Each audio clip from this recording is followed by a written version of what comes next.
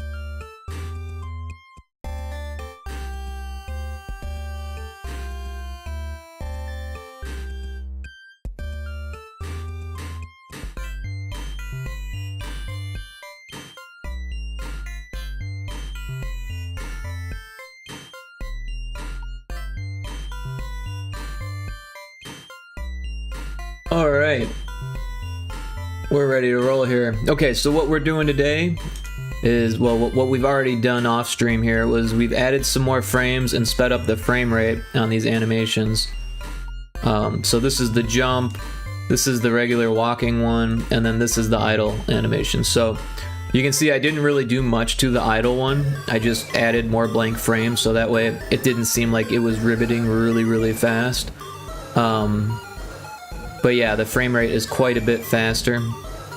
And what I've done is I've set these to be 66 seconds or milliseconds, which is the closest I could get to GB Studio's 15 frames per second. So I actually found a converter online to help me with that, which is actually pretty cool. So check this out. You can type in the frames per second and it gives you the milliseconds. Obviously, Aseprite doesn't do decimals on that, but doesn't really make a difference. But yeah, I was testing it at 7.5 and I figured why not bring it up to 15, and so that's what we're doing. We're making it 15 frames per second. Now we did receive some feedback from the publisher saying that it looked like some more frames could be used, and also we got feedback from someone on the GB Studio Discord that basically said the same thing, was that we could speed up the animation. Of course, the person on the GB Studio was like, oh, just set it to a faster speed, but when you set it to a faster speed, it just looked like it was hyperventilating. So yeah, that's what we're doing today. So this one's set. We've already got this one because we did it off stream. But what we don't have set is this one. I've added some of the frames, not all of them. You see there's 27 here, but I've got the idle loop. That's what this is. We'll call it idle so it's not confusing. And then so yeah, the jump is 16, so that's 1 to 15. So let's take a look here. 1 to 15 should be idle, so that's not actually accurate then. So let's take another look here. So I think what I did was I added some extra rivet frames, so that way it doesn't hyperventilate like I was saying. So that's really easy to do, but we will have to change the fire for all of these frames. So this one we'll just add a new frame here, and then this one is his back is bigger, we'll add a new frame there. And then so these will be the idle. I don't know why I keep capitalizing the D there. So this will be the idle, and what we need to do then is animate the fire. And then the jump, we did quite a bit at the end there, so we're actually going to import some frames here, because you can see the front feet move now. So I think that's where it ended. Yeah. So what we'll do then is we'll grab these 3 frames, we'll copy them, we'll add some blank frames, Alt B, and we'll oh, it looks like it adds it anyways. So now we've got those, but they don't have any fire whatsoever, which is fine because we need to remake the fire anyways. So yeah, let's split up these frames. So we've got the jump is all of it, including these first 3 frames, and then the move is everything after those first 3 frames. So that's pretty easy. We'll do a new tag here. We'll call it jump. 1, 2, 3. So everything after that. New frame. Oh, not new frame. Whoops. New tag. And we'll call it move. And I believe there's still something missing here. So let's take a look. I think what we did was we added... Oh, that's not actually what I wanted.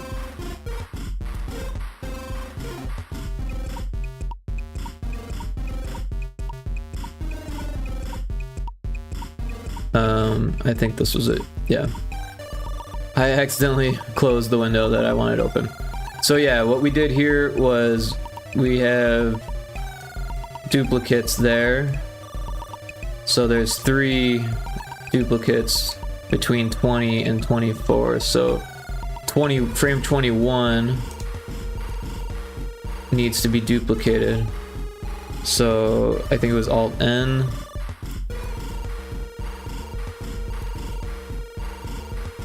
Oh, I think that's one too many. Yeah, because there's only supposed to be 27 frames. Alright, but that takes care of that. So now all we need to do is fix the flames. So the easiest way to do this is going to be to just erase or overwrite this stuff here. And then copy this frame and paste it. Actually, what we'll do is we'll link it all the way to where the fire starts moving. Link those cells and then unlink them. And there we have it. All of those now are missing fire, and now we're gonna make it look more like these frames. Wait, what happened there?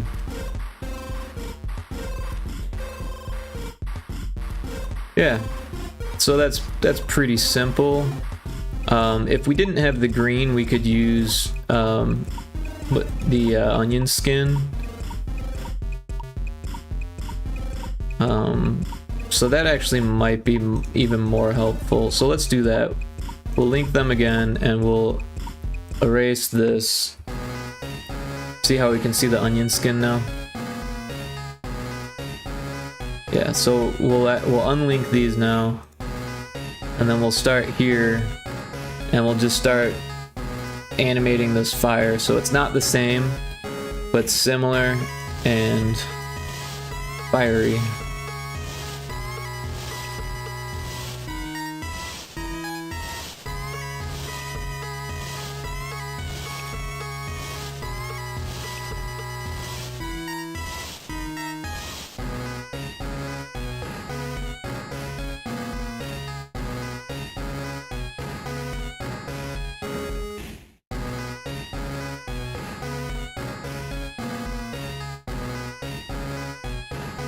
And then we'll just leave everything not green for now, and we'll come back later and fill each frame in.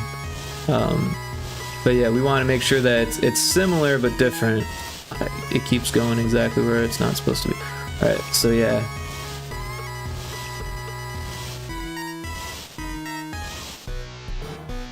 So above the eye it gets a little difficult because there's not that much space to work with. But yeah, we'll change it up as much as we can there.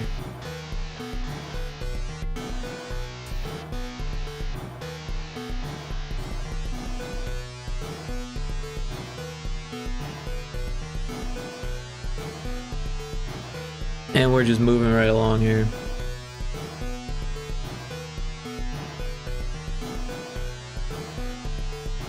So once we increase the frame rate in GB Studio, it should look quite a bit more fluid, which was the feedback that we got, was the lack of fluidity. And the fire is going to be the most noticeable part. So I think that'll be important, because you know, like all of these frames were all the same in the non-fire version, right? All of these frames until you get to the ribbit, but on this they're all going to be animated like with fire, right?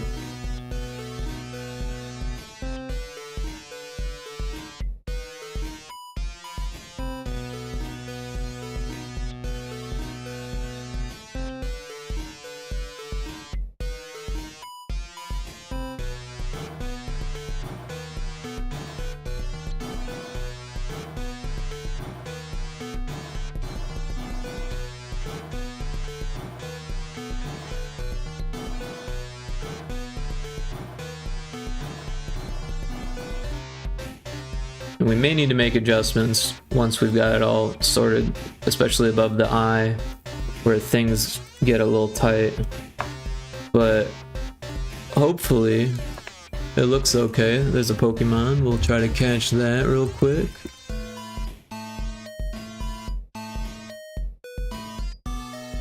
But yeah, my sleep schedule is still kind of messed up, so I figured why not do another late night stream. Things went pretty well last night. We got a lot done. Got some cool raids, and stayed up pretty late, but that's fine. Sometimes that happens with me. I kind of don't like this. Let's try that instead. You know, I don't like that either.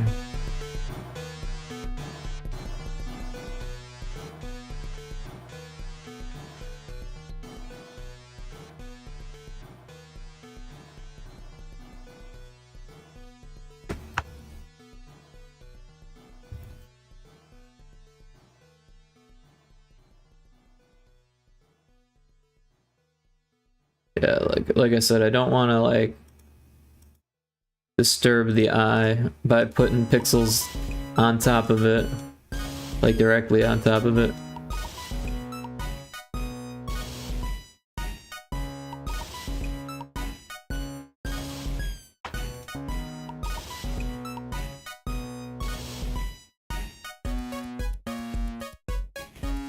We'll have a better idea of how it looks once we've got all of the frames in.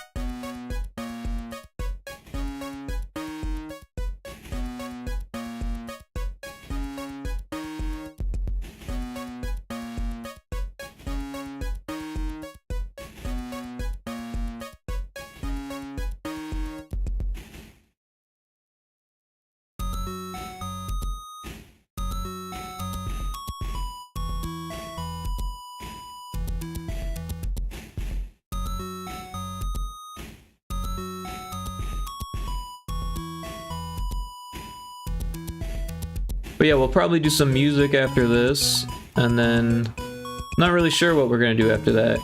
Could do anything. There's a chance we might get into some Demon Fish Dead Ahead stuff. Kind of itching to do that. I do kind of want to get back into Retro Spaceball, but I feel like I should probably do some stuff off stream to help me like reacquaint myself with the project and the architecture of that project, because it's been a long time since I've really sat with it. But yeah, what I'll probably end up doing is come up with some ideas for levels that I can create rather quickly, and then make a bunch of levels, because it's kind of at that point where if I cut away most of the mechanics that are causing headaches, then a lot of what's left is just making a bunch of levels. So yeah, we'll grab this green and we'll just fill in all of these areas now on each of these frames.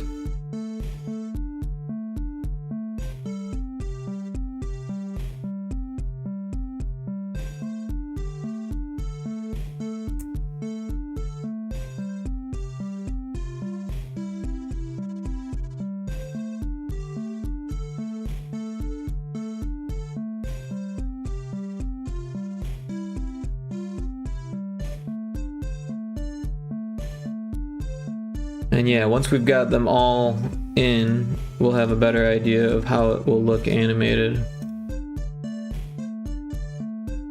Some of this, especially above the eye, yeah, I'm a little worried that it won't look great. So yeah, now we've got that, let's take a look at it. It actually doesn't look too bad. It kind of like does something weird at the end though, so probably because these two frames that I duplicated need to be adjusted now, right? Both of them, so all four of these need adjustments. So yeah, that's easy enough. We'll just we'll erase the green on these ones.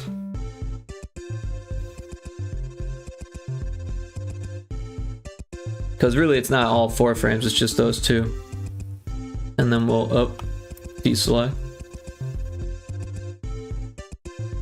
And we'll just kind of erase the area around the frog and come back to it on these 2 frames. So that way it doesn't hiccup there at the end. Alright.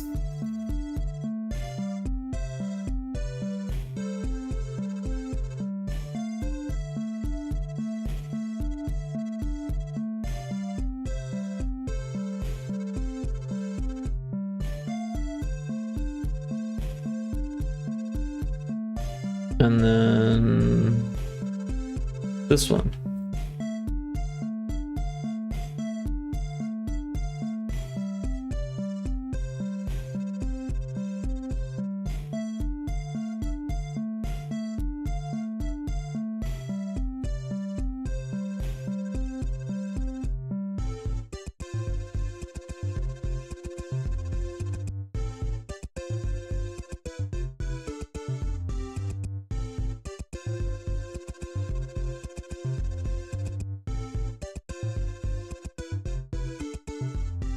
All right.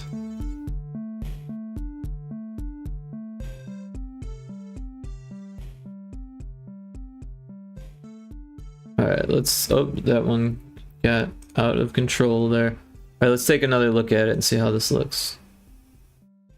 It looks a little bit better. There's this weirdness going there. So I think on the frames that have that, we should, you know what, maybe we just fill that in.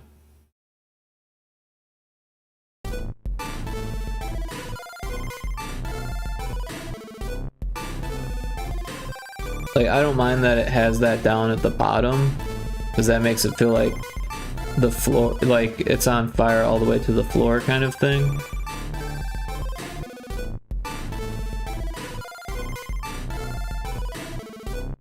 That one was really weird.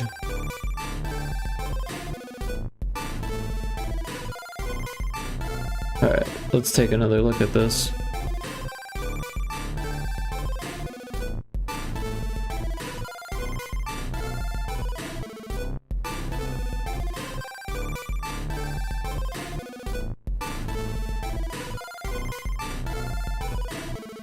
I think it looks okay. Hey, Seago Games, welcome in.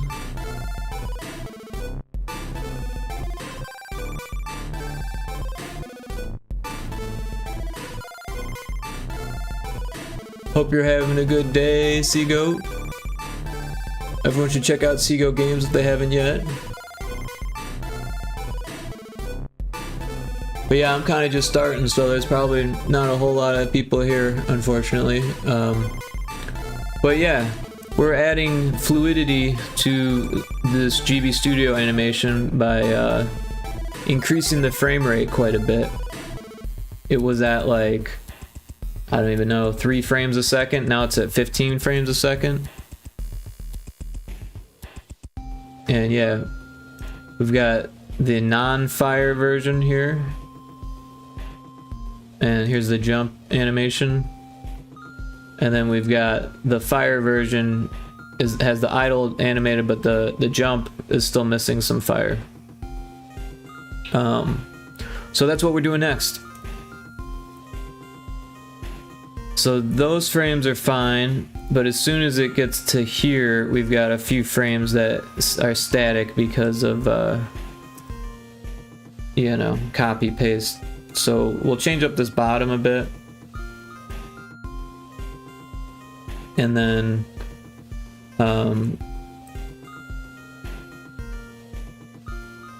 change up the top a bit as well.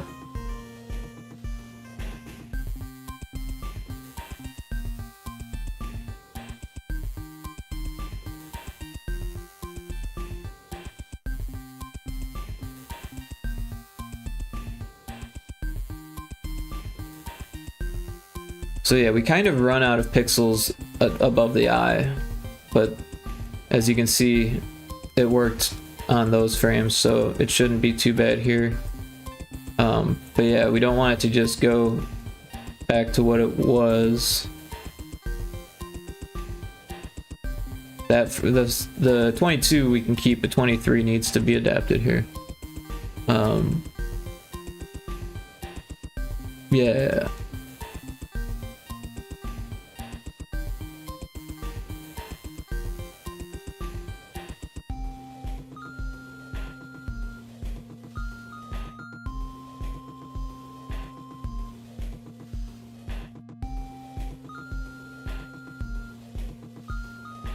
And we'll do the same kind of thing with the bottom here. We'll change it up a bit, so that way it doesn't look too similar.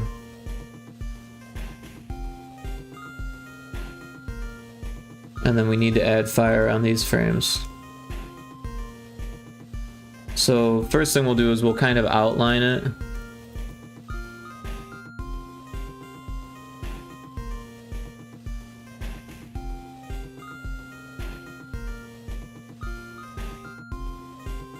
Giving the top some kind of feathering, right? To mimic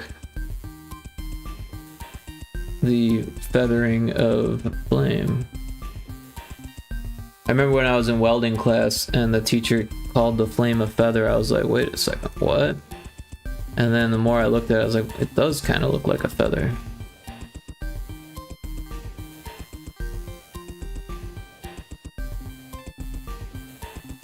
We'll have to clean that up. So yeah, we'll just hit this like that, and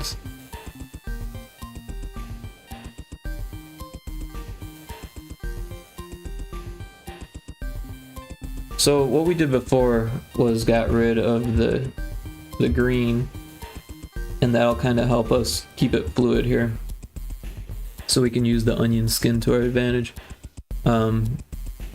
But yeah, we want it to not look entirely the same, but similar, right?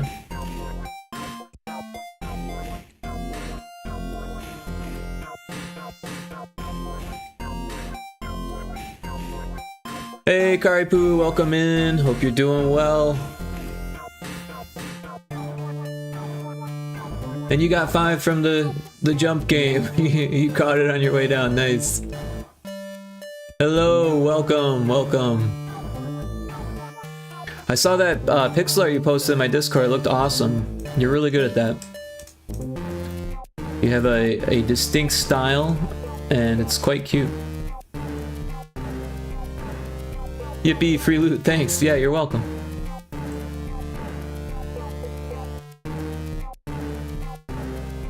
Yeah, so we're just adding extra frames to make Pyrotoad a little bit more fluid here. Nothing too crazy. We did most of the work already. Actually, I did quite a bit of the work off stream during Kixie and Indy's streams today.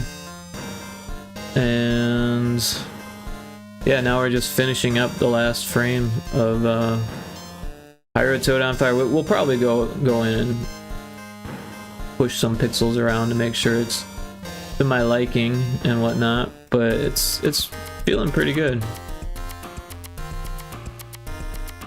Honestly, I'm not sure what my style is, just kind of happened.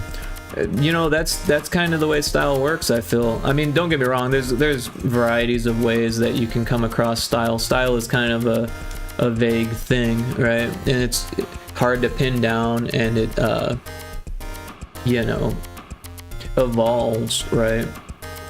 Or at least you hope it evolves. But yeah, it kind of has a sketchy quality to it in like a good way, right? And obviously the cuteness factor, a lot of emphasis on eyes, which is cool. I always liked eyes. And I think anything else is just whatever you want it to be, which is cool, you know? But yeah, that's just my first impression. I haven't studied too much of your work yet. But it's always nice seeing what people are doing in the Discord. I love that people are actually using it now. There's a Pokemon in chat if anyone wants to try to catch that. I never noticed the eye thing. Yeah, I think that's okay though. I think that sometimes when you have a natural tendency, it's normal not to notice, right? But it's also normal for other people to notice and pick up on the tendencies. But like I said, I haven't seen a whole lot of your work yet, but the first thing I notice is the eyes. And not in a bad way either, in a good way. Like there's a distinctive quality about the eyes in your work that is, I don't know how to describe it. Not super unique, but unique enough, right? Not like, it doesn't stand out in a way that looks bad, but it stands out in a way that looks good, if that makes sense. It's like a fresh take on eyeballs, right? Because you see a lot of sameness in eyes. A lot of people just kind of stealing eyes from other places and then putting them on their character.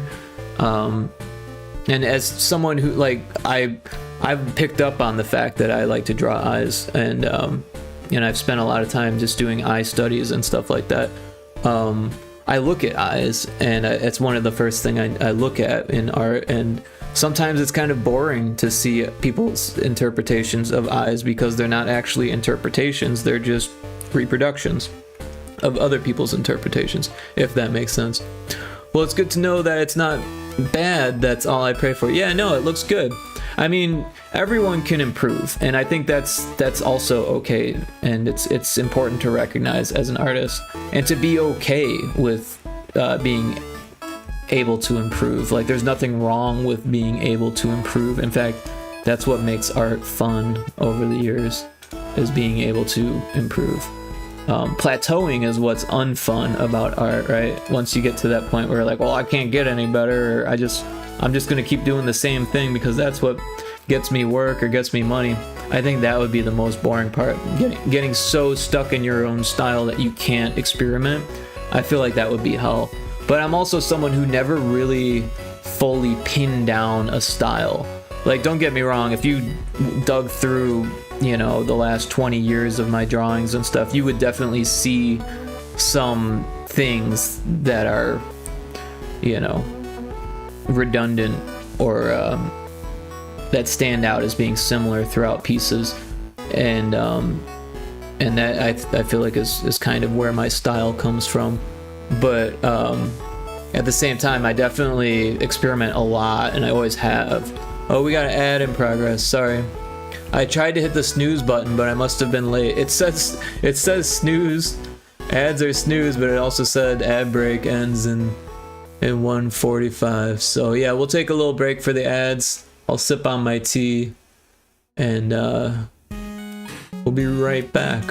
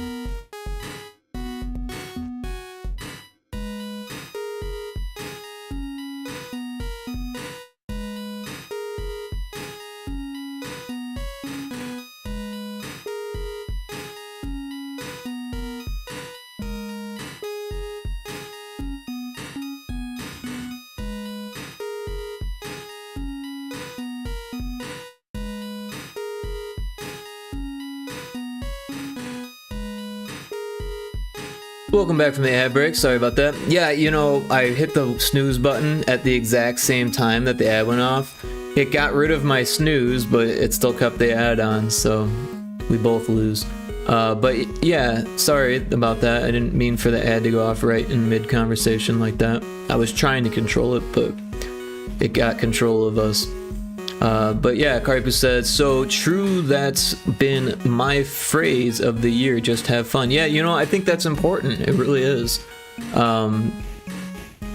But yeah, it's great to see people posting in the Discord, because for the last few years, there's been very little activity in my Discord. And it hasn't really been since, well, Scalt has been active for like the last year or so. But it was pretty much just him for a long time. And it's great that he's still active. Of course, he doesn't come to my streams. I think he's maybe come once or something like that. But he's in Russia, so the time is different and stuff. And he's always really busy with class and stuff. But yeah, it's cool that people are posting in the Discord. I'm really excited for that. So the idol looks better, I feel like. The jumping looks the same. It's not, I don't know, it's a little jittery, but not too jittery, I don't think. And then the running... Yeah, I think the running works too. Kinda have to like shrink it down. I don't know, we'll have to see how it looks in engine, which is probably the next step here.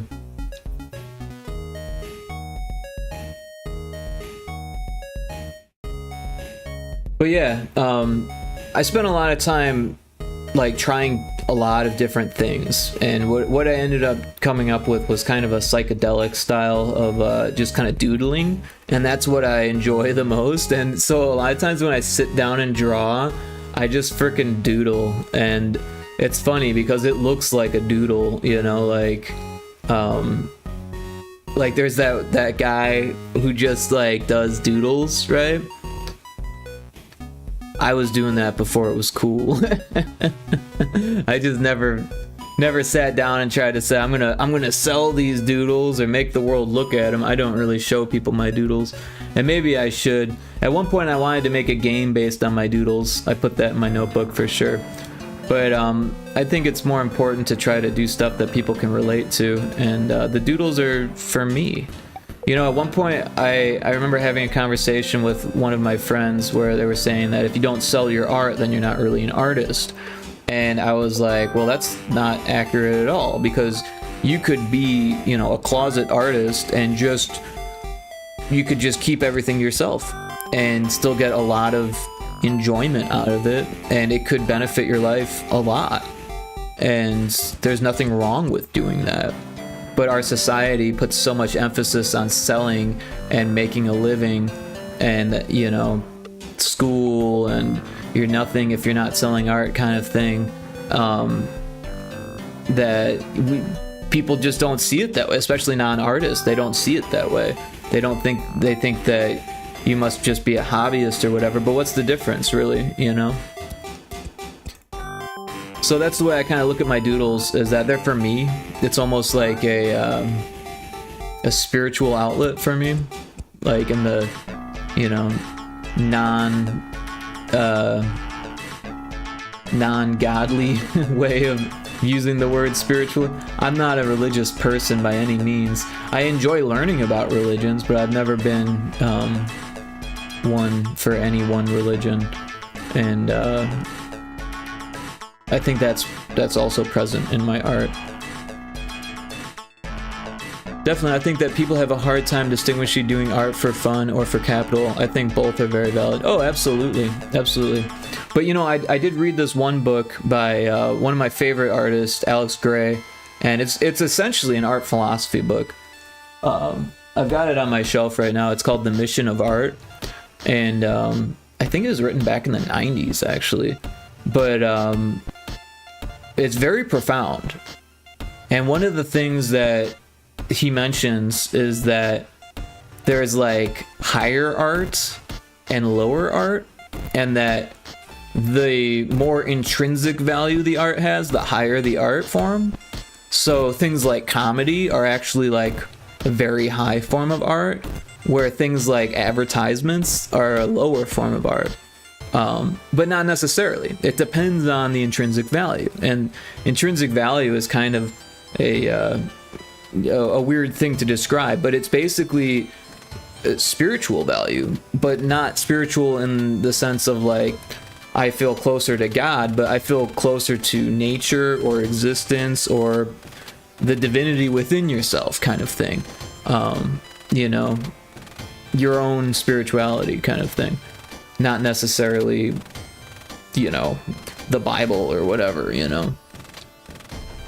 And you could, you know, get that from an advertisement. It just is less likely when you're doing something like for the more you're doing it for the money, the less likely it gets that there's some type of intrinsic value. Sure, there might be value to it, and sure, that might help you get by, and getting by might be more valuable than, you know, getting some type of spiritual value out of it, depending on where you are. Oh, happy affiliate anniversary, thank you. I'm not sure if it was yesterday or today, but it's still there, so. But yeah, we were celebrating it yesterday and today, and now we're on to the next day, at least here in Central Time Zone. So yeah, it showed up. Yeah, it did. So technically, yeah, honestly, it was so long ago. It was like 7 years ago. I don't remember. I was like, really? It was in May? I don't remember getting affiliate in May.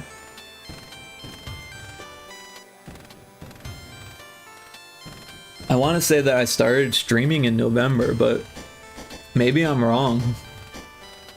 That was like 2018.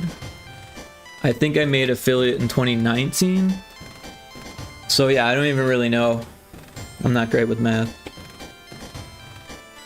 But yeah, we should save this. And save this. But yeah, I definitely recommend reading about art philosophy. Because it's definitely more interesting to me as an artist than regular philosophy. Not that I find regular philosophy to be uninteresting, because I do kind of find it interesting, but art philosophy is quite a bit more interesting to me. There's a lot of different takes on art philosophy. I read another book that was more about contemporary art philosophy. And that was interesting to me because I don't really like contemporary art. I never really have. I never really quite understood contemporary art. But it doesn't have to be understood by me for it to be influential or important. And that's one thing that book helped me to understand, I feel like. A book that I feel like is very similar is the book The Death of the Artist by William Deresiewicz. I feel like I've heard of that, but I don't think I've read anything about it. I kind of want to look it up now. But it definitely sounds like something that we're talking about here. Death of the Artist.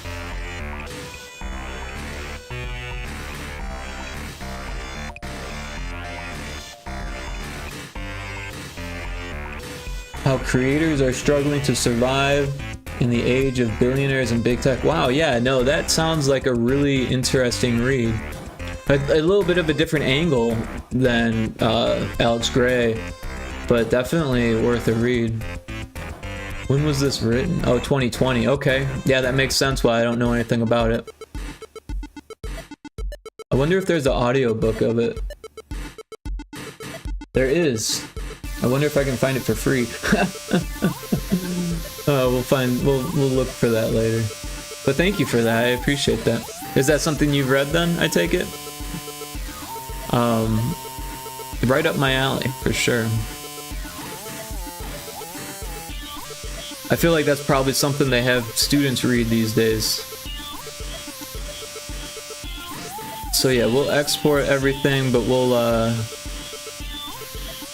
remove the the duplicate frames, but this one's gonna have more frames then, so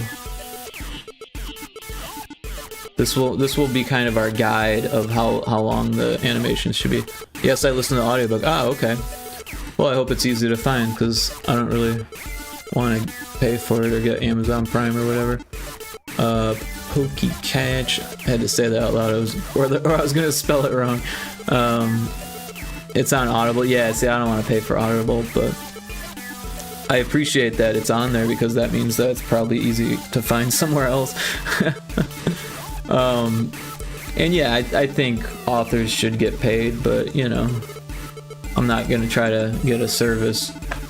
I used to listen to a lot of audiobooks, but now I kind of I don't listen to as much. So I don't know, I probably would listen to a lot more if I was paying for a service. And that could be a good thing or a bad thing. I don't know, it depends on how much time I waste. A lot of times I'll do things that I can, like, you know, like I'll work while I listen to it and stuff like that, but if I'm like streaming, then you can't do that, right? So I end up like playing games while I do it, and then I'm just like playing a game and reading a book at the same time, which is better than just playing a game, but like you can't really. Yeah. I like to stream and work these days, so I end up listening to a lot of my own music, which is not too bad. I have enough of it where I don't get sick of it, which is cool. And yeah, we'll have more of it after Pyrotoad. But I definitely appreciate you bringing that book to my attention. I'll definitely add it to my list. So we're gonna export the sprite sheet here. So all of these frames. Well, I'll put the file. We'll call it edit 2, because I think that's the file name that it has. And we'll call it sheet. And yeah, that should be good. And we'll do the same thing here, but we'll make sure that there's no duplicate frames. So we'll go to merge duplicates. Yep. So that way we're not wasting space or whatever. And then output. And we'll name this one sheet also.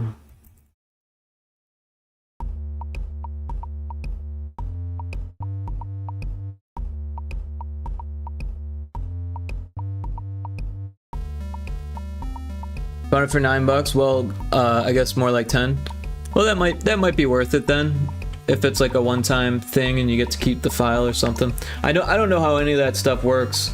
Honestly, a lot of the audiobooks that I've listened to were through less than legitimate means. But you know, things like YouTube and stuff like that, a lot of times will have audiobooks that haven't gotten sniped yet. But yeah.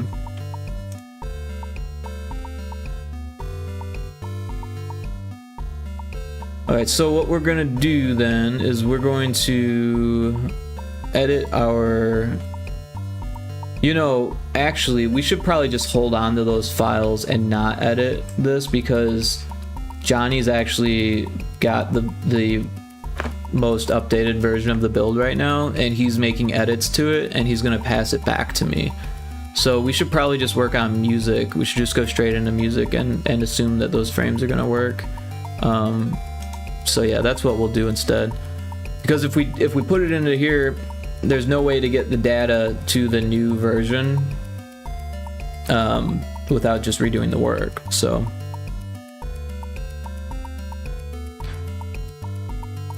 you can buy it permanently on Audible. Oh, cool. Yeah, honestly, I've never used Audible, so I wasn't sure how it worked. I just assumed that it was a subscription model like everything else.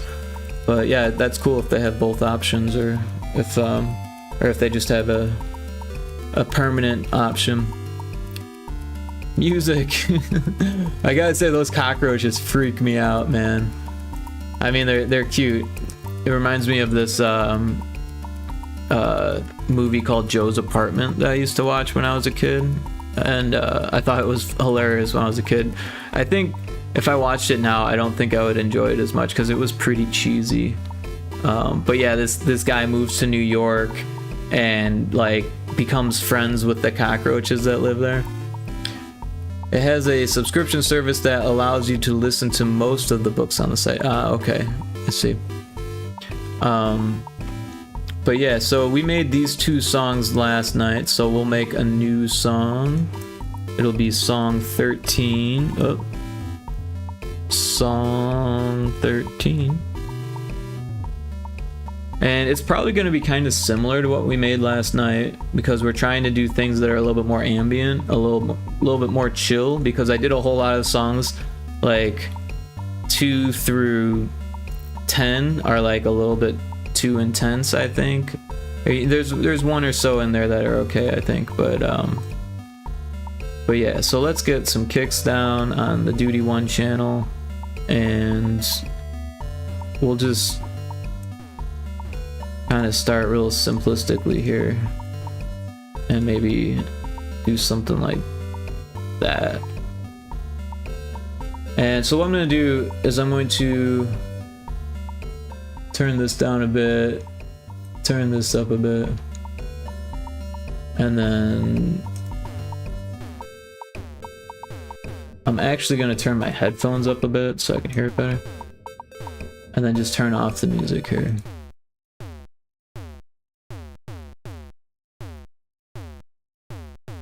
I was having fun today drawing silly comic panels today, and finally got the confidence to sketch out the first chapter of my webcomic I've been wanting to work on. That's so cool. That's very exciting. Yeah, you know, I recently bought Clip Studio Paint, and I really want to get back into digital painting and illustration. But honestly, I'm like really out of practice with that stuff, so it'll be interesting. And you know, it's unfortunate. We were thinking about we're trying to still get a physical release for Pyrotoad, which would mean an instruction manual. And I wanted to do illustrations for the instruction manual, but now it's looking like we may not get that opportunity. Nothing's set in stone yet. We haven't gotten a definitive answer. But it's seeming like that might not be in the cards for us, unfortunately. So I'll have to come up with another excuse to learn Clip Studio Paint. I just started getting into digital art this year, so I feel you. Oh, okay, cool. Honestly, I assumed that you'd been doing it longer because of how talented you are.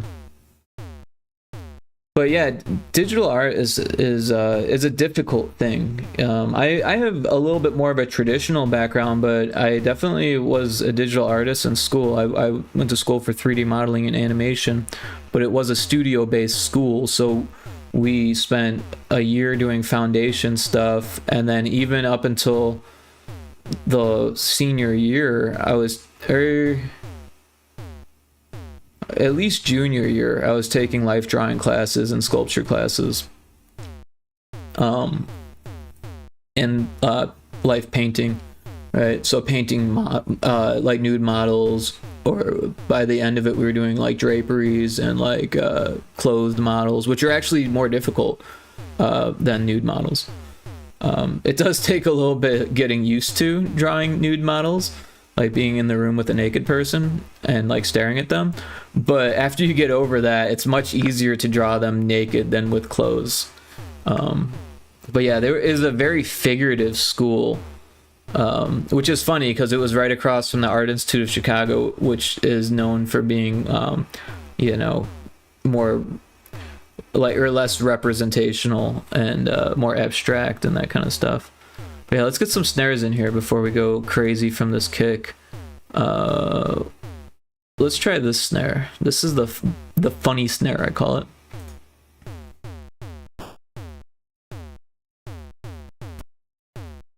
Maybe we'll do it higher.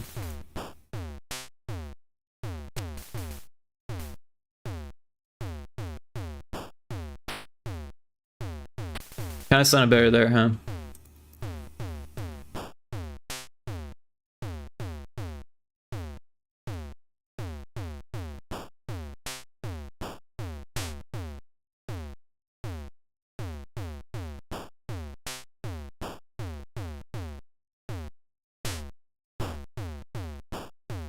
Oops, that's not right.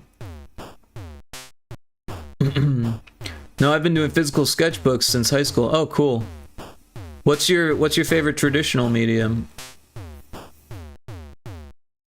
I actually hated my art so much I stopped drawing in 2020, but this year I let go of my personal critics and really feel like art is so fun again. Good, good.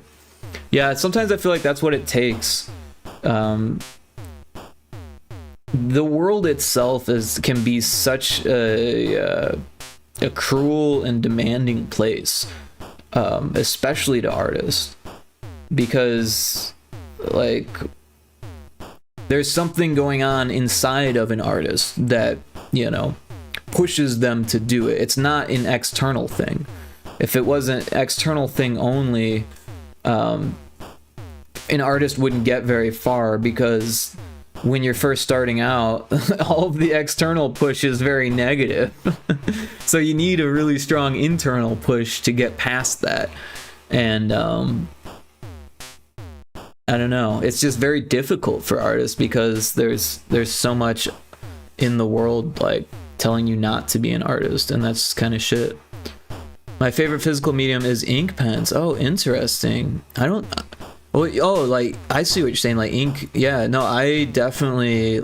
Ink is one of my favorites too, actually. I like to use a quill pen, and I haven't actually sat down with one for a while. But, and my ink, I think, is probably dried up at this point, but it's a cheap medium. I would use ink on cold press Bristol. I like that all the imperfections stay. Yes, exactly. I hate erasing stuff. I like just... I got decent at not needing an eraser, right? And I remember one time when I was in freshman year of college, I made a mistake on my drawing, and the teacher was so cool. This was a fundamentals foundations class, right? And I still have the piece, actually. It was two pocket knives having a knife fight, and they were like in the circle of like other knives and like tools that were like in this big circle, and there was lots of contrast in it, right? And what happened was there was like this line of white that needed to be around the bottom of the circle edge to like define the shapes. Otherwise everything would just get lost in the darkness there. And I like forgot that I needed to like keep that white line there, and I went over it, and I was like, shit, I just ruined this. What do I do? And the teacher's like, it's okay, just go downstairs and buy a white paint pen and just paint white on that line, and you're allowed to do that, because it was supposed to be an ink only piece. She said, no, just go get a white paint pen, it'll be fine. And that's what I did. It turned out fine. I mean, you can tell the difference, but it's a decent piece for, you know, what it was. That sounds so fun and interesting. Yeah, the project was to make an illustration that encompassed movement out of a static object.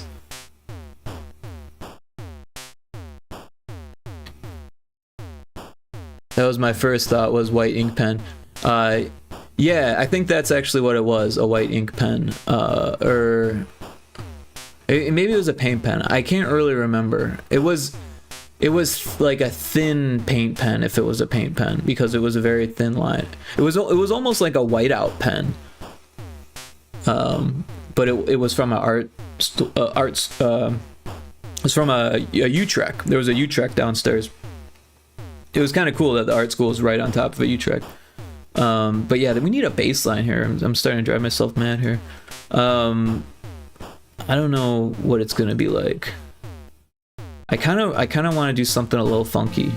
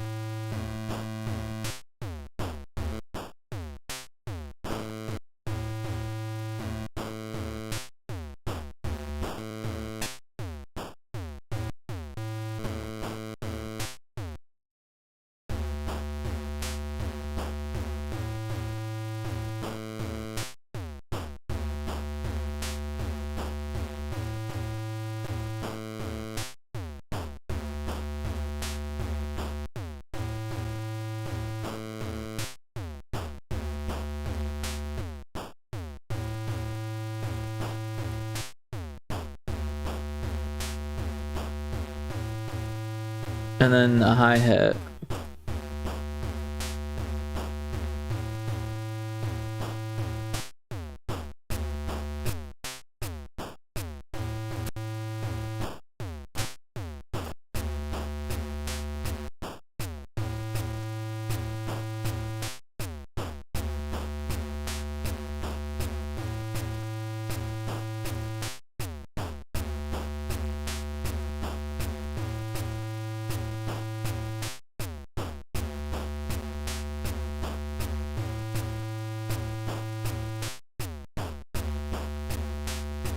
I don't know if that baseline is right yet. I think maybe it should end here.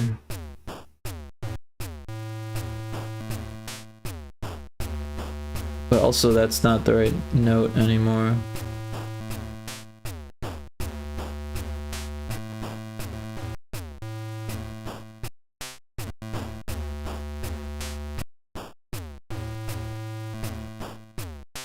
Now let's do something else there. I don't know what happened there.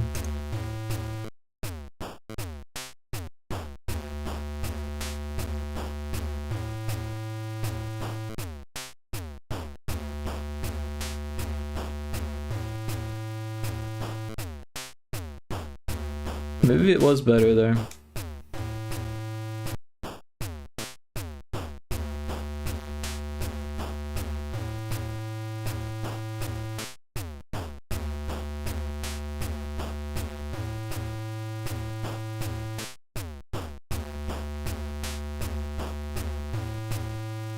We do need to change notes on the next one, so we'll make a duplicate of this first pattern and paste it here, and then we will adjust the notes of the baseline here. Oh, I'm changing the instrument.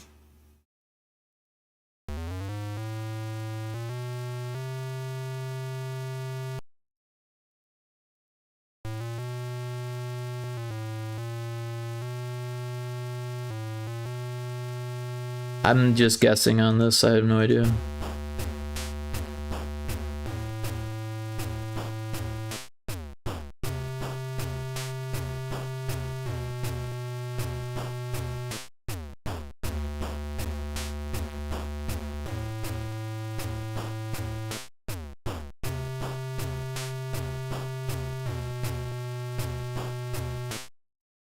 I kind of like how that note is the same at the end, even though I was not intending on it being there, but I don't know. Hey Kixie, welcome in. Everyone should check out Kixie if they haven't. We're in an ad, so I'll give you a proper shout out once the ad is over.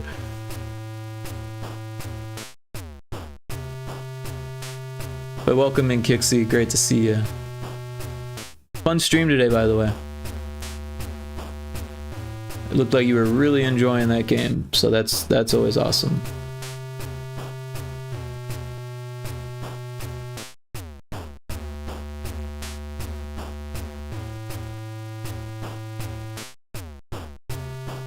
Thank you for the shout out. Absolutely. Like I said, I'll give you a better one once the ad break is over. You came in right in the middle.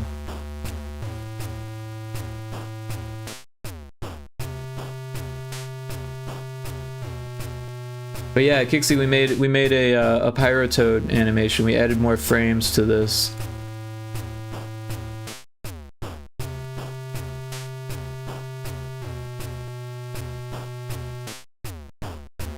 What did I think of Clonizer? It's funny because I definitely thought it was Colonizer at first until I was like, wait, that's Clonizer. Okay. Because there was actually a game called Colonizer that I was playing on mobile. I think it was called Colonizer. Anyways, I liked it. I thought it was cool. Honestly, like, if it wasn't 15 bucks, I probably would have already picked it up. But there's already a lot of games like that I have to play, so it's not like I'm looking for a game to purchase. But it's one of those that I think I should add to my wish list. So when it does go on sale, that's definitely something I might pick up. Because it looked like you were having a great time. It's new, so sales will come. Exactly, yeah. It's not like I'm itching to play something. There's still so many games that I haven't played yet, or that I haven't really sat down with. But yeah, we got a jump animation here. I'll make it a little bit smaller so you can kind of see. Got the idle. So what we did was we added more frames and sped up the frames per second. But we also got the non-fire one, which you can't tell that there's more frames because they're just duplicate frames. But yeah, and we added a little bit of foot movement in the front to help add to the fluidity of it. And then yeah, when it walks that way, it does that, and then the jump, there's more of a spring to it. Cute, thank you. Oh, the ad is starting soon. I thought we were in an ad break. Ah, dude, I hate when that happens. I see the thing that's like ad starting in 2 minutes. I think it's because, does it say 2 minutes or 3 minutes? I can't even remember. Anyways, sorry. I'll give you a shout out after the ad break. Sorry about that, Kixie. But yeah, everyone should check out Kixie. I'll give her a second shout out because of the confusion. Yeah, wow. That's not the first time that's happened to me. The ad break thing confuses me. Ridiculous. But yeah, the warning should be yellow to be more clear. Or yeah, there should be more color considerations there. I couldn't imagine what it's like to be colorblind. But yeah, we do have that ad here, so we'll take a little ad break, and I will sip on my tea, and I'll turn off this music so it's not killing us here. I'll turn on this music. And we'll be right back in a minute and 25 seconds. And a different shape for the colorblind. Exactly, there you go. It should just do different things. It should be different altogether. It shouldn't be so similar. The mid-ad cutoff could not have been better timed. Right on. Well, the ad's almost over at this point. But I'm gonna sip my tea here, because that's what ad breaks are for.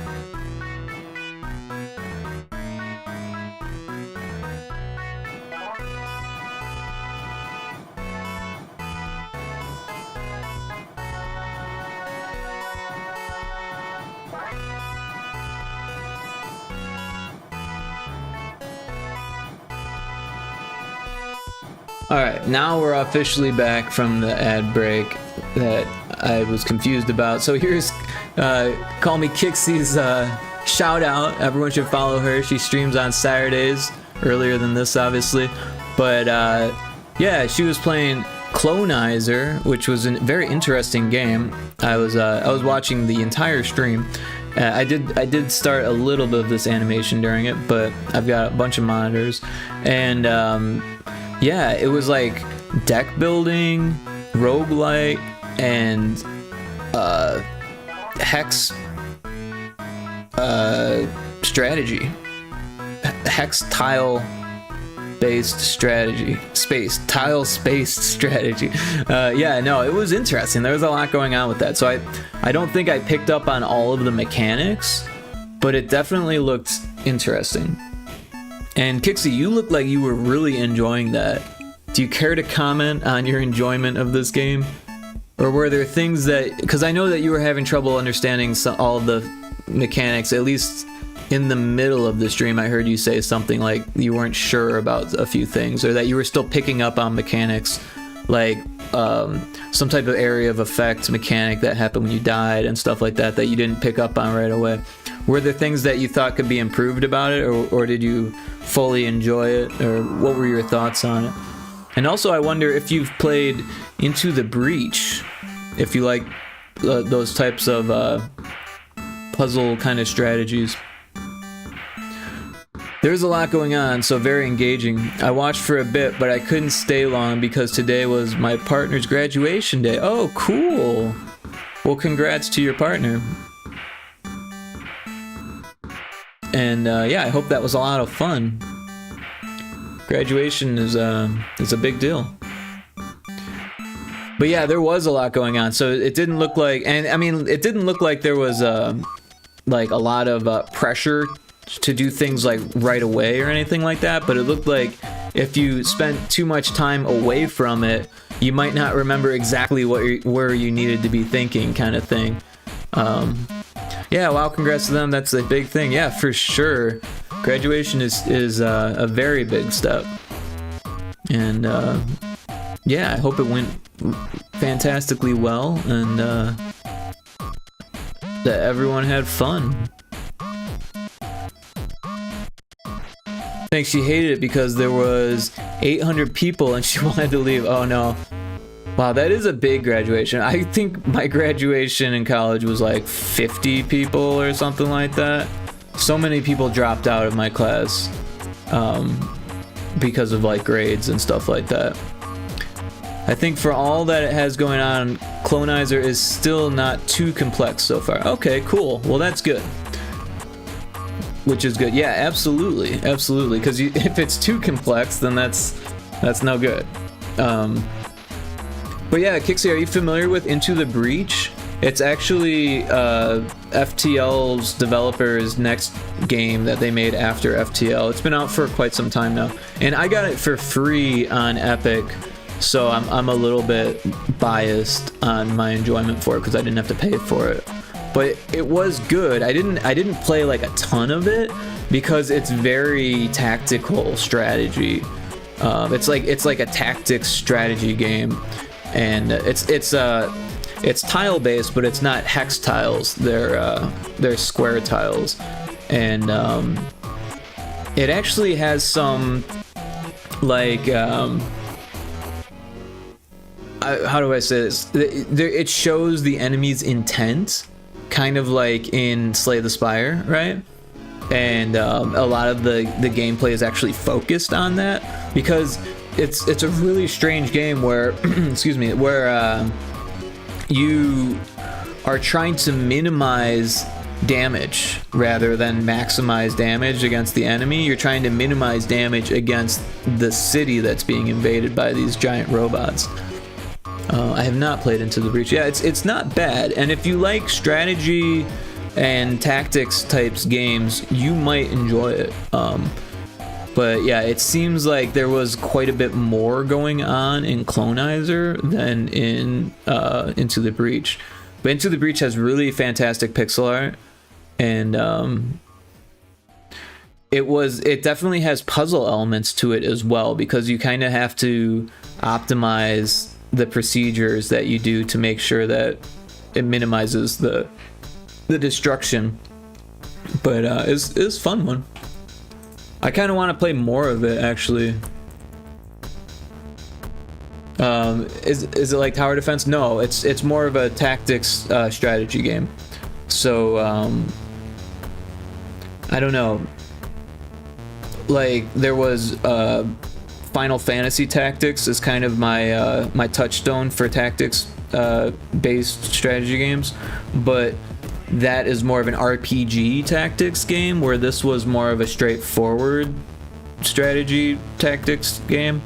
Like I said, the combat is a lot more akin to Slay the Spire rather than Final Fantasy Tactics, but the levels and the actual like movement of the player characters, like the pieces, right, if you will, is more like Final Fantasy Tactics, but there's no spells, there's no leveling up, or maybe there is leveling up, but there's, honestly, it's been so long that I don't really remember all the mechanics, but it's a lot more straightforward than an RPG. There's not like a whole lot of stuff to remember, or different skills, or different classes, or anything like that. There might be different classes, but they're more simplified because they're like robot kind of things.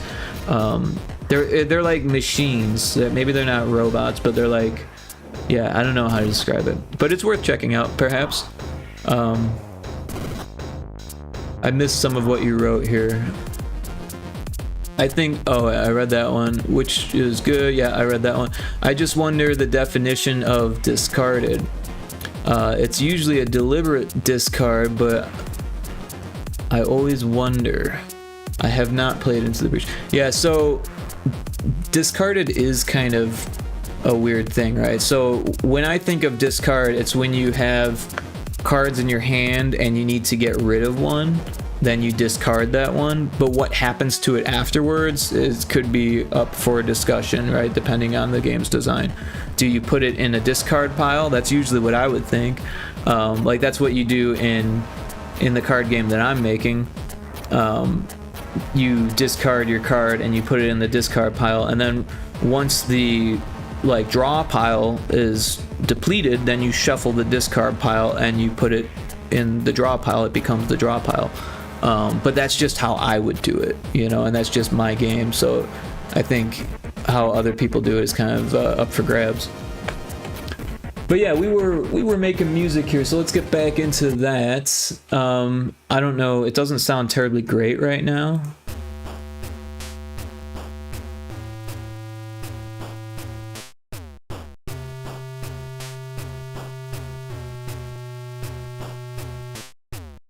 What if it did 2 of these? Oh, I messed that up.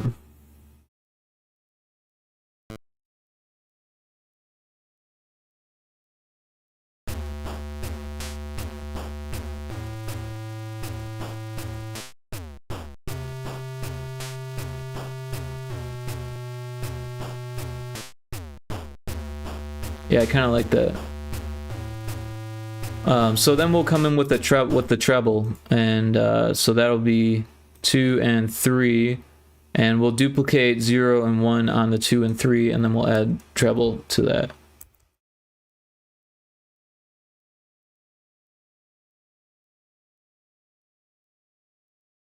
All right, so now 1 and 2 are this, or 0 and 1 are the same as 2 and 3. We'll start with this one, and we need to like not mess with the baseline, so we're gonna have to like figure out some in-between spaces to put the treble, and the treble will be cut out by the kick. So we might want to use, I don't know, I really like the vibrato one, but it'll get cut out, so maybe we want to do it like right afterwards. And we probably want to be the same note here, so like maybe right here, or possibly here. No, probably here. But then maybe we do something interesting here.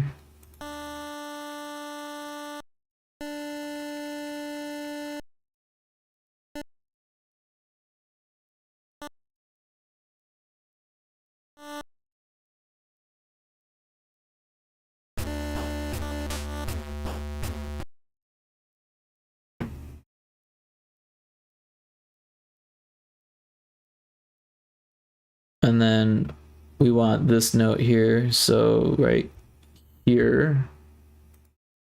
Oh, but we killed a kick drum, so we'll get rid of, we'll do something, I don't know.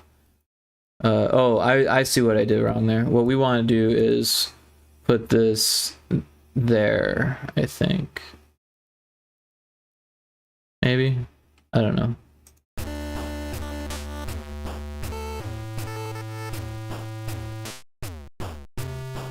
I think that actually works, and then we'll do the same kind of thing here, but we'll mimic the bass line. which is there. So here, and then here. Let's hear what this sounds like.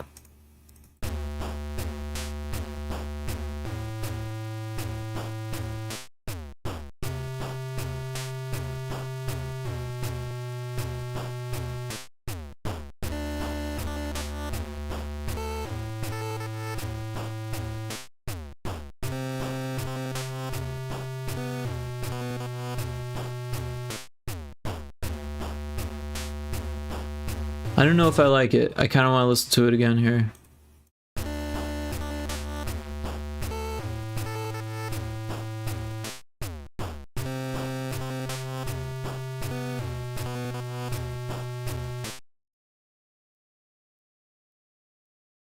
I think it needs to go up an octave.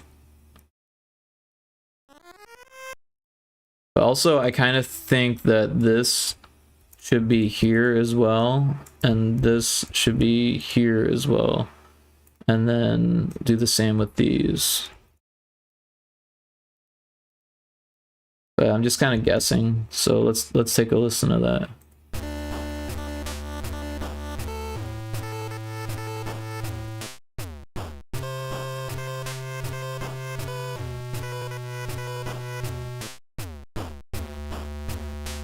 I like that more.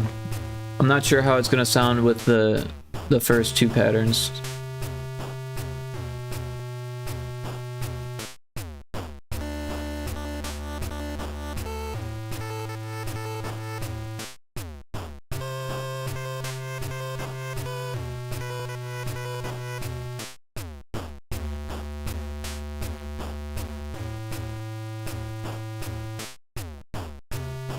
I feel like it needs to happen a couple times. I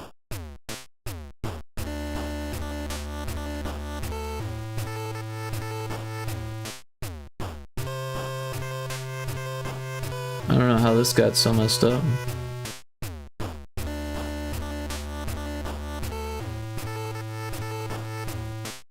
Oh, I'm messed up.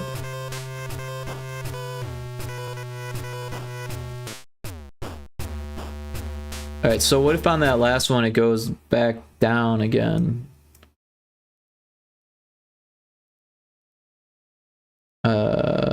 To like, I don't even know where, here? Or here? Here.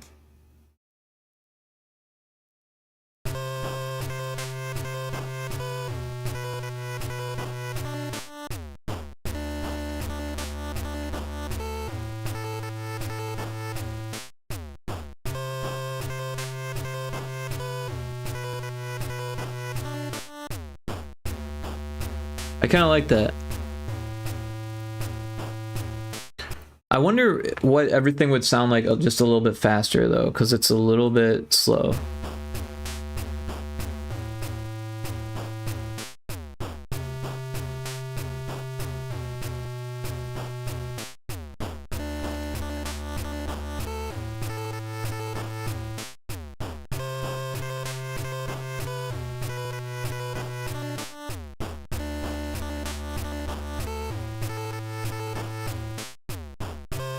I kind of like this better.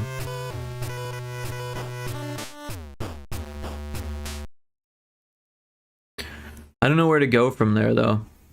Maybe we'll just go straight into a chorus. So we'll make a new bass line or a new kick drum that is similar but different. And yeah, so maybe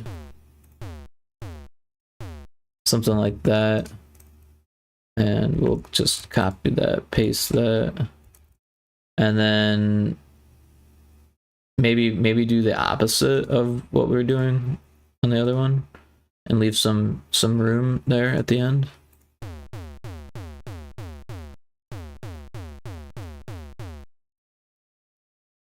Maybe we'll do it twice.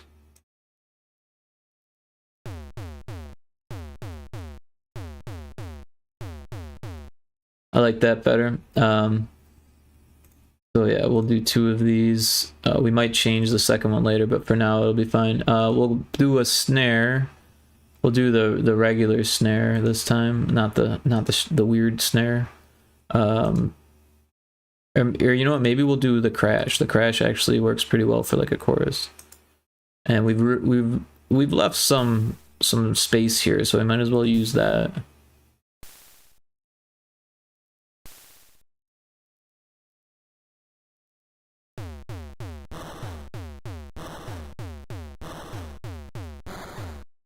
So I don't like how low it is. We'll raise all of them up.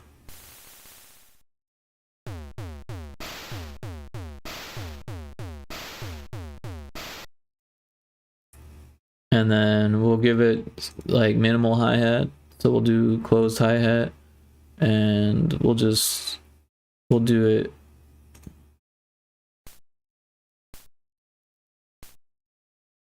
Oops.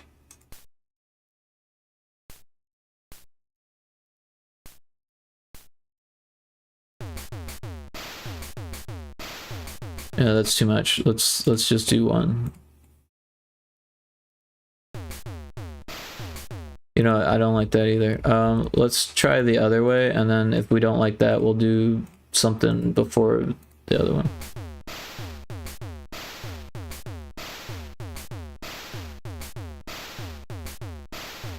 I think that might be okay.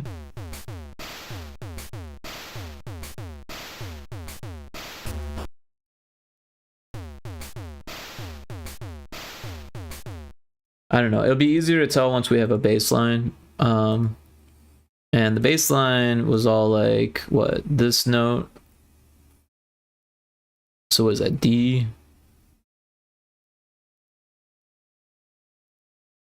I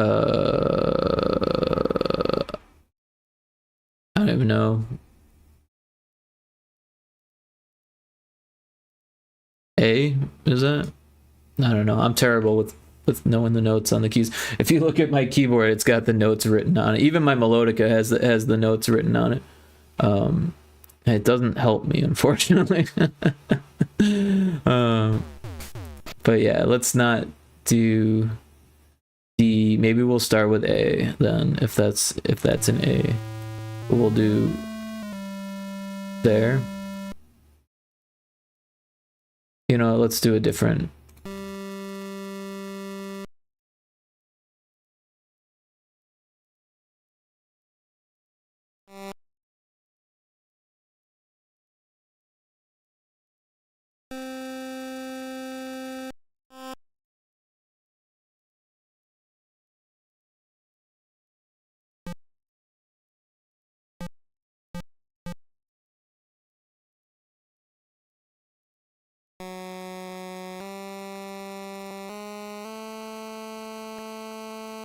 Oh, that's not where I want it. I want it here, maybe? Oh.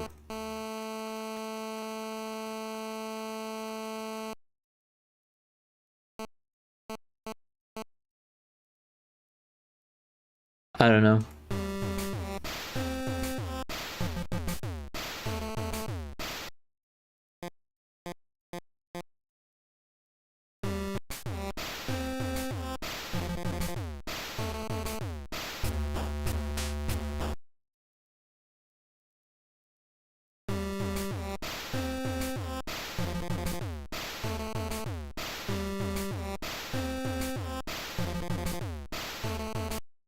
So we do want to change it, so we'll go to 5 here, and we'll copy 4 onto 5.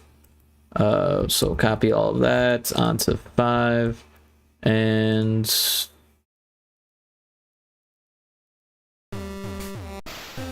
oh, there's a wild timber in chat. Probably late on that one.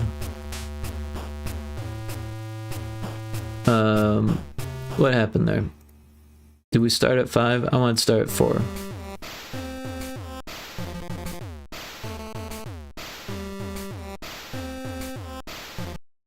And then on 5, we want these to be higher.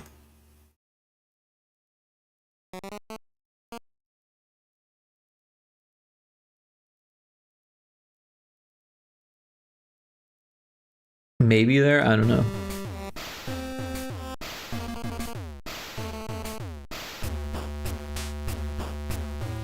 We'll listen to the whole thing.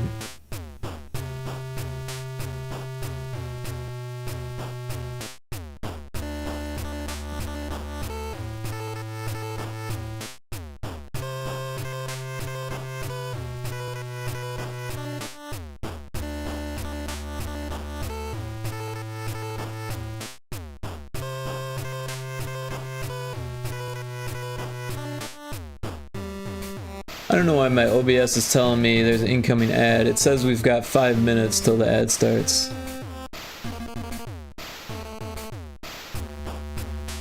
It's just as confused as I am.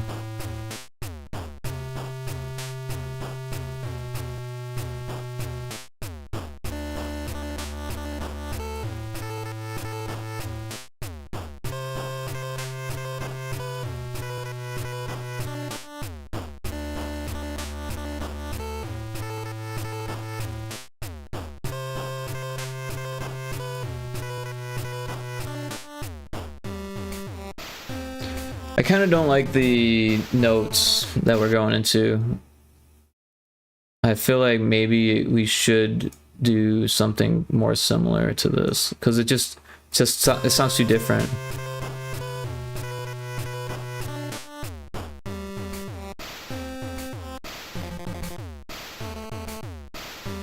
I don't know, maybe I need to listen to it more.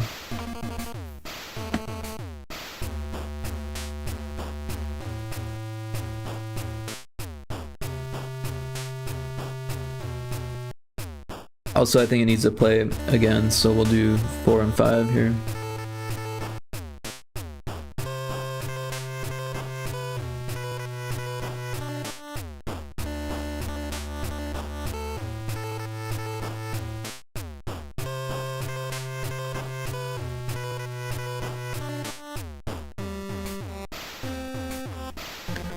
So, I'm super excited.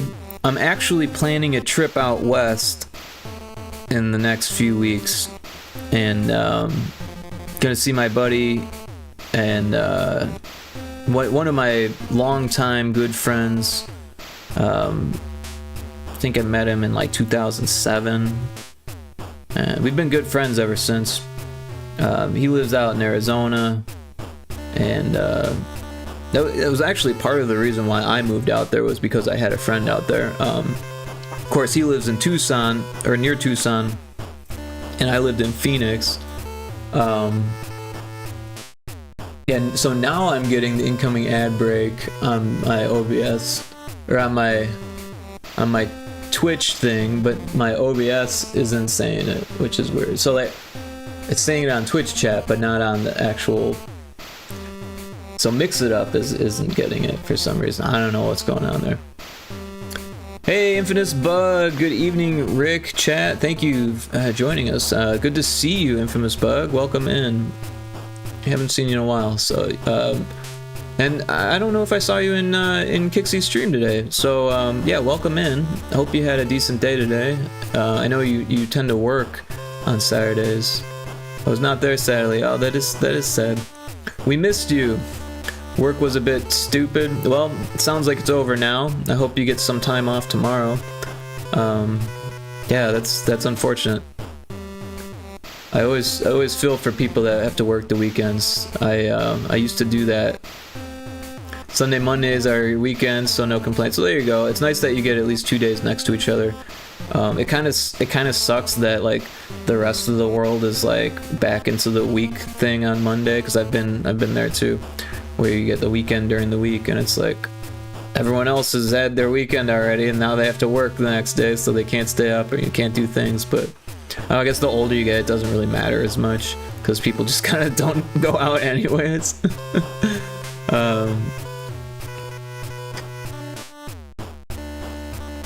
Yeah, but we're happy to have you here. You missed Kixie's Clonizer stream. It was a lot of fun. She really enjoyed the game. You missed the great emote war that we had. Work has a way of being stupid. Yeah, that's true. The Great Emo War, yeah. It started with Indian Cyphex with their gun emotes, but then Yami and me got involved, and we just went through pretty much every animated emote that we had, and we're spamming them in the chat for a good hour or so. Just the wall of emotes. Yeah. But it was fun. Good times. I'm gonna snooze this ad if it'll let me this time. I think that's what screwed it up, was because I snoozed an ad at the exact same time that the ad went off, and it took away my snooze but still gave me the ad, and I think that might have been where things got weirded out here. Animated emotes, I do enjoy my animation. Yeah, because Yami's got a whole bunch, and I actually don't have nearly as much as I did last week. For whatever reason, the last few weeks I got like over 10 gift subs every week. So I had like all of these, like, you know, like 30 or something subscriptions like that were like piled on top of each other. Now they're slowly going away. I lurk in a lot of streams, and then I end up getting rated into all these other streams, and then I end up getting, because I think they track how much time you spend in a stream before they give you a gift sub kind of thing, and maybe it's kind of random, but like I think you have to have like kind of been there to get the gift sub kind of thing. So yeah, I understand the gift sub thing. I lurk so many different Twitch strats. Yeah. So I got some really cool ones, actually. I still have a few really cool ones. Like there's this one streamer, I don't even know who they are. I don't even think I've been in their stream before. Well, obviously I've been there, but I don't really remember it. And they have like these really cool like shoot 'em up ones and stuff. Like that one is super cool. This one is one of my favorites. The Contra 3 boss from the 3rd level or whatever, and then this one's super cool. Got Snake, and this one was actually, I think it was in my stream avatars, but I got rid of it because it was too big. Oh, and we got Outrun.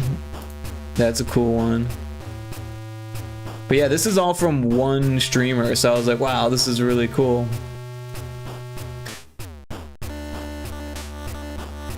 But yeah, I didn't pull out the big guns. Because it was a fun battle.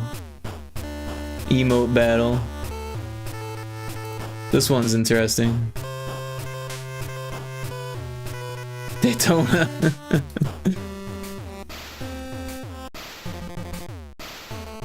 But yeah, like I said, a lot of my really cool ones have kind of started to fade. This one's cool. I didn't use that one in the battle either. I was mostly just spamming the animated ones because they're the most fun.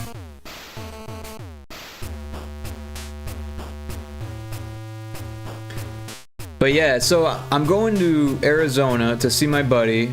I'll probably end up doing some work while I'm there. I might even do some streaming while I'm there because he's still working. He's a teacher, so he's actually going to be going on to summer break soon here. So depending on when I head out there, he might still be working during the week, during the days at least. And then yeah. But yeah, probably in the next 3 weeks I'll be going there, and then I'll be coming back with an arcade machine with a cabinet, is the plan. Because he got a cabinet. It's one of those like multi-cabinets, right, where it's got like a crap load of games loaded on there. And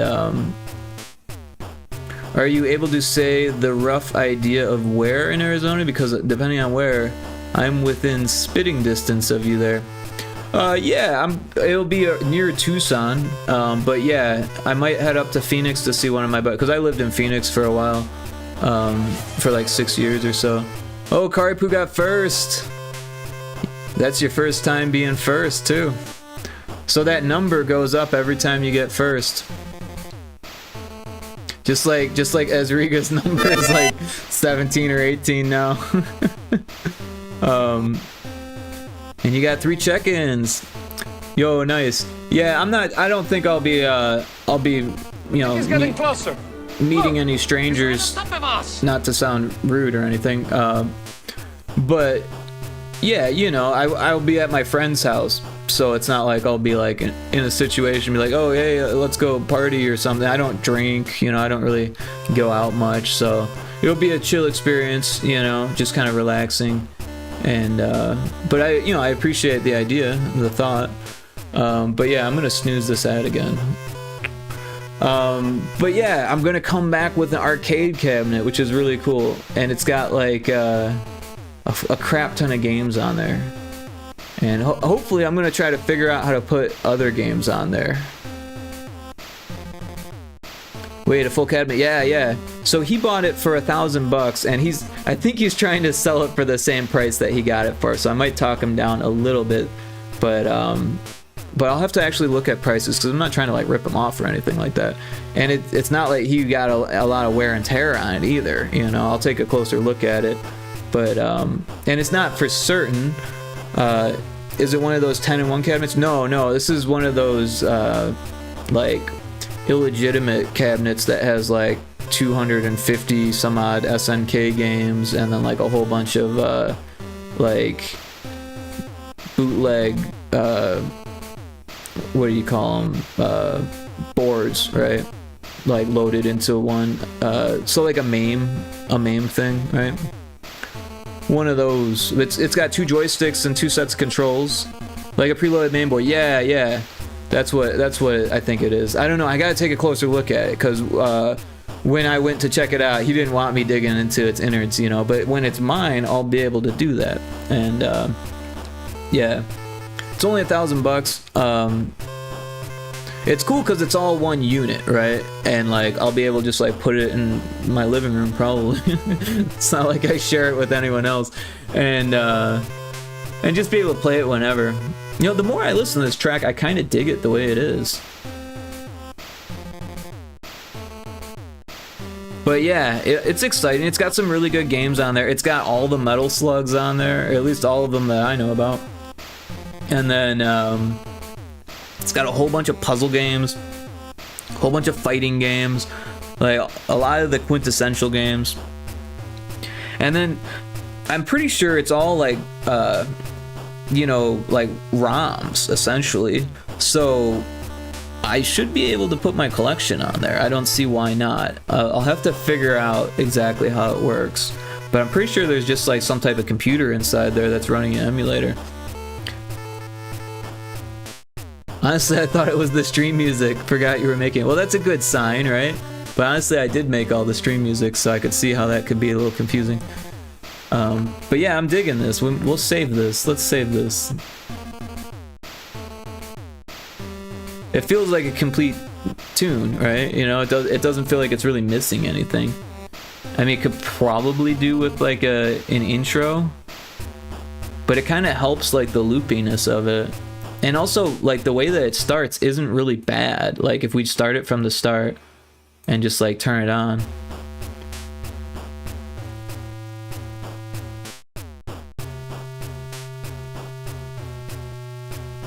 It's kind of powerful from the start, but it's not bad. For your music, is it separate from the main sound processor? Are you using it on, like, NES hardware? The music that we're making today, so this is actually going to run on a Game Boy Color. This is GB Studio, so it's actually an engine for making Game Boy games, and it has what they call the Huge tracker, the HUGE tracker, or the HUGE. I don't even know what. It's a tracker. It's an open source tracker that they put into the engine, and it's made to make specifically Game Boy games. It's got 4 channels that you can use from. They're monophonic, and it actually has all of these instruments already built, which are really cool. And on this track, I didn't even need to edit any of the instruments. That's how good they are. But you can edit them if you want, but only with the given specifications of the Game Boy hardware.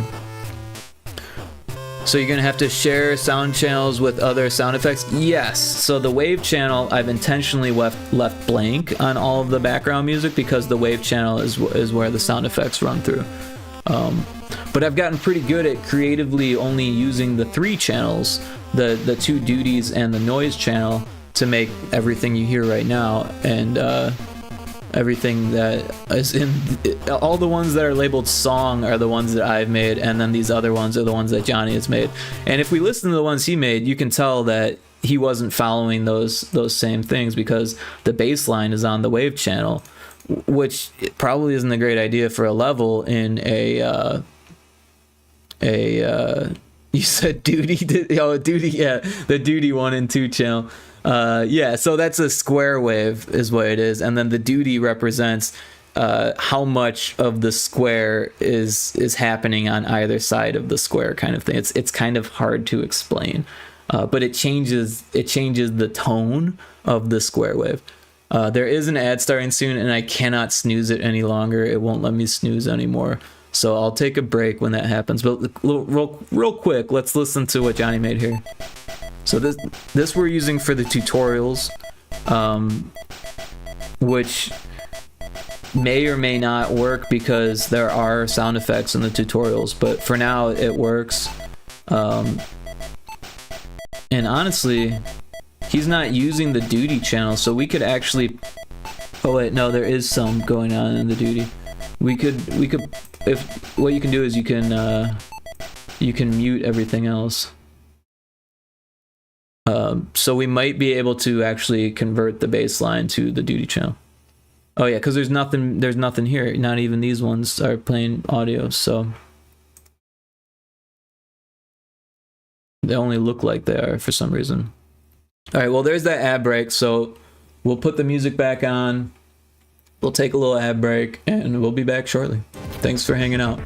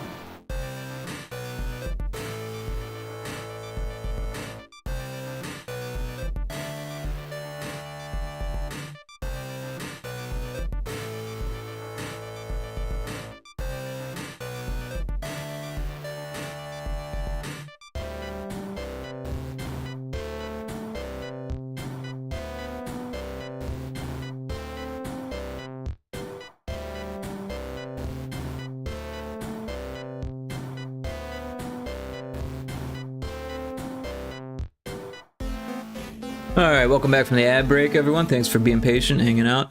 Olivia, welcome in. Thank you so much for the follow. I very much appreciate that. How are you doing today? I am doing fantastic. How are you? Great to have you. We're making music. We did a little bit of pixel art earlier. I can actually show you what we did. We added frames to these animations to make them more fluid. You can't really tell on this one, but as soon as we light Pyrotoad on fire, then you can kind of see the flames are quite a bit more active than they were. And yeah, we increased the FPS from like 3 to 15, so 5 times the amount of frames. And yeah, like this movement one, this was only 3 frames before. and now it's 1, 2, 3, 4, 5, 6, 7, 8, 9 frames. So yeah, nearly whatever. Yeah, it should look okay. Unfortunately, the designer has the most updated version of the build, so I'm not going to put these into the engine yet because I'd have to double the work, but we'll do that when I get the newest version of the build. But we're actually talking about doing a test build soon to get streamers to play it, so that should be a lot of fun. I still can't believe Rick would duty on stream. There's been a lot of dutying on this stream. Duty 1 and Duty 2. It's just part of the stream at this point. But yeah, Infamous Bug said Wave Channel gets used by a lot of in-game effects, so leaving it free is such a good move. Yeah, no, I agree, and I had to try to explain that to Johnny, who's not familiar with GB Studio or Game Boy games. He comes from a NES development background. He did a great job with this NES game called Palooza Saga, with 2 other individuals, and he did all of the programming while someone did the art and someone else did the music. And that's actually how I found him. I was streaming Palooza Saga, a real shit show, and I'm down for it. There you go, Kari. Oh, and by the way, that link is for my podcast if anyone is interested. I interview game devs from time to time. It's been kind of on and off since I started, to be honest, but I have 26 episodes on there, and they vary in length, at least an hour, sometimes up to like 4 hours, or 3.5 or something like that. But yeah, let's real quick, let's listen to more of the music that I made here. We'll turn off the Demon Fish Dead Ahead soundtrack. Yeah, so these are some of the ones that Johnny just sent over to me not that long ago. And you can see it's using the wave channel as well. So let's turn that on.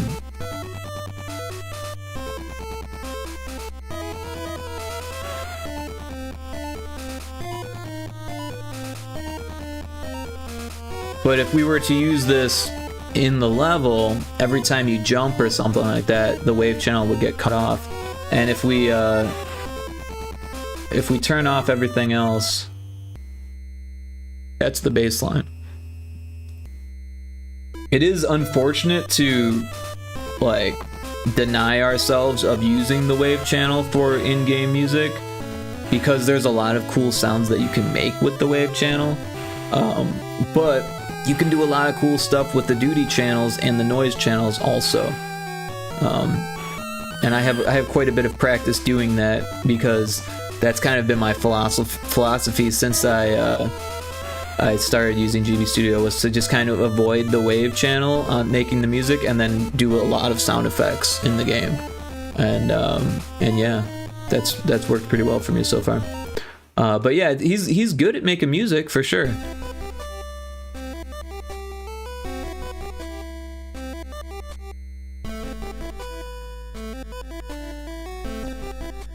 Like, to me, this sounds like the end game music, right?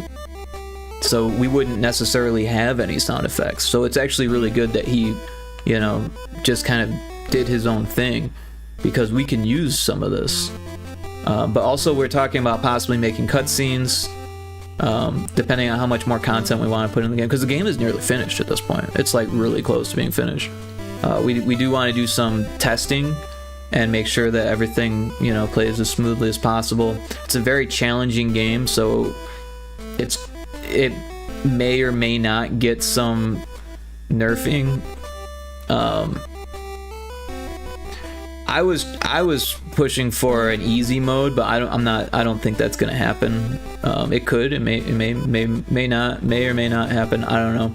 But that's kind of up to Johnny. It's his game design. I don't want to like put my foot down on something like that when I'm just doing the art and the music for the most part, or the art and some of the music and all of the sound effects so far. And quite a bit of the quote programming of the audio and stuff like that, because well, I say quote programming because it's not like coding so much. There's a little bit of code for the tile swapping, but it's so minimal that I can hardly say that it's like coding, right? But yeah, this track's pretty cool. I think this would be great for the credits or for the end of the game. It loops well. And then these are some of the other ones that Johnny made. Oh, we already listened to that one.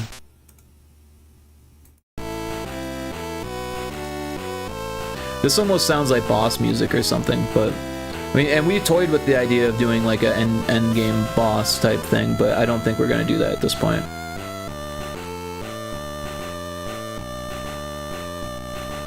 This part reminds me of Earthbound a little bit.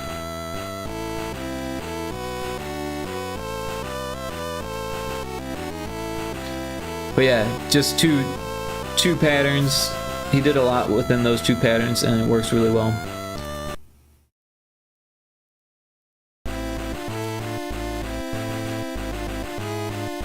A lot of the same instruments, it sounds like, from the last track, but just used differently, which is pretty cool. Lot of harmonies, and yeah, again, using the bass line on the wave channel. The wave channel does make a strong bass line for sure. It's just, yeah, every time you jump or something, it's gonna cut out the bass. And you jump a lot, and you're a frog, so yeah.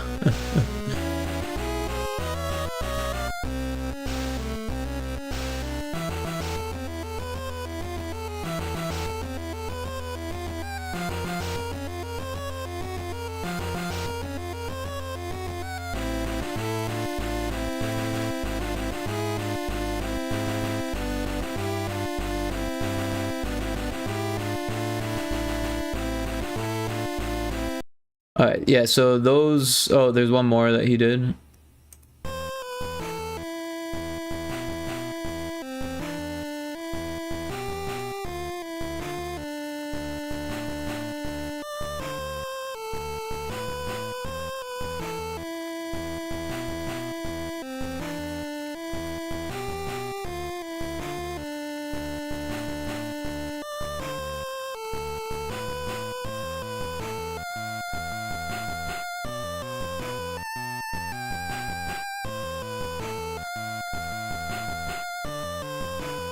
So yeah, these ones I think would work well for cutscenes, but we would need more. I wanted to do a cutscene for each biome, and I think there is 9 or 10 biomes.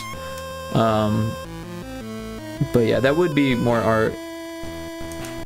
But I'm not afraid of doing more art. And then these were the ones that I made. This was what I was thinking would be good for the title screen. And again, there's no wave channel, which is good because there's UI in the title screen, like little blips from when you move the cursor and that kind of stuff. You hit the button, etc. But yeah, in my head, this is kind of the Pyrotoad theme song. I'm not sure exactly how Johnny feels about that, but it's kind of the way it's been working.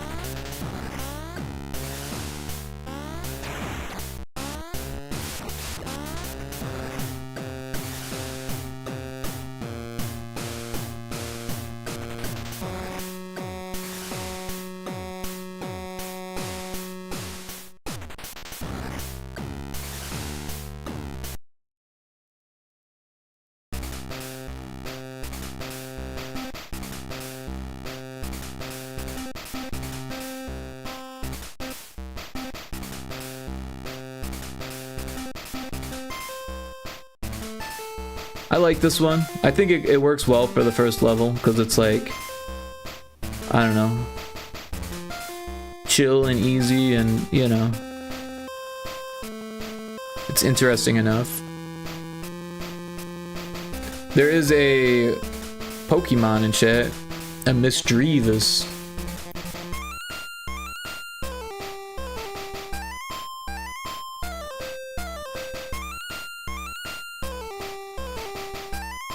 Oh, I forgot to mention, I made new redeems.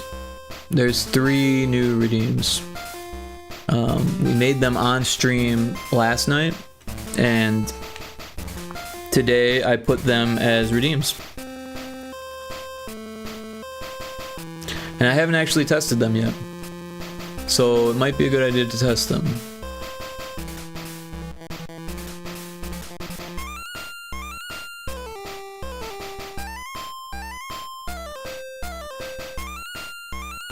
Did it work? Did it work? Oh, it works!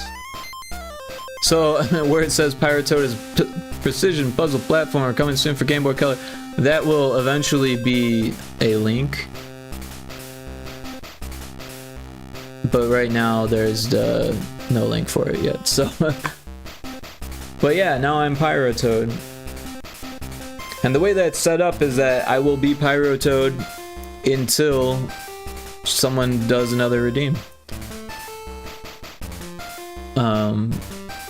But yeah, they're only 100, so it's no big deal there. All right, let's switch the song here. We'll go to song 3.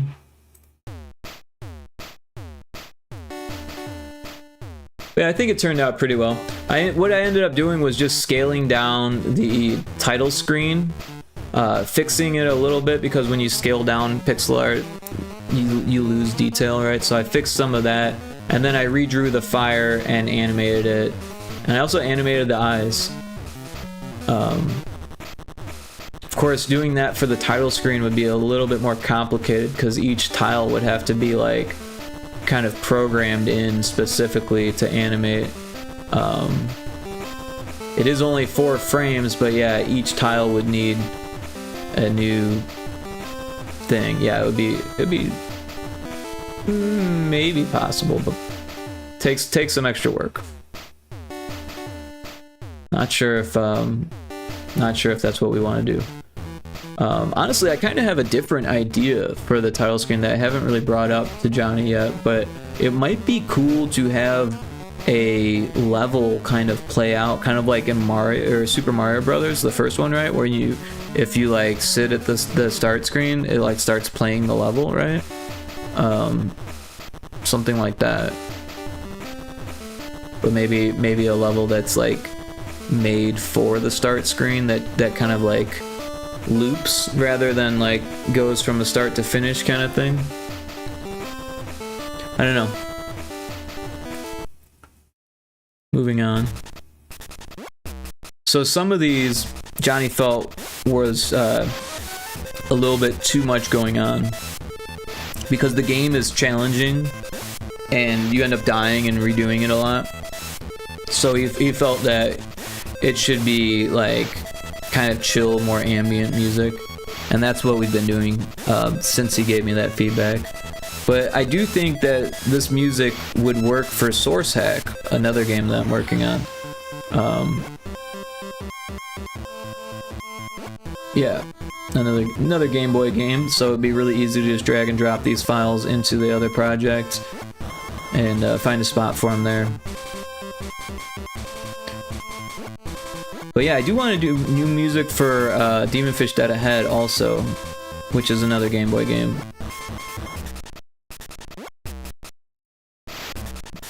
But yeah, I have a itch page in case anyone's interested in looking at my games. Pretty much everything I've worked on is available there. A couple team projects, a lot of independent stuff, quite a few game jams. But yeah, I tend to, when I make a game jam game, I tend to update it after the game jam. You know, fix any bugs, get feedback from people, and then continue to update it. So yeah. Source Hack was a game jam game. Bit Dropper was a game jam game. It's not really a game, it's more of a sound toy than a game. And then Demon Fish Dead Ahead was a game jam game. Light Switch Crusader was a game jam game. Did I say Source Hack? Source Hack was a game jam game. Retro Spaceball was not a game jam game. Little Screamies wasn't, but it was a team project. And then there's actually a couple pixel art jams on there that are viewable. Those ones are actually a lot of fun.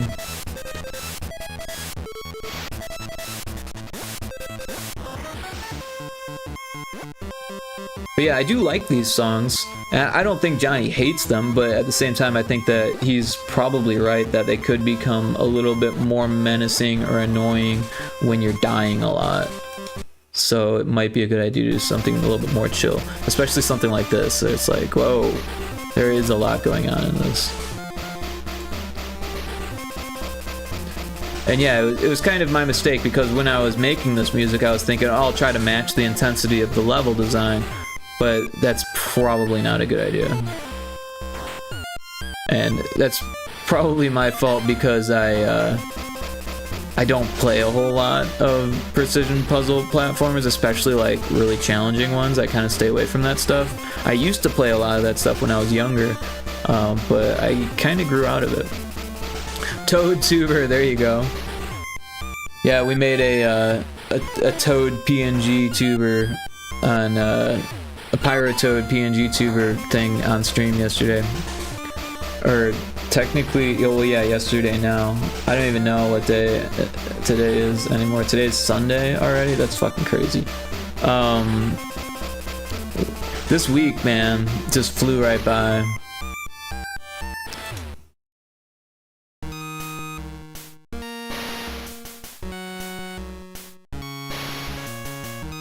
So we might be able to keep this one. I'm not sure. One of them Johnny said he liked. I can't remember which one. He said the tree level. I don't know which one I used for the tree levels.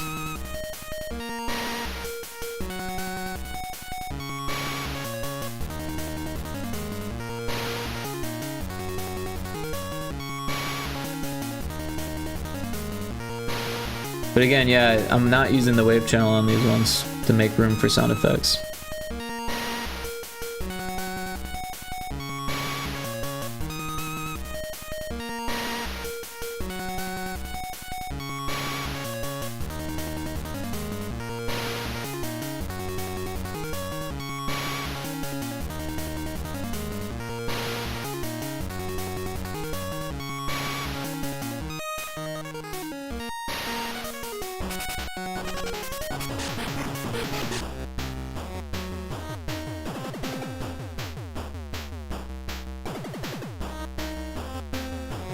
But yeah, I made a lot of music in the last couple weeks here. It feels like just yesterday that I made this stuff, but it was actually a couple weeks ago, I think. Made all of this on stream as well.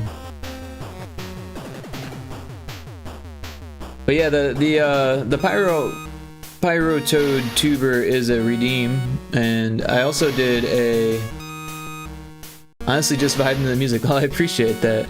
I'm glad you dig it. But yeah, it might not work the best for, like, this song might work, but not all of it works the best for a precision puzzle platformer like Pyrotoad, because it is a very challenging game. Like, I can't even beat most of the levels, right? And I like play games, you know what I mean? Like, I'm not a pro or anything like that, but yeah. Johnny actually, he used to make Super Mario World mods. And I saw a video of one, and it was insanely challenging. So yeah. But we'll move on here. But yeah, I started making music a long time ago. You know, I was in like 4th grade when I picked up a bass, and I actually started playing cornet at the same time, but I wasn't very good at the cornet, so I stuck with the bass, and you know, it's just too hard to practice the cornet, right? Because first of all, no one wants to hear you when you suck, right? And then it's just such a loud instrument. I mean, you could get a mute for it, but my parents were like really cheap. They got the cheapest one that it was like $120, and it was bent, and like it was very used. It looked like it got hit by a truck or something, you know. And like everyone had these like nice fancy ones that they were renting, but I had one that we owned, but it was like old school. Like the case was from like the 50s or something like that, and it smelled real bad because it was so old, and the tone wasn't on. Like, the tone was just a little bit off, and I kind of wish that my mom would have kept it, to be honest. But as soon as I was like, oh no, I don't really want to play that, she's like, all right, well, we're selling it, and she sold it. But yeah, me, I don't sell instruments. I keep, even when the instrument breaks, I don't sell it. I keep it. I like I mentioned on stream last night, I've been carrying around this broken Stagemaster from my childhood for my entire life. I've been dragging it across the country for it's broken. It's a neck through body, and the fucking headstock is snapped. And I glued it back together like 3 times, and now I just don't fuck with it because it's just gonna break again if I fuck with it. But I have a couple other working guitars and a bass guitar, so like, but my bass guitar is in, it needs some help. It's playable, I still play it. I've actually got it in the corner right now, but it needs some help. I need to take it to a repair shop. It's missing 3 screws on one of the tuning pegs. It's just hanging on by 1 screw, and all those screw holes, they popped out, so it needs some wood putty and like you know, a new pilot hole, and then screws that go into the putty. Yeah, it's like a whole process. I could probably do it myself, but I'd probably just pay someone else to do it. Make sure it gets done right. Maybe have them clean it up too, man. It's so freaking dirty. I was looking at it, it's like, I need to wash my hands after touching it. It's that dirty. Honestly, it's so dirty that I might want to just clean it up myself before I bring it in, because they might look at it and be like, this guy doesn't give a shit. Because it looks like, I mean, it's like, I mean, it's not like covered in stickers or like carved up or anything, but it looks pretty punk rock right now. It's very dented and has a lot of gashes, but it wasn't my doing. Yeah, so this was the song that I didn't like out of all of them.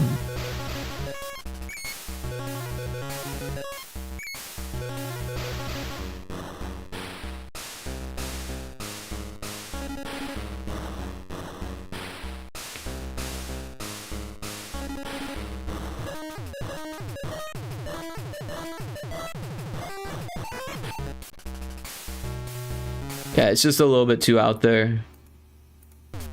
Doesn't have any like meaning to it, right? Like there's no vibe to it.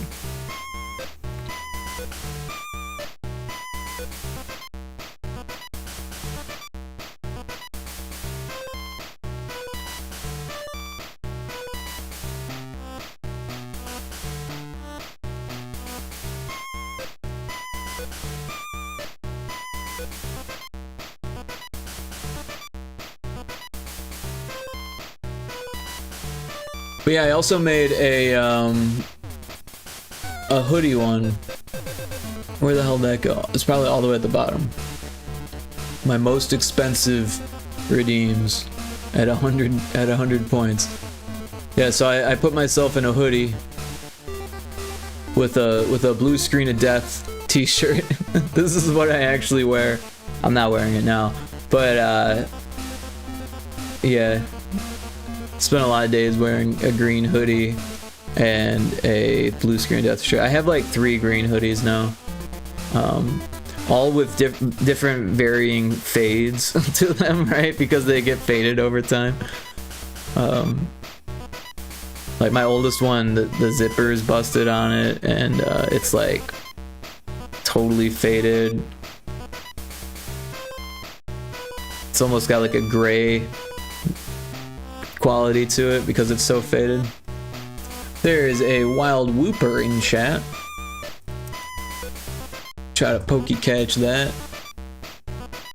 But yeah, this song is not bad, but I could see how it could annoy people because it's a little bit high tempo and just high frequency. Same here. There's a lot of percussion that could be stripped away to make it more chill. But honestly, personally, I really like really intense percussion. I listen to a lot of Aphex Twin. I'm not sure if any of you are familiar with Aphex Twin. You like the new outfit? Thank you. I appreciate it. Yeah, that's what I look like in real life. I wear that quite a bit. My blue screen of death shirt, my green hoodie. It was actually a Halloween costume that no one understood. You know, because it's the old blue screen of death. It's not even the new one. It was the one that I recognized as the blue screen of death. A couple people got it at work, right? You know.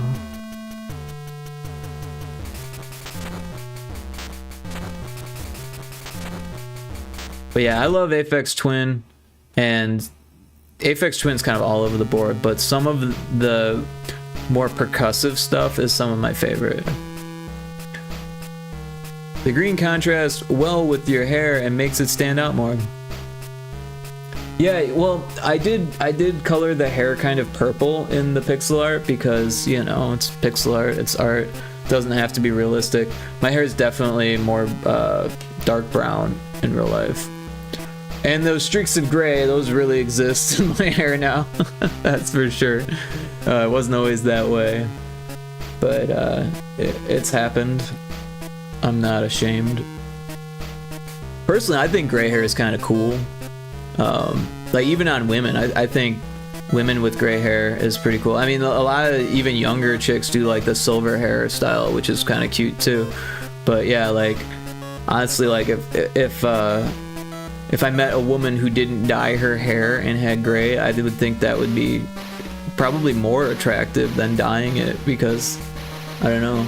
To me, it doesn't register as being old. It's just, you know, interesting. But yeah, I guess to a lot of people it would register as being old, so I could see why people would be, you know, worried about that kind of thing. Hair is not purple, my immersion is broken unsubbed. Yeah, no, my hair is not purple. I had blue tips at one point, but that was a very long time ago. I was like 15 when I had blue tips. And then they turned green. But yeah, my hair doesn't bleach very well, so it doesn't hold color very well. And color's expensive, you know that.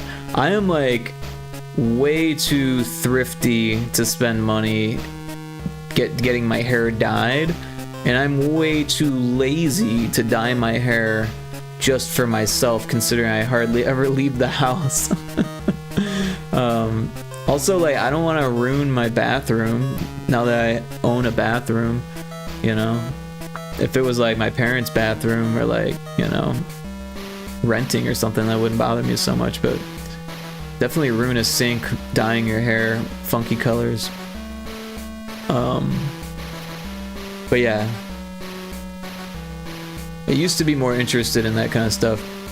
Night, everyone. I'm gonna hit the hay. Have a nice rest of the stream, Rick. Thank you, Karipu. I appreciate you being here, and I hope you sleep well. Good nut. You got the good nut emote. You get a good nut.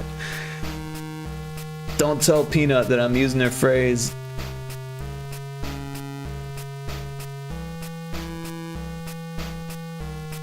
Alright, let's move on to the next song. I think we've heard that one enough. But these are the more chill ones.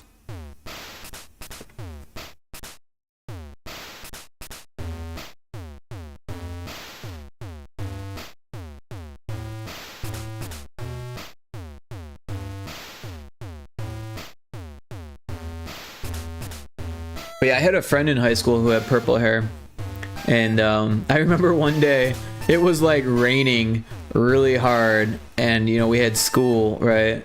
And I think he had a hoodie, but it was raining really hard, and that purple got everywhere because it wasn't completely rinsed out of his hair. And you know, like, the first rinse doesn't really get it all out anyways, and he had dyed it himself with that I forget what it was called.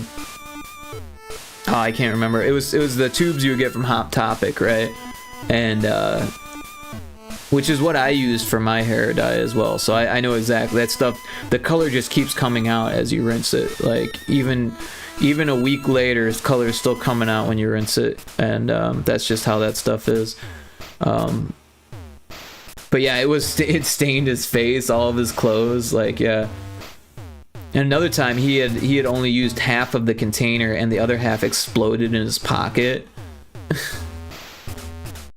Like of his hoodie, right? So like his hoodie had this big purple spot and then his hands had it all over. Anything he touched had it all over. Yeah, it was a mess.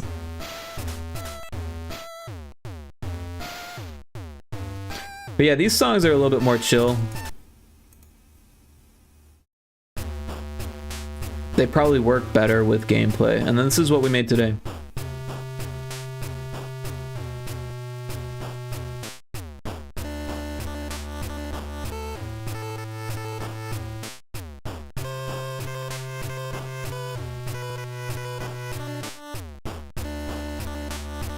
It's a pretty good bop, this one we made today. Thank you.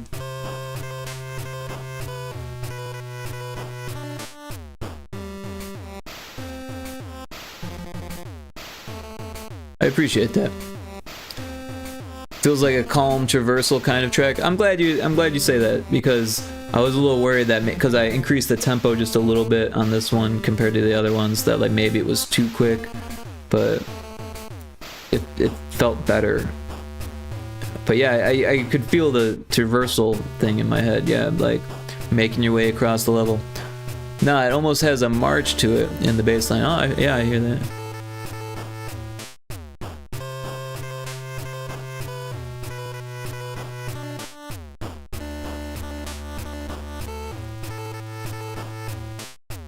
I like the subtle slap. But.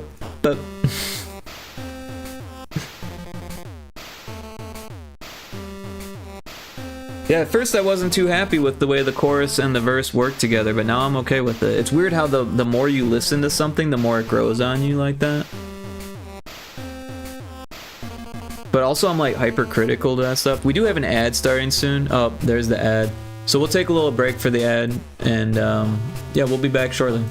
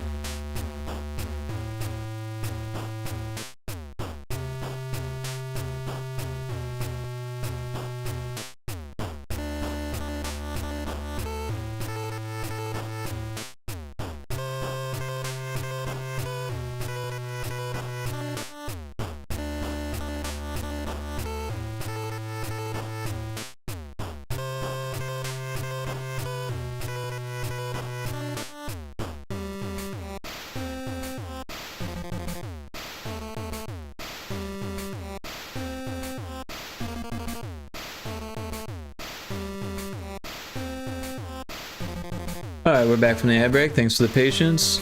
I'm gonna leave a lurk up while I wind down. I got a nap in, but I'm still tired after work today, so I'm gonna turn in early. Y'all have a wonderful evening. Rick and chat, thank you so much for hanging out. I appreciate that, and I appreciate the lurk as well. And sleep well. You have a wonderful evening also. And I appreciate your feedback also. That was very kind of you.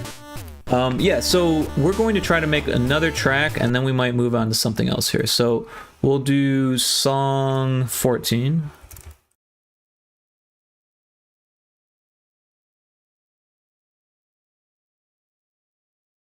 And yeah, we'll put a kick in there.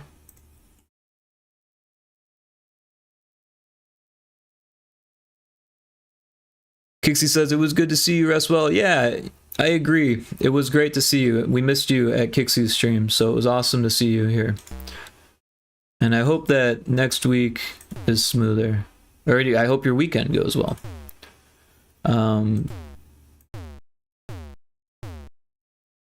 So what I think we should do for this track is kind of take a note off of what Johnny was doing on these, where he had the tempo turned way down to 10. So 10 ticks per row. So what we'll do is we'll put it at double time with the kicks, right? And then we'll do a snare. And this should give us more room for like melody. So we'll go to the noise channel, we'll get our snare out. Let's use the yellow one. We haven't done that one today. And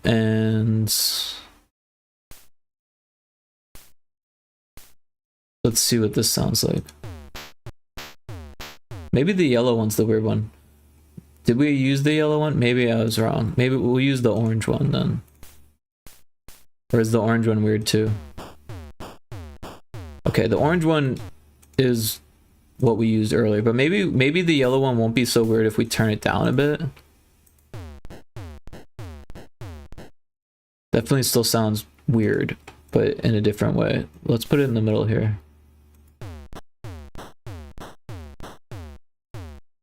All right, let's do something else. Let's add some hi-hats here. We'll do open hi-hats.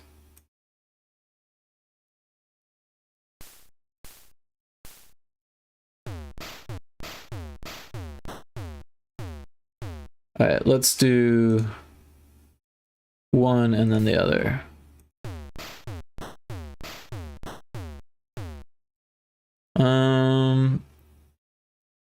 No, let's not do that. We'll do closed hi-hats. That sounds better. We'll do that and that and oh, that's not what we want. And then we want to do something different on these two. And I'm not really sure what. Maybe a crash.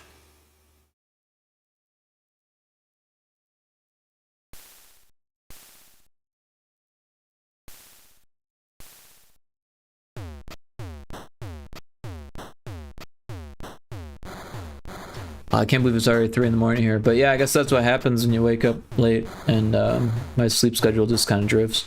I will try to fix it before my trip, because I can't expect my friend to live with me with a fucked up sleep schedule. That'd just be weird.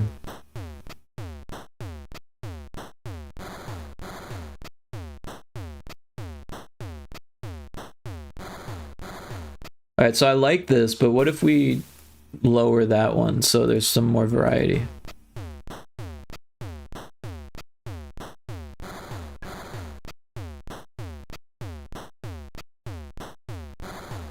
There's a Zweilios in chat. Zweilios? Some type of Pokemon.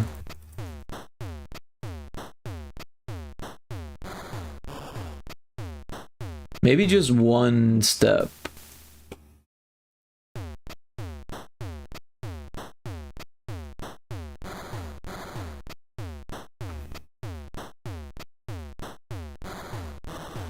Yeah, that's definitely where we need it to be. Alright, so let's add a bass line.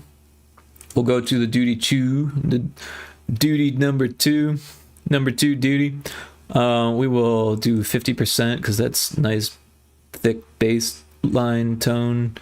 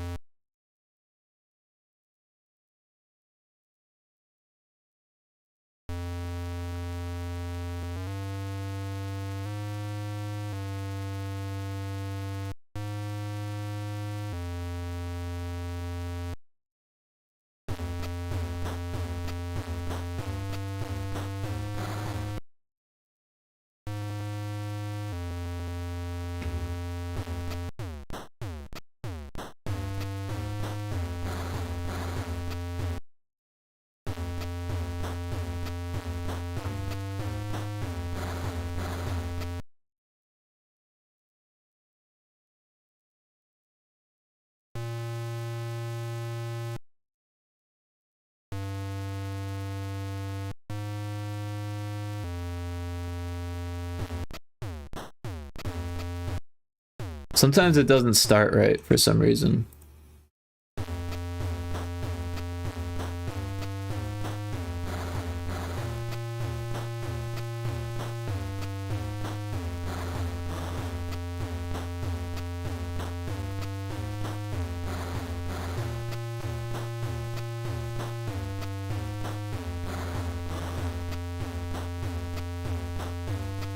So I like that, but I feel like it could use something more, maybe some of that slap action going on. What if we did an octave higher?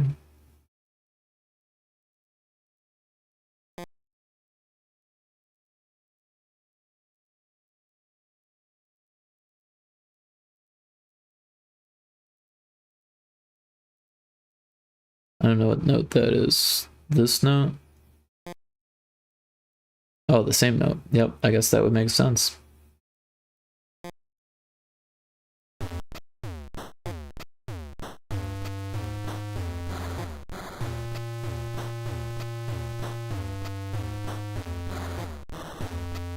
All right, so I think this one needs to be 2.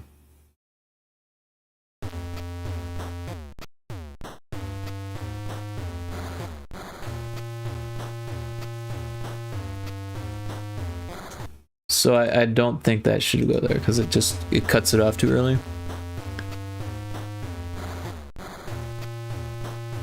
Also, I feel like this should do the same thing as the other one.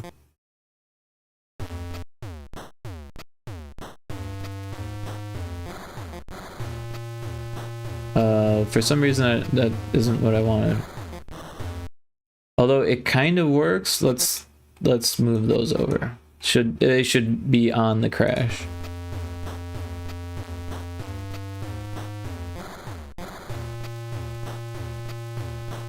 I don't know, I kind of liked it the other way too.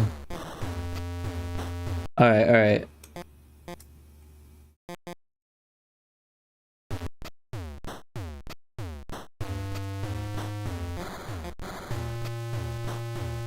What if the crash is on the baseline? Oh shit, I fucking did that shit again. There we go, that should fix that. Alright, so let's try this again.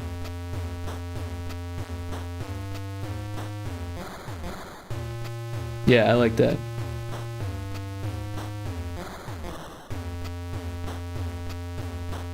But I kind of wonder what this would sound like if we went up there.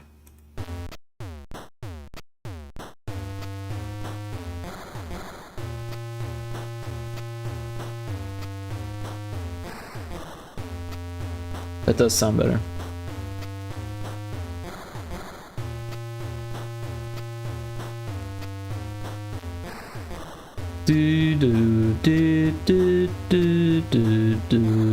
I don't know, just noodling in my head here.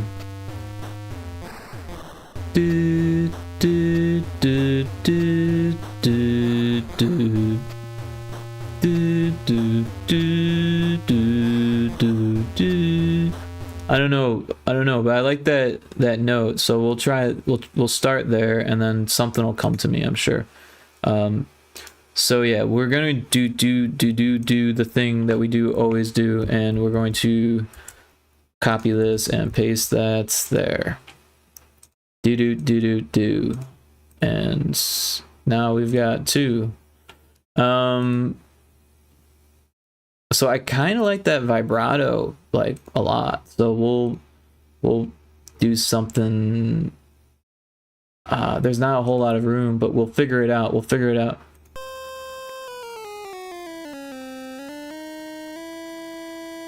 Do. I think this is it. My wonderful singing voice. No.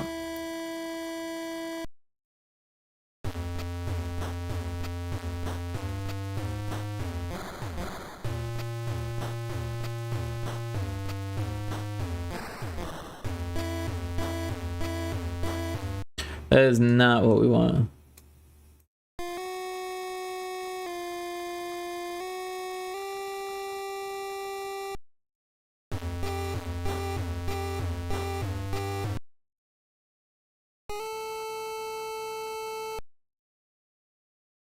Alright, we should probably just be in the same note.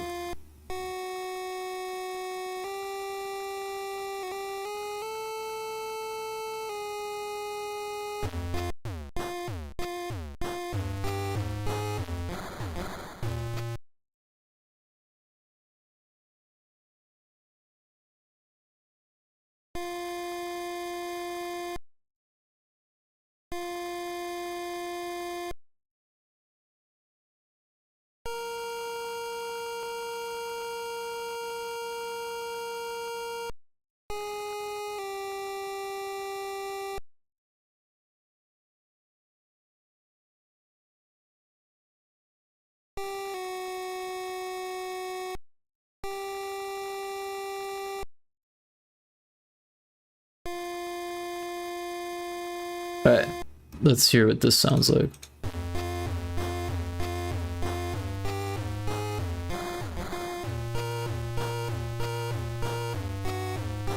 Whoa, that's way off. What's going on there? Oh, this is supposed to be that note, and that's supposed to be that note. But yeah, I honestly, I think it needs some variety here and here. Alright, let's listen to this.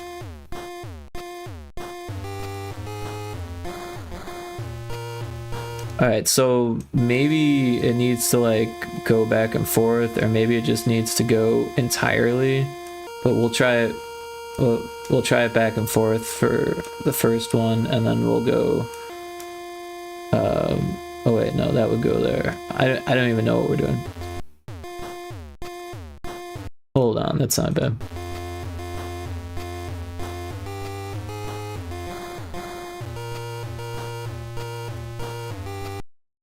Alright, yeah, I'm just gonna have to experiment a bit here. Sorry for the annoying me, because I don't know what I want here.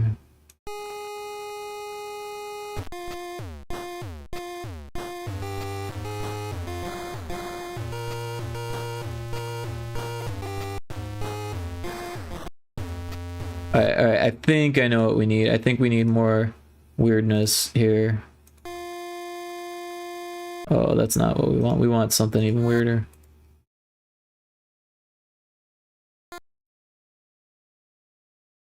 Something like that.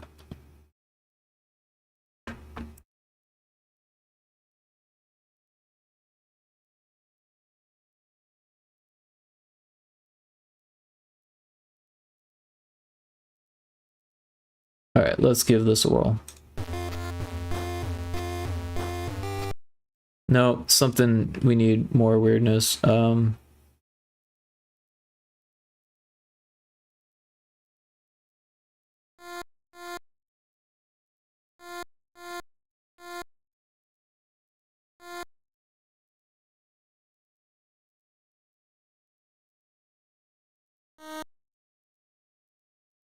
keep thinking that the M key is the marquee tool like it should be, and it is not.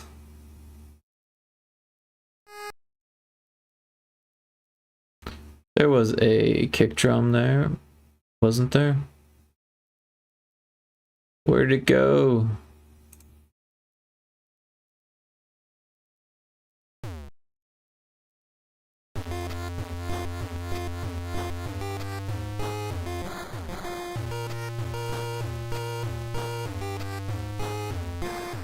Alright, so that sounds weird. We need to fix that. Oh, that's not what we want. Get the marquee tool. And hey, Cryptic's here. Hey, Cryptic, how was your trip? Are you still on it? Did you get where you're going? Was everything good? Was everything safe? Welcome in. Everyone should check out Cryptic if they haven't. They do art streams and games and lots of fun stuff.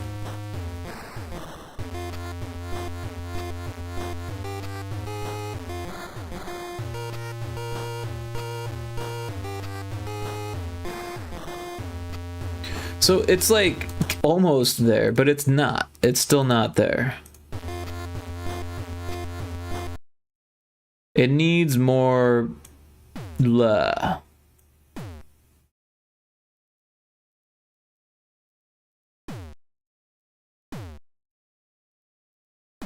It needs more rhythm.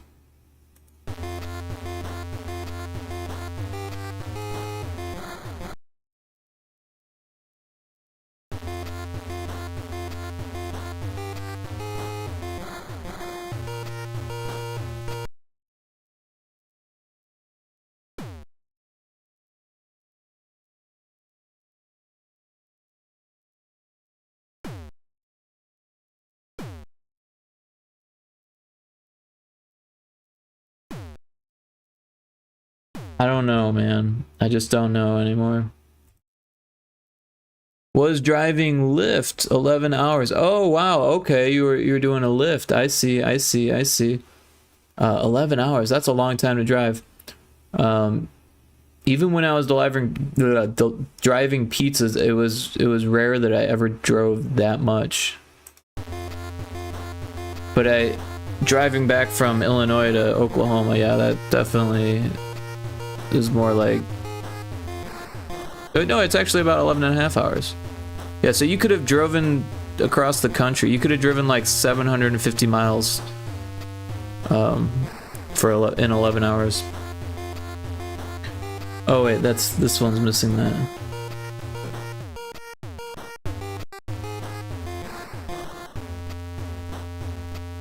It still sounds a little too choppy because of that kick. So maybe we need to kill some of the kicks, or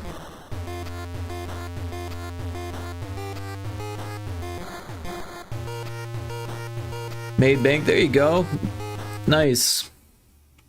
That way you can afford the oil change for your car, right? Sorry. No, I hated driving because it was like, it seemed like good money when you made good money, but then it was like, oh, I gotta fucking put that back into the car. Oh man, it's like a no-win situation. And for a lot of the Lyft stuff, they want you to have a newer car, right? And but newer cars get better gas mileage, so that's the whole thing. Yeah. I don't know. I'm glad that you made some money though. I'm glad that you didn't have any shitty customers there. I'm hoping you didn't.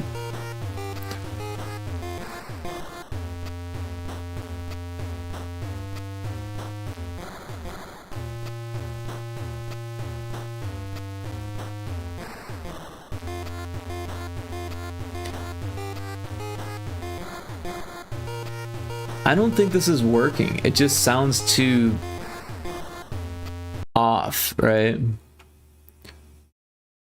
It needs to happen on the kick, but the kick has already taken that space. Maybe we just get rid of all of this noise and that will help it. Maybe I don't know. I don't know.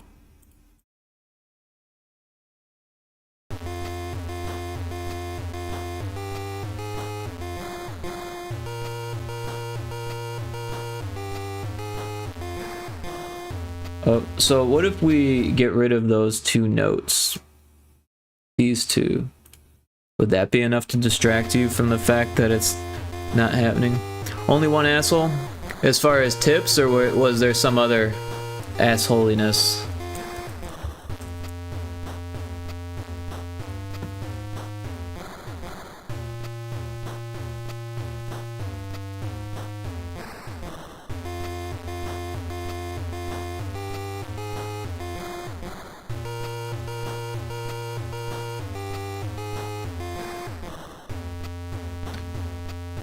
I don't know, I really wish that it could just be on the kick. But the kick is there.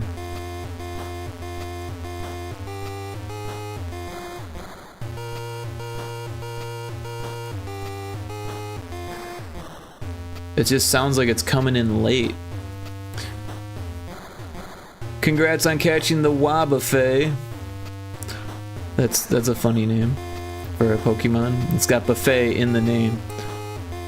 Zero tips are always crap Saturday. Yeah. Yeah, I could see a zero tip being shitty for sure.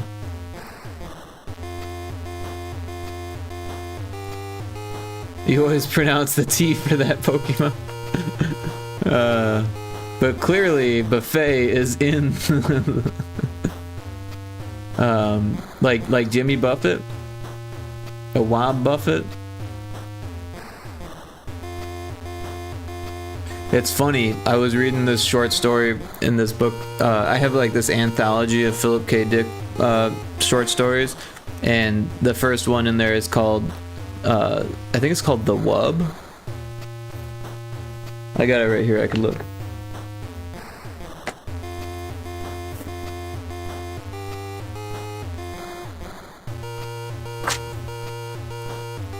Yeah, Beyond Lies the Wub is what it's called, and it's a really interesting short story, right? So that these guys are on Mars, I think, or some other planet, I can't remember, and they're like low on supplies for food, right? And this guy is like the captain. He brings a wub, which is like a very large pig, right, onto the ship, and everyone's like, what the hell is this? I've never seen this ship before. What's going on here? And they're like, it's a wub. They're supposed to taste really good, so we're running low on food. We're gonna eat it. Well, the thing can communicate with its mind, right? And like, he's trying to like convince him not to eat him, right? And then they eat it, right? But before they eat it, he like transfers his mind into the guy, the captain, who kills it, right? So you can only imagine what happened to the mind of the captain, because they were starting a conversation on philosophy right when the captain breaks in and is like, what are you doing? We're gonna kill this thing. I'm gonna kill it right now. And then he's like, well, look me in the eye when you shoot me. And he's like, all right, I kill pigs all the time, like or I used to live in a hog slaughterhouse or something like that, and he kills the pig.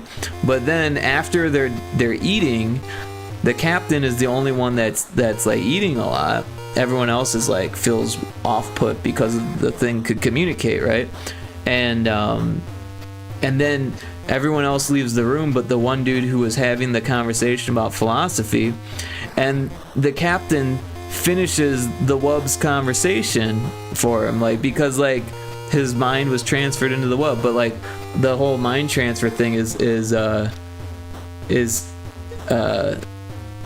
like not, it's like not spoken, right? It's just like for you to think about in as the reader. It was an interesting little short story. It was only like fucking 3 pages long or 4 pages long or something. Got a lot in with like with psychology or psychologicalness. I don't know how I feel about this still. It just still sounds very stoppy. Maybe it should be in the middle again. I keep going back and forth on this.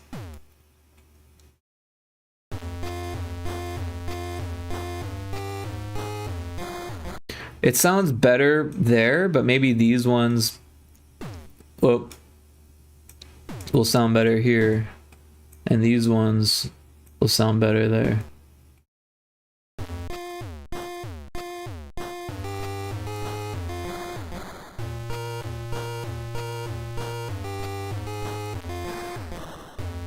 I think that's actually what it needs to be. Wubba Fett? Oh, like Bubba Fett?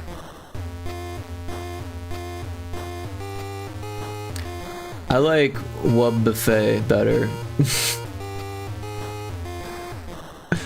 Because it's like the book that I read. They had a Wub Buffet. It's this big pig. They had a whole bunch of meat. But what does it look like? Does it look like a pig? Because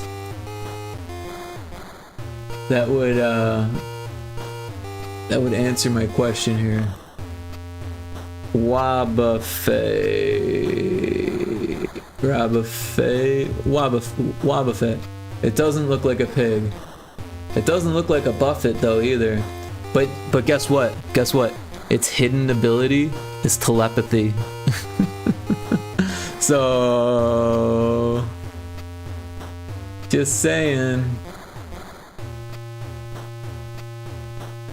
It's a Wub Buffet.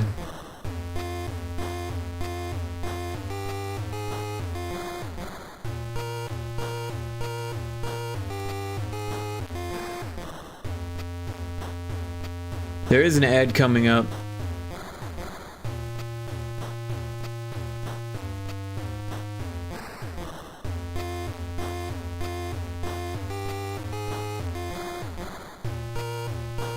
It's a punching bag. It's a gimmick. Its gimmick is reflect.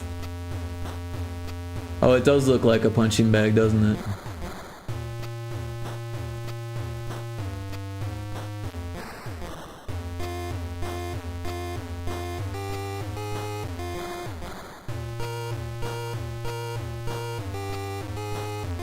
How old is that story? Older than Pokemon Gen 2, that's for sure. We are in an ad, but I realize that everyone who's active in chat doesn't have ads, so, and I don't need to take a break. But yeah, I don't know exactly how old it is. I could look it up. Beyond lies the wub.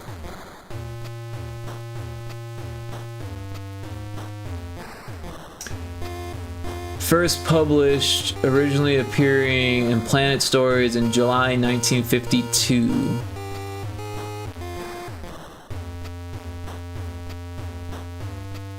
Oh, it was his first published genre story. Wow, I didn't know that. So that means it was his first science fiction story, I think.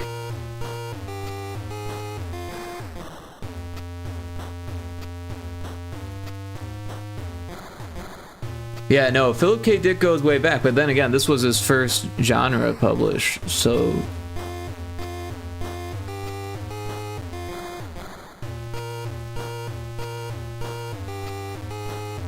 Take a look at the issue of what it was published in.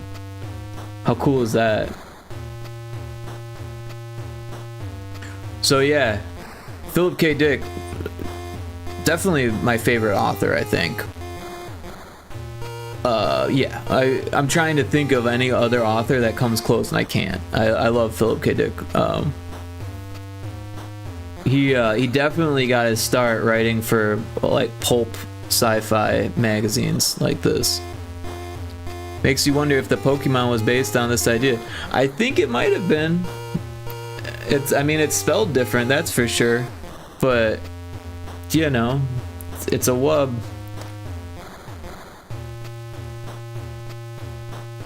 Makes you wonder. But yeah, one of the cool things about Philip K. Dick was that a lot of his stories were adapted, and even more so after he died. But yeah, I always liked this early 50s sci-fi art, you know? Like, she's got a space helmet on, but she doesn't, her like skin is exposed, right? Not to mention a lot of skin is exposed, which is kind of funny. She's got like an Egyptian armband thing that's like clearly like really tight, and the ray gun is like very interesting. The aliens are like out of this world, clearly. The space guy in the back here, he's got a full suit on. He's not taking any chances. He's, you know. But what is this? Is this like a communication device or something? Or that would be weird, right? Because there's like a bubble there. Maybe it's like to convert the air, because like she doesn't have an oxygen tank. Maybe that is the oxygen tank.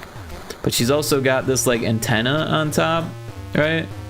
So, and he does too. So that must be like how they communicate, with like these interesting antennas.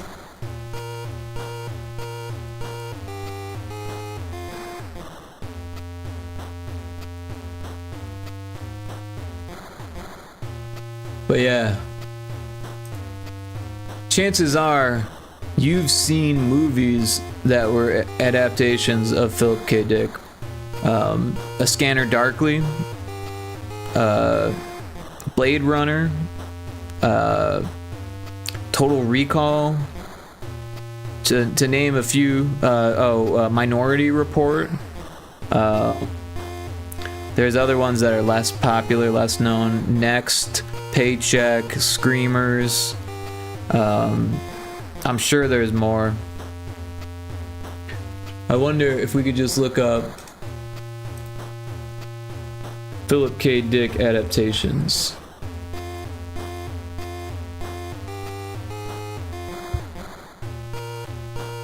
Oh yeah, there's a lot.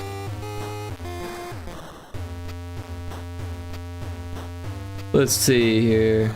So a lot of these were made into episodes of Electric Dreams, which is like a Amazon Prime Black Mirror, which was actually really good. Like, I watched the whole thing and it was really good. But yeah, outside of those,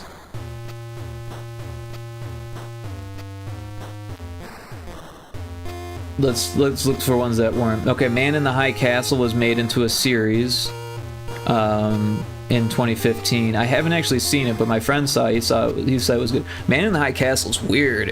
I read the book. I listened to the audiobook rather. It's a alternate history where the Nazis won World War II and took over the US. And it's like split. The US is split where the West Coast is all owned by Japan and the East Coast is all owned by Nazis, and like somewhere in the middle there's like a line drawn, and it's like a freaky thing, right?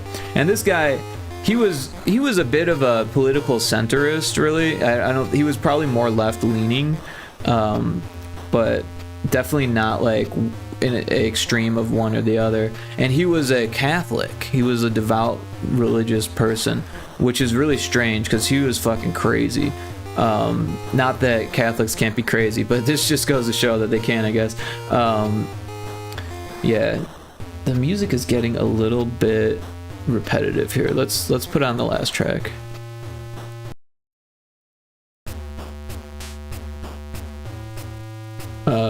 Where did that go? So Minority Report was really good. Steven Spielberg directed it. That was what, 2002, I want to say. Yeah, released in 2002. I don't know why it says aired in 2015. I don't know what that means. Maybe it was put on TV or something. I don't know. Total Recall 2070 obviously was another adaptation of Total Recall. Which the original had Arnold Schwarzenegger, which was really dope. There's a Wild Snover in chat if anyone wants to try to catch the Pokemon. Catch. Yeah, Blade Runner was from Android's Dream of Electric Sheep.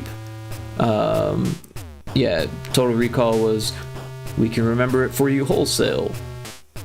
So they changed the names on some of the stuff. A Scanner Darkly was actually A Scanner Darkly. I never saw Radio Free Album Youth.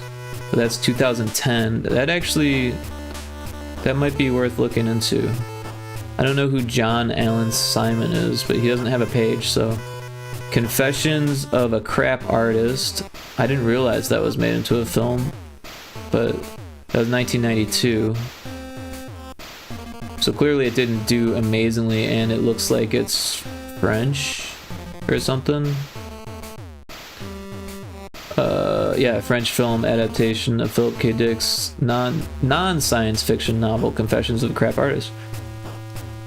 Originally written in 1959 and published in 1975. The only non-science fiction novel of Dick's to be published in his lifetime. Interesting. The film was directed by Jerome Boven. The Crystal Crypt, I don't know this one, is a science fiction short story by American writer Philip K. Dick, first published in January 1954 edition of Planet Stories and later published in Beyond Lies the Wub. So apparently Beyond Lies the Wub was a book. But... oh, The Crystal Crypt.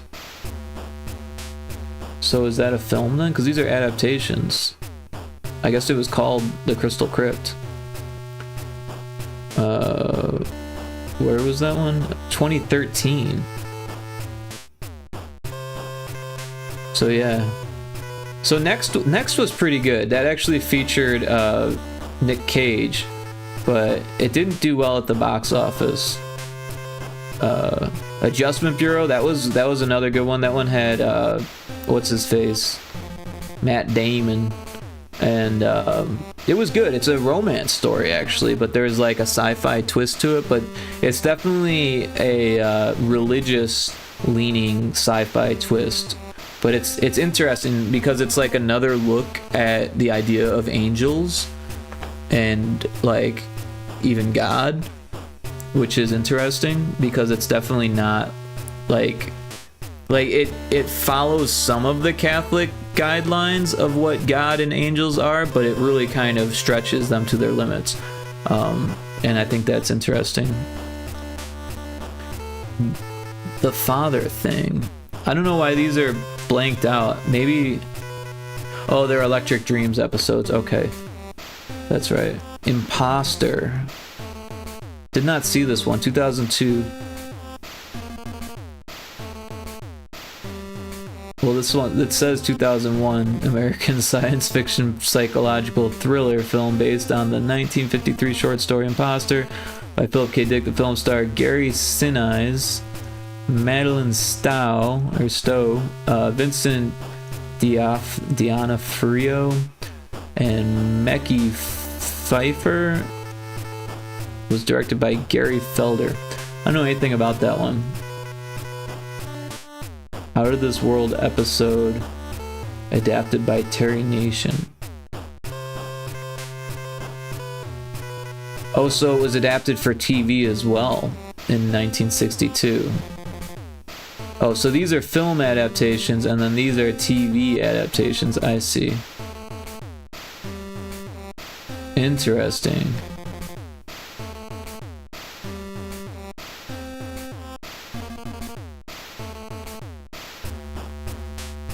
But yeah, Screamers, I liked both the Screamers ones. I'm actually, in that book that I'm reading, The Second Variety is the next story that I'm going to read. So that'll be cool. The Hanging Stranger, this was a really good episode of Electric Dreams. But it's weird because the short story, you can find it on YouTube, the audiobook, and it's very, very different from the adaptation.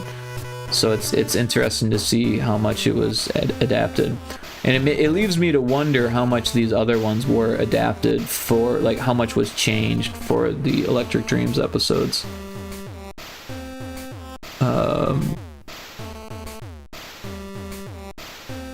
Yeah, because they even changed the names. Crazy Diamond was Sales Pitch, Real Life was Exhibit Piece. This one was the same name though. But I'm interested in seeing what Crystal Crypt was. but it looks like a, oh wait, 2013. So yeah, it's relatively new. And also this Radio Free album, a message of hope from the stars. Interesting. But yeah, he also wrote this series called Valis, which was just a total freaking trip. It's like this guy is like, first of all, he's like kind of written himself into the novel, which is kind of crazy, right? Like not straight up like using his name or anything like that, but like his persona is kind of the main character, and he's like experiencing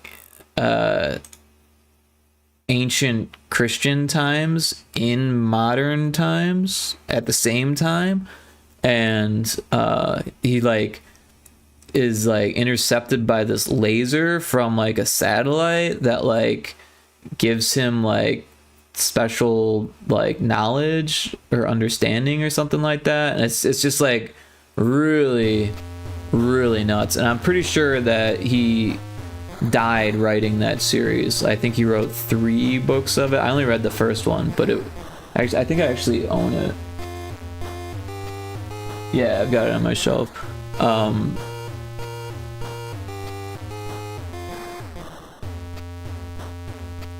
So I feel like it should do that twice, and maybe that's why it's not feeling right. And then I don't know where it would go after this.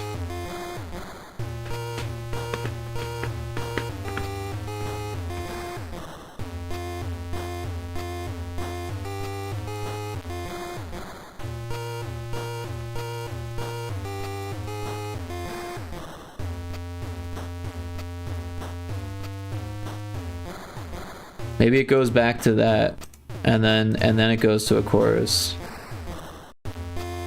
All right, let's stop it, and we'll work on the chorus here. So this one.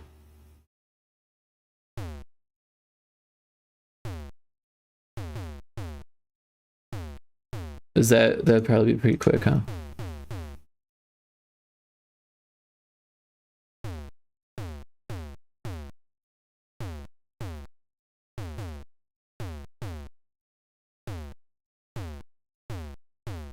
What did we do for the chorus on this one? I'm trying to remember now. All right, so it is different. I'm just trying to make sure it's not the exact same. Sometimes my brain can like fall into patterns like that. All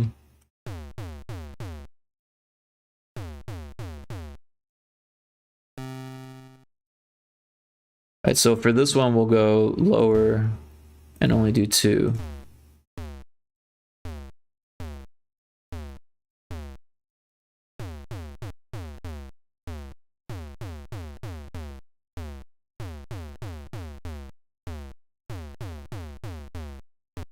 And then it needs some snares. So we'll go to the noise channel. We'll find, or you know what, maybe it needs a crash. I don't know, maybe snare. We haven't used a lot of snares.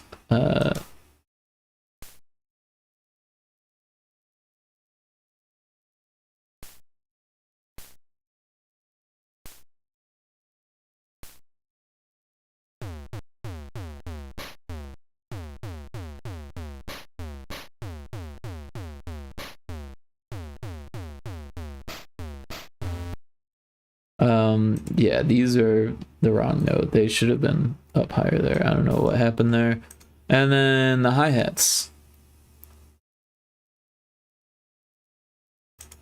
I don't know what we should do here. Maybe in the middle.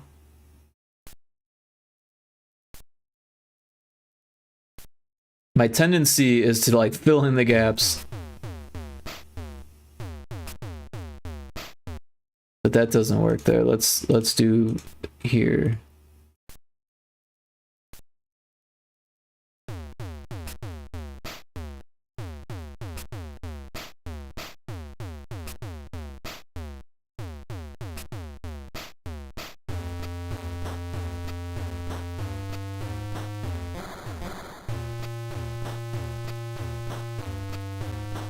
I didn't read what you read at all, sorry. that mag was 52. I didn't know that they looked that cool back then. Yeah, they definitely, they hired real artists and had illustrators to do magazine covers and stuff back then. Actually, my stepdad's dad was an illustrator for magazines. He actually did an illustration for Playboy magazine, like for the cover. But he actually died from exposure because like carcinogenic exposure, because when you're using pigments and like airbrush and stuff like that all the time, like you end up inhaling a lot of stuff, and it seeps in through your skin. I mean, we're talking about heavy metals. So yeah, that's how he died. But he was a sign painter who did illustrations as well. But yeah, his claim to fame was this one Playboy illustration. It was a very psychedelic one, so I think it was the 60s at that point. But he had started in the 50s. I don't think he did sci-fi for magazines or anything like that.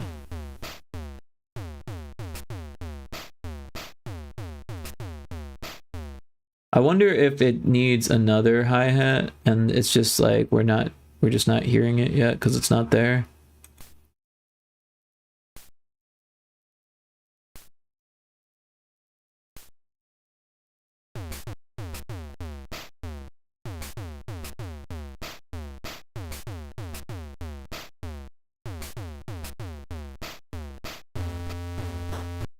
I kind of like that, but I don't know what we'll do for the bass line here. Do do do do do do do do. Maybe do do do do.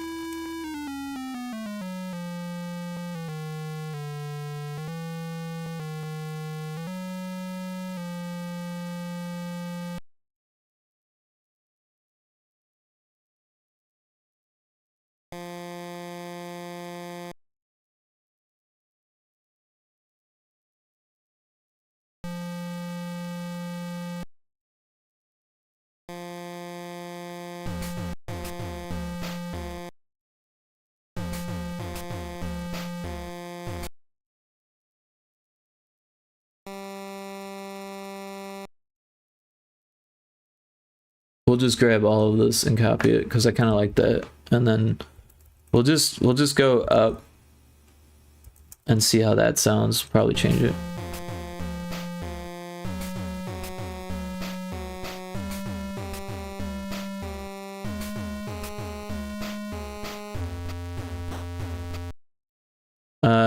Let's do something else here.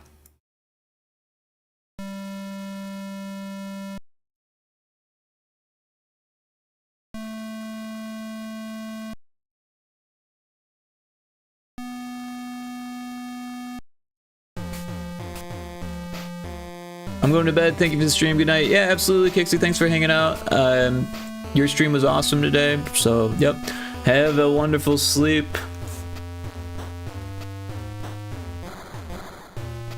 And yeah, thanks.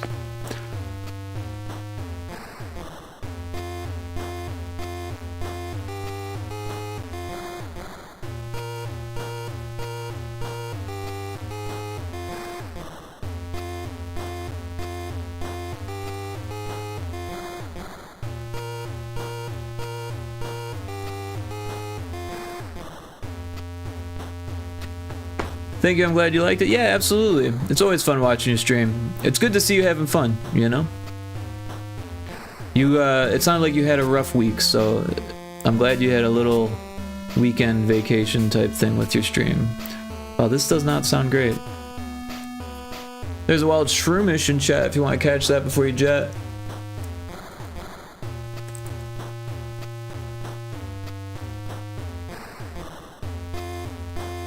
It was a pick-me-up for sure. Good, good.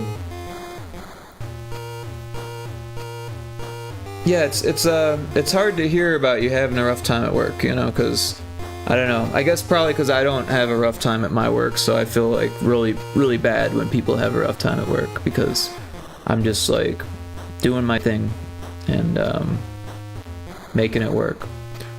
But yeah, when people have a rough time, it reminds me of when I had a rough time at work and I hated it.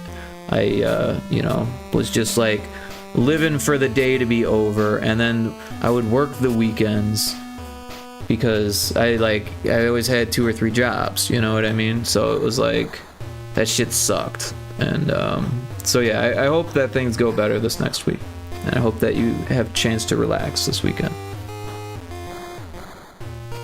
But yeah, I don't like what this is doing on this. I think it needs to change here. I don't know what's going on here. That first note wasn't bad, but it goes maybe the wrong way. Maybe it just needs to be that. Something just that simple. Thank you. You're welcome. Take care, Kixie.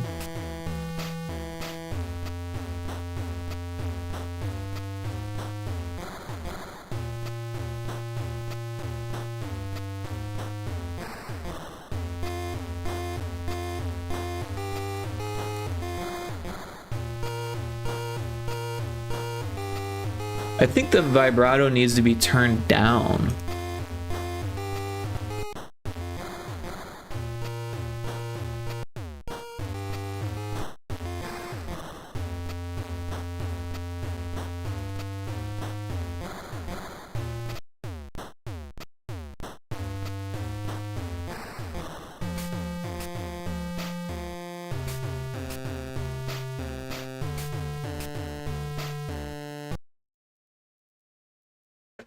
Kicks. Also, hi, Rick. Kixie's actually just leaving, but thank you for dropping in. Alright, Boops, always good to see you. Welcome in. We're working on this song. Aw, Sag. Hey, she might still be around. She just was dropping out, so making music, absolutely making music. Just trying to fix this to be less not what I want, more what I want. And I'm just guessing.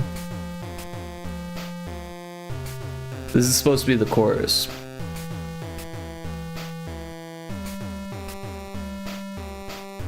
And then this would be the verse. Hell yeah.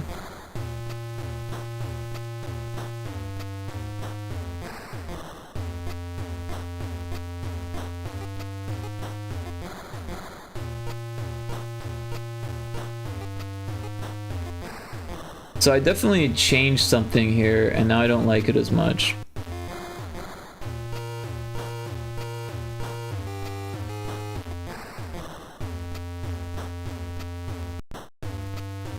Go back to the start. Finishing up an emote, cool.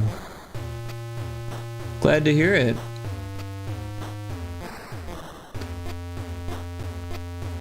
Definitely sounds better without the sweep time.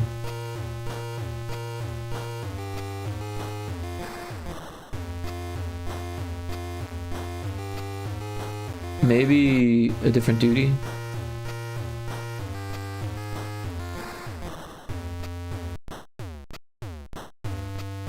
Go back. Go back to this one. I need to hear it just like right away.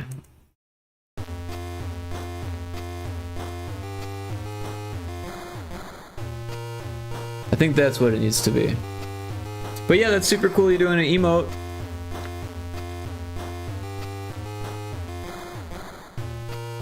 I still have a couple slots and I'm just like, I don't know, nothing's like jumping out at me for what to do for those. I think one of them is even an animated slot, which I'm excited to do it, except I want to make sure that it's a good one because it's my last animated slot. You know. Yeah, I've been wanting to do a hug emote for a while. Right on. Cool. Hell yeah.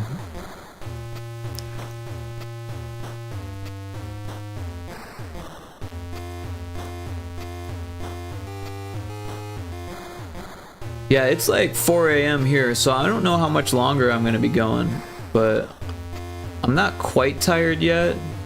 It'll probably hit me like a ton of bricks in like 30-40 minutes, but we'll see what happens.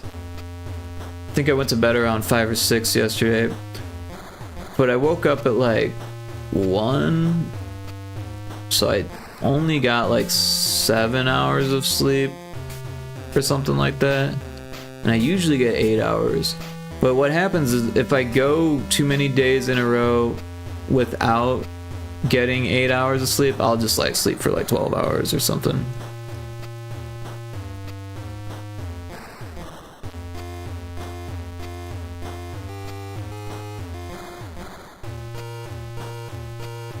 But I kind of, excuse me, I'm yawning. I kind of like this now.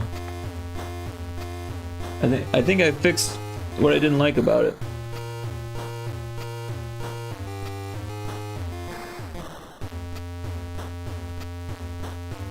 I'll probably listen to it during the ad break. You know, and maybe give it a second chorus pattern here. And maybe change that also. But for now, we'll just listen to it. But yeah, there is an ad break coming up in like 15 or so seconds here. So we'll take a quick break. I'm out of water, so I'll get some water and listen to this song. But yeah, we'll just start the ad break now because it's about to start in a second anyways.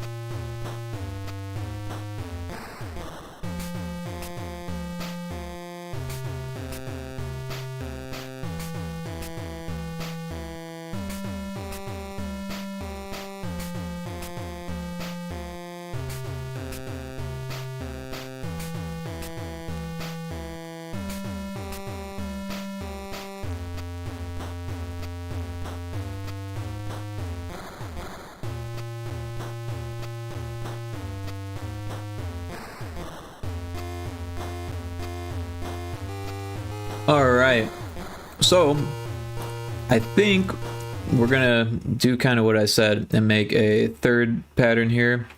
Copy all of the second pattern into the third pattern and then adjust the bass line at the end. Or I'm sorry, the treble at the end. Whoever that may be, this one. Oh, you know what? There is no treble on this, so maybe that's what it needs also. But so I think what we want to do is move this one either up or down.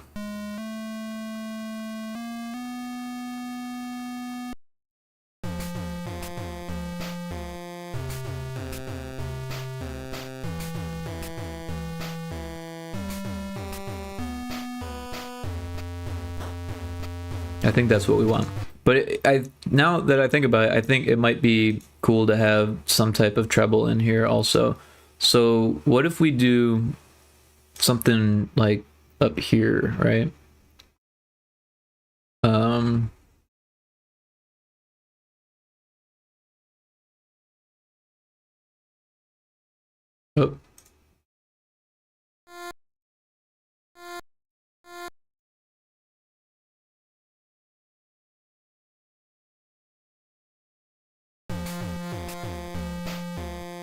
Yeah, I kind of like that because it adds like a phasing quality to it.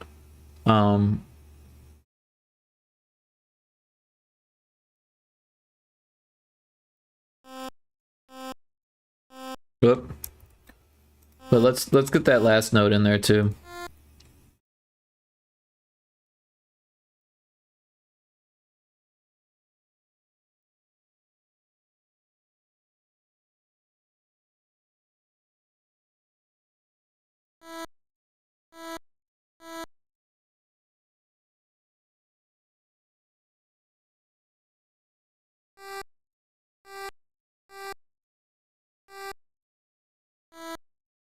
Let's hear what this sounds like.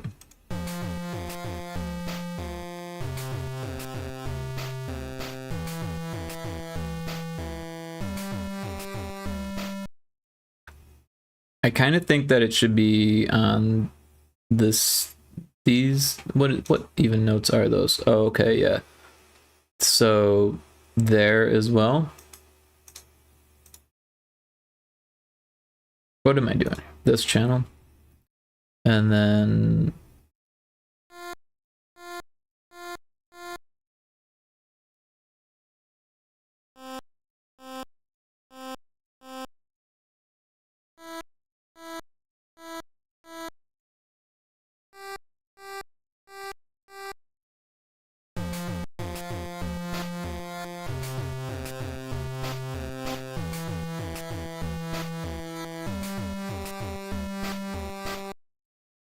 I'm not sure if we want that or if we want that, and that. Oh, and that. Yeah, I think that's what we want. But we want to do it on 6 as well. So what we'll do is we'll take this whole... I hit the M key again thinking that's the marquee tool, but it is not. And then we will copy this and we will paste this right here, and then we'll make this adjustment here to be up here. All right, and then we'll listen to the whole thing from the top because I think it's done.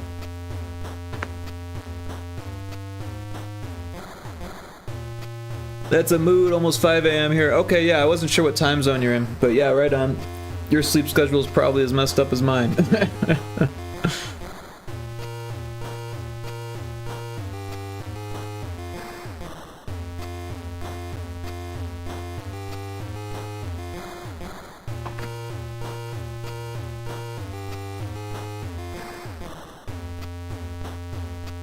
Ooh, ADHD sleep schedule, let's go. Pretty much. I didn't realize that ADHD had a sleep schedule, but yeah, I was diagnosed when I was a kid, so, and it's been like this my whole life, so maybe you're on something there. Never thought about that. It doesn't help that I work from home and can make my own hours, and right now, this is my only job, so. I mean, it does help, but it doesn't help, right?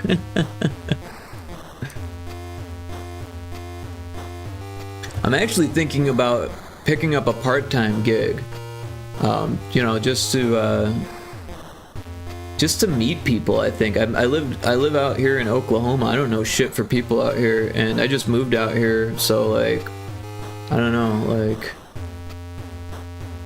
I could probably make it on my own, just working from home. Maybe pick up some clients and stuff, but I'll be okay, and there's not like a ton of incentive in going out and seeking out clients. A lot of times they just come find me eventually, and I can usually make it in between. But I'm not meeting anyone out here. So, because I don't leave the house.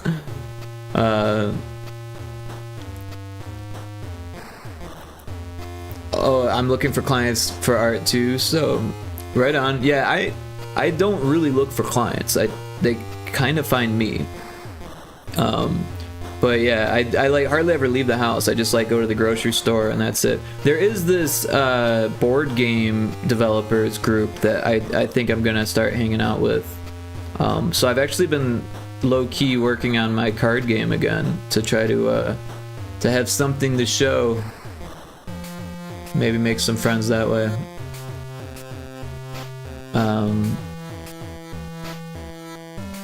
But yeah, a lot of times for like my freelance career, I've just been really lucky in that people come to me. Like even this project, Johnny found me. I did tag him, and I said that I was streaming his game, and he watched me stream his game, and that was really cool. But then afterwards, he's like, "Hey, I realized that you're a Game Boy developer and an artist. You should come work for me," kind of thing, or come work on this project. And that's how that worked. Same thing with my other big client. They found me on Discord of all places. I straight up thought they were a scam and told them, I was real polite and professional, but I told them, if you email me from the YouTuber account that you're saying that who you are, then I'll believe you, kind of thing. And that's what they did. And it turns out it was who they said they were. And I definitely do work whenever they ask for something, but it's been pretty sparse. Yeah, for like the last few years, I was living with my mom because she was dying of brain cancer, unfortunately, and recently she passed. So I moved out, and so I guess what I'm getting at is that I had lightened my workload to help take care of my mom, and I didn't really, I was living with her, so a lot of my bills were paid. I didn't have rent. I'm sorry, thank you. Yeah, I don't mean to unload. It's just what's going on with me. And so yeah, my client had kind of lightened my load and put it onto other people on the team, and I was totally cool with that, and I still am. I'm not upset or anything. But now my workload is light and I have a lot of time, so no worries, I'm pretty chill. Yeah, right on.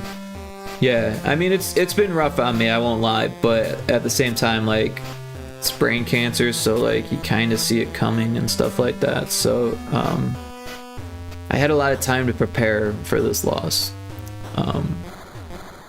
and that's why I moved in with my mom. It seemed weird to move into mom's basement when I'm like nearly 40, but I wanted to spend some time with her before she passed, and I did, and I'm very grateful that I had that opportunity. And I honestly kind of freaked out when I first heard about her having breast cancer back in 2013, and I got a lot of my grieving out then, and I've had a lot of time to think about mortality and stuff like that since, because that was over 10 years ago. But yeah, it's never fun. But yeah, I don't mind working for that client, but I like doing game stuff more.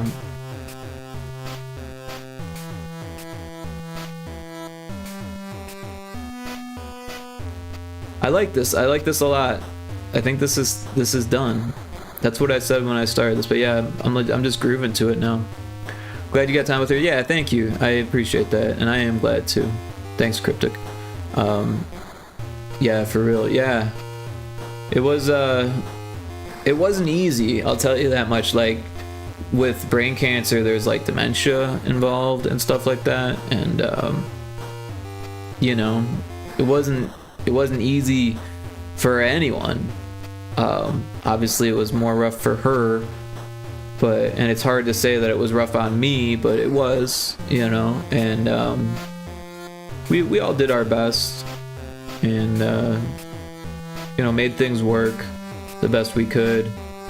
and she held on pretty strong until the very end. She did a great job, for the most part, taking care of, you know, all of the stuff that comes after, like while she was still alive. Yeah, it was hard because she really liked having the freedom of being able to drive, and then when that was kind of taken away from her, she was kind of in denial about it. And it's not like she was going around driving, but she was convinced that she could still drive when the doctor told her not to. She didn't, but we had to like constantly remind her like why it's important not to drive, you know, because anything could happen, you know. When we first found out about the brain tumor, she had a seizure while she was driving nearly, right? So she was on the road to go see my brother who lives in Kentucky, and she was in Illinois. So she was like halfway between, and she felt off, she said, and she decided she was going to go to the rest area, and I think she didn't even make it to the bathroom. I think she walked into the rest area and then collapsed on the floor. Or maybe it was a gas station. No, I think it was a rest area. I don't know.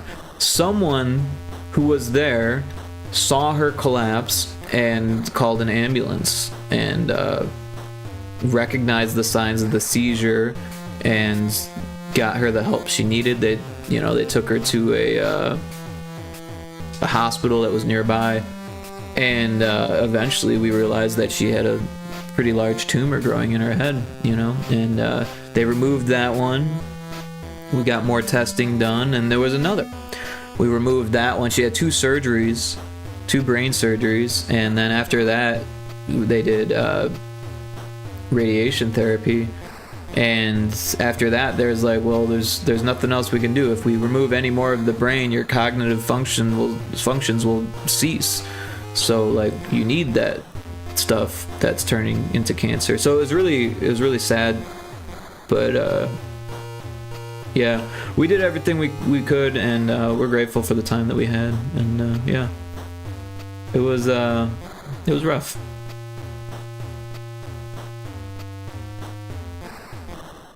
But I do like how the song turned out. I'm gonna save this.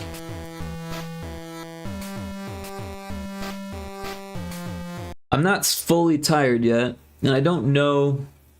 I kind of wanted to make a. We'll save this whole thing here. I kind of wanted to make a new thing for stream avatars, like a new background. Like a Pyrotoad themed background, so that way when we change the PNG tuber, then it changes the background as well. Thank you for sharing that. It must have been tough to deal with. Oh yeah, no, I appreciate you being here and listening. Oh wow, that was scary. It was really scary, yeah. And she actually formed a good relationship with the woman that like I don't know the word for it, noticed her collapse and helped her, because she like owned a farm or something like that where they sold lots of cheese, and so every time she was going through, she would stop and get cheese at this farm and talk to this woman and stuff. But yeah, I appreciate that you're not put off by the story, because I know how that can be sometimes when you let loose information like that. Yummy cheese. Yeah, no, I'm a big fan of cheese myself.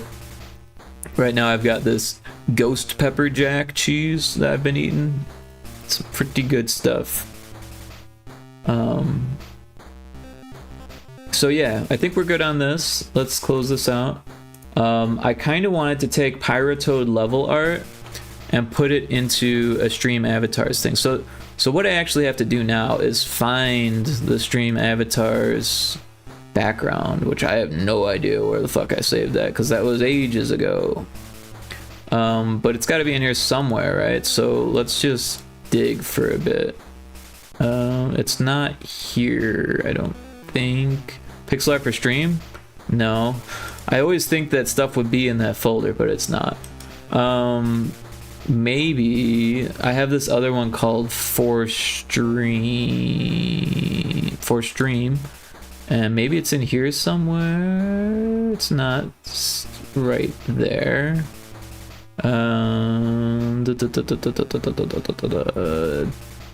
Overlay videos, Instagram fix. That's actually old school. Overlay images, maybe? No, this is all for the redeems and that stuff.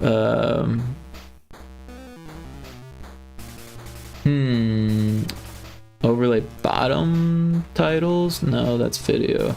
Alright, so I think the next step is to look and mix it up and find, or no, in OBS, right? Because it's in OBS here. Of course, it's on a locked layer, so it's not going to be super easy to grab. Something like that. I'm pretty open about mental health related stuff because I think it's important to remove the stigmas, so I'm pretty chill when people share. I appreciate that. I'm kind of the same way. I mean, I don't typically just freely, openly share everything about myself, you know, for one reason or another, but I'm pretty open about the stuff that I do share because, same thing. I don't think it's good to pretend that everything's happy and perfect when it's not, kind of thing. I think it's important for everyone to realize that everyone has feelings and they change and things happen in life that aren't always honky-dory, and you know, things happen. You gotta learn to adapt, and if you don't witness anyone else doing it, it makes it more difficult, I think. But yeah, for a long time I was kind of I don't know, not open about stuff like that because it's ingrained in me, I think, you know. And let's face it, in the professional world, it can be a detriment to be too open about certain things. It can actually hurt you. You know, I've suffered from depression for a lot of my life, and that's not something you really want to tell your coworkers just because, I mean, it's nice to have someone you can open up to, but it could put tension on a relationship that shouldn't have excess tension, you know. Stuff like that is for a therapist or for your family or for your friends, not really for a coworker kind of thing, or your boss or something like that. Yeah, because, you know, sometimes people will use that stuff against you at work, which is terrible, but it happens, you know.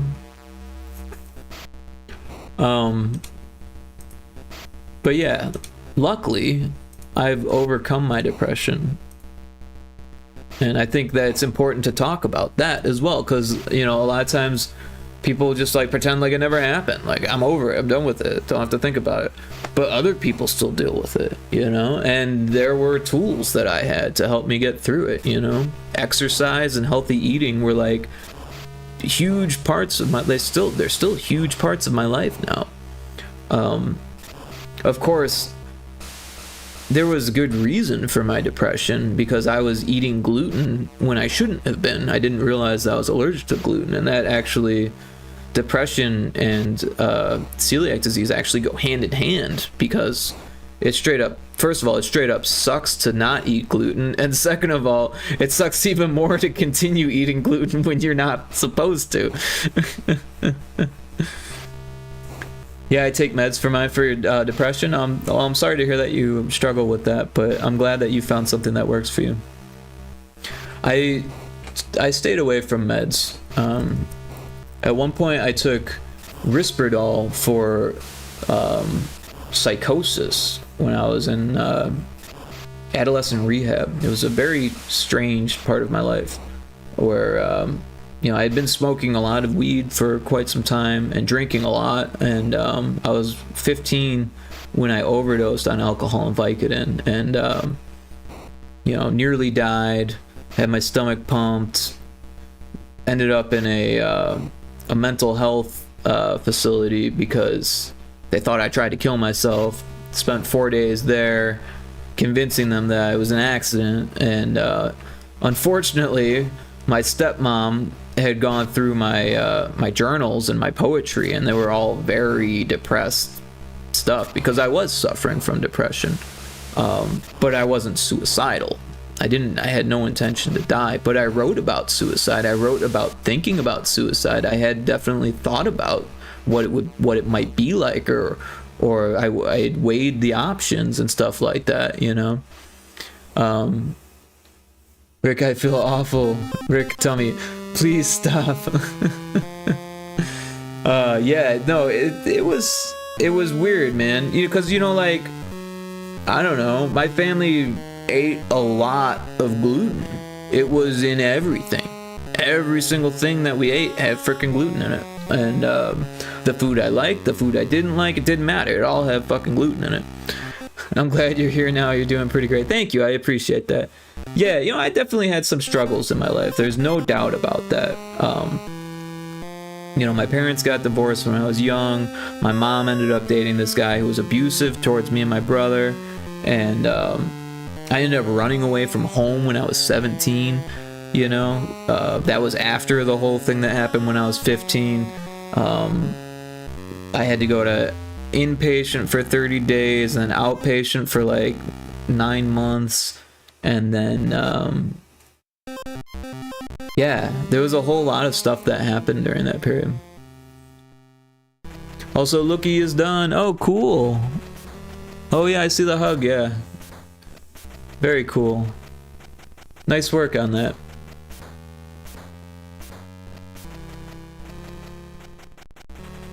Yeah, it's always nice when the emotes come through right away, too. Oh, so yeah, I was gonna look for that thing, and it is somewhere in OBS. Where is the thing that I'm looking for? Oh, stream avatars. Right? Well, no, that's not what I'm looking for. I want the background for it. So it's gotta be below it, right? Stream avatars, floor, RSB. Alright, properties. Where are you hidden? Images for... Oh, it is for stream. RSB theme. Ah ha ha. I found it. It was in a folder I didn't quite get to yet. I didn't dig enough. Images. For stream. Somewhere. RSB theme. Stream avatars floor.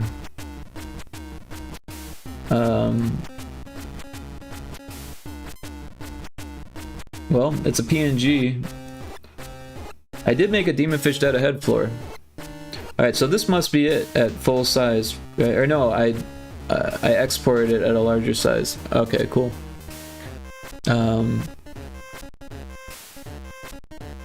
Thank you. Woo, emotes. I never went into, what's that called? Impatient thingy for depression. But I did have a really rough time before therapy and meds. Well, I'm very sorry to hear that. I did okay, other than the accidental overdose. I definitely struggled with alcoholism for a good chunk of my life, and definitely had alcohol poisoning after that, but nothing bad enough where I needed to go to the hospital, but like, probably pretty close, definitely blacked out a whole lot. Vomiting was pretty normal for me on accident and drink too much kind of thing. But yeah, now I don't drink at all. I'm good now. I have ADHD meds and proper diagnosis. Right on. Cool. Yeah, they tried to prescribe me some type of ADHD med and I think some type of depression med, but I was like, nah, because I had a friend in 6th grade who was prescribed like lithium or something like that, and he just like turned into a different person when he was on that shit. He was just like void of emotion, just like a blank slate, like a zombie. And I was like, nah, I don't want to be like that. Rick got some crazy life stories. Glad he's still with us. Thanks, Cryptic. Yeah, it's, I mean, like, the thing with the Risperdal was, like, I was, first of all, in rehab, you know, so I was experiencing some withdrawal from cannabis. I know that people don't really think that's a thing, but it is a thing. It's for example, I just quit smoking weed recently, and I was getting horrible nightmares for months on end because I had been smoking weed for like 20 years. And it does things to your REM cycles and stuff like that. Lithium does that, but lithium is schizophrenia and related. Well, this was back in the 90s, so like they definitely used lithium for depression in the 90s. But you're right, I'm sure there's different uses for it and stuff. But yeah, the Risperdal stuff is for psychosis. And so what happened is that I was like, and I've always kind of been very what's the word, aware. And oh, we've got ad. I'm gonna snooze this if I can. Ooh, was on lithium. I was on lithium. Fucked up shit. Oh wow. Yeah, the 90s was barfy. Yeah, the 90s, they really didn't, they were just guessing at a lot of shit. And that was, well, the big reason why I didn't take a lot of drugs was because they were just guessing. But also, like, I'm kind of the type of person that I want to develop natural, like, tools to kind of help me and, like, learn triggers and that kind of thing. I know some people, the meds are, like, perfect for them and stuff like that. Oh, thanks for the gift sub, Cryptic. I really appreciate that. Very cool. But yeah, with the Risperdal thing, it was like I was seeing a doctor because I was seeing things. You know, I was witnessing the receptors of my eyes and phosphenes and, you know, natural things that happen with vision that most people don't recognize because they're just not quite aware of that.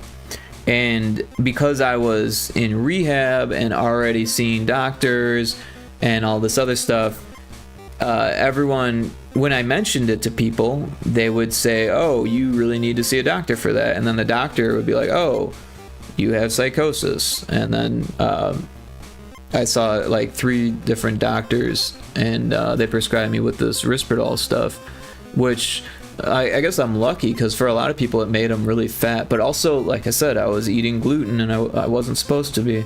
I had, you know, the symptoms of celiac disease for my whole life, and no one recognized it, not even me, because if you have it when you're a kid and you grow up with it, you just think it's fucking normal, right? But yeah, I probably would have been a little bit taller, probably would have had like a, you know, a more of a physique, you know, if I had, you know, because I wasn't getting all the nutrients that I should have been. And it got so bad that eventually I was seeking help for chronic pain because my muscles and bones hurt. It was crazy. Yeah, my autistic superpower is being 100% aware of all body sensations at all times. Alright, that's nightmare fuel. But yeah, I was never diagnosed with autism. However, I wonder if I'm like, you know, a little bit, right? Because I definitely have some tendencies, you know, and I don't know how they prescribe that or diagnose that, and I do think that it's one of those things that, like, it's a wide range, you know. I think maybe everyone is a little bit like that, especially at different times in their lives with different brain chemistry and when different things are occurring. And if we're judging people by their actions and reactions, I think that those things are prone to change over time. I don't think we fully understand a lot of that stuff, so I think we're still guessing. And I don't know enough about it myself to say like, you know, you can get better or something like that. But I know that people mask it, and I mask my own tendencies, whether or not I'm autistic. I mask my ADHD. I mask my social anxiety. I mask a lot of things, and it wouldn't surprise me if I was masking some autistic tendencies as well, you know? I mask my dyslexia, right? You got to, you know, it sucks not being able to read, but you gotta read. So yeah, I actually got held back in first grade because I didn't know how to read. So I had to take first grade twice. I was memorizing books. I mean, yeah, even when I go potty, there is a lot of crossover. I have both. I can probably tell if you're autistic with just a few questions. Oh well, ask away. But yeah, I feel like diagnosing autism is probably going to depend on different doctors and stuff. Also, there's an ad coming up in about 10 seconds or so, so just a heads up. I will take a break when that happens. But you're actually a sub now, so you won't get the ads. So yeah, that's actually nice because I think you're the only active chatters right now. So it's nice when everyone doesn't have ads. I feel bad with the ads, but you know, it does give me a chance to take a break. But I just need to drink some water.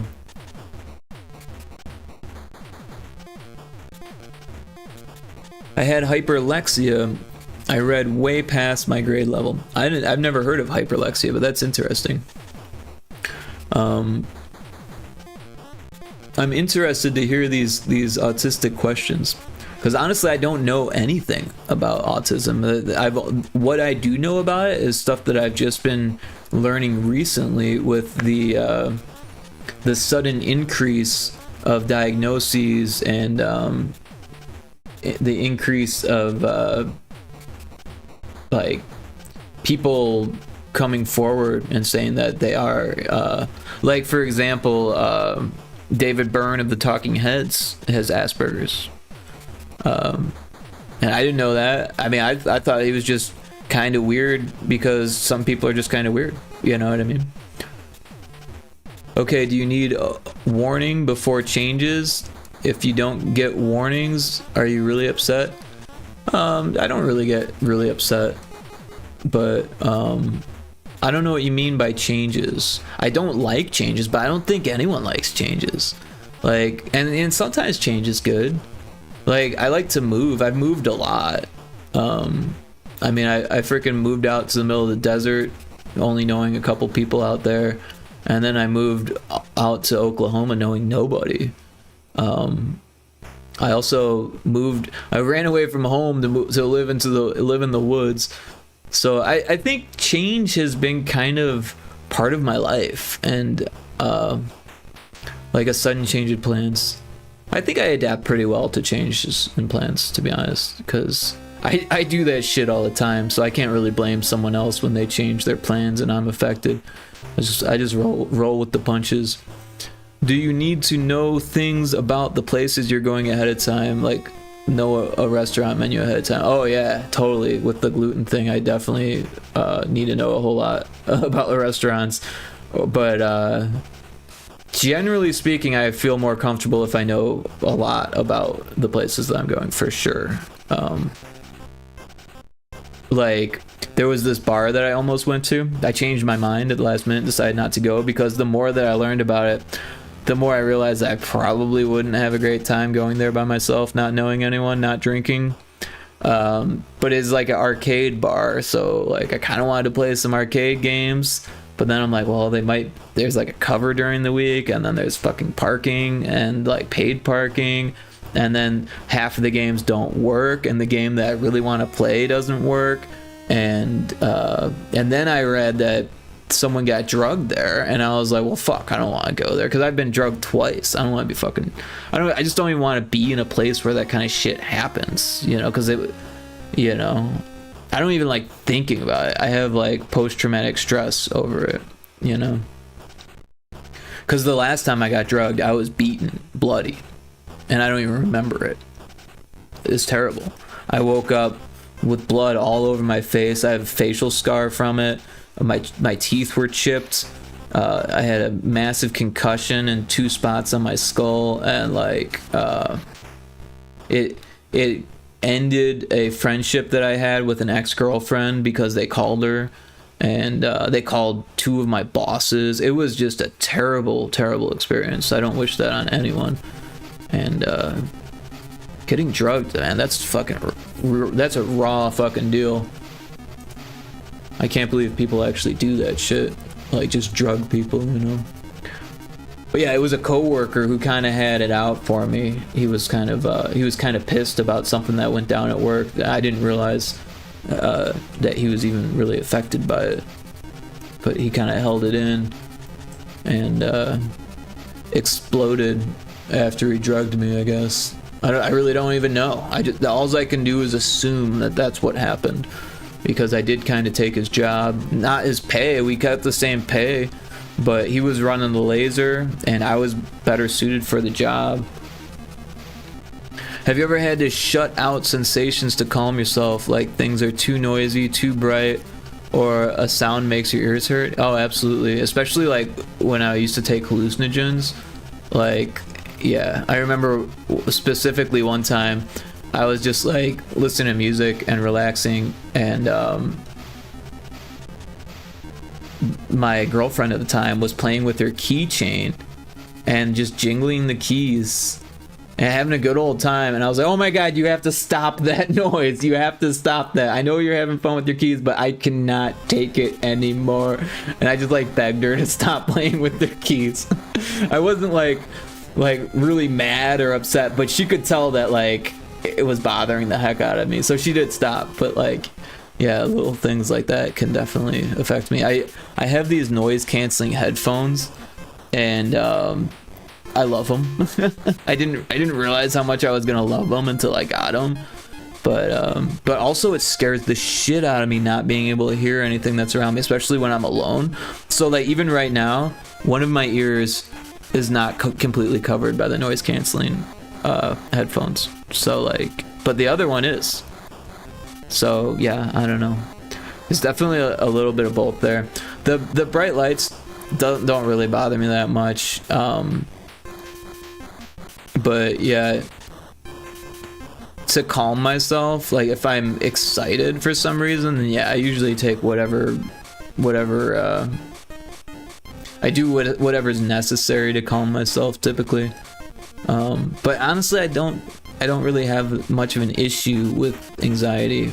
Well, so like I said, social anxiety for some reason just like comes out of nowhere for me. Like when I just moved out here and I was going to the Walmart here for the first time, you know, by myself, I needed to go there before it closed. For some reason, I thought that the Walmarts were 24/7. Ever since COVID, they're not. They close at like 10 or something. My sleep schedule was completely backwards. I woke up at like 8:30 and I was like, fuck, I need to go to Walmart because I needed to get some shit that I needed for the house. And I like forgot to hydrate. I didn't eat anything. I just put my clothes on and went to the store because it was like gonna close, you know. And so when I was there in the aisles, I started to have a panic attack, which is weird because I don't really have panic attacks. I usually just get anxious and avoid triggers. And I was like, in the middle, I hate grocery shopping. I hate being around a whole bunch of people. I don't like being in places that I don't know. And this was like all of that combined. And I actually handled it really well. I like took off my sweatshirt because I was like overheating, and I just focused on breathing. And then I was better. And then I bought water. And that fixed everything. It was weird. IKM. What's IKM? I know something. I know trying to think of how to word this next question. So give me a sec. I also forgetting to eat and drink is very ADHD. It totally is. It totally is. But yeah, I feel like that's like an artistic I am not IKN. I don't know what IKM or IK. Oh, I am not. I am not. Okay, I got you. I'm not trying to. Wait, I'm not trying to think of how to word this. I am so confused right now. I think you're trying to say I'm trying to think of how to word this. But IKN is I. Wait, I am not IKN. I don't know. Typos. Fat fingers. DW. You're making this really hard for me. Don't worry. Okay, don't worry. I know DW. Someone said that to me before. Yeah, a lot of the new internet abbreviations go right over my head. I'm sorry. LOL. No, it's cool. It's cool. Don't worry about it. I am just as bad when it comes to like being on the other end. I fuck up and just hit enter, and I don't even read what I write before I hit enter. That's my thing. Like, I'll realize that it's a mistake, but I fuck it up and then I hit enter, and then I'm like, no, that's not what I meant. Sometimes my fingers will write a different word than what I actually mean. Like, I was in Indy's stream and we were playing Lurkbait, you know, and I was typing in fish every once in a while, you know, as a command, and you know, I was in Kixie's stream all day. I was thinking fish, but I wrote Pokecatch, and then I had to like delete it and put in fish, and I was like, oh my god. I just fucking wrote Pokecatch instead of fish because my brain was thinking fish, but my fingers said Pokecatch. Okay, I got it. I'm interested. While you write that, I'm going to find the Pyrotoad level that I want to steal from. Backgrounds, Pyrotoad. So probably level 1.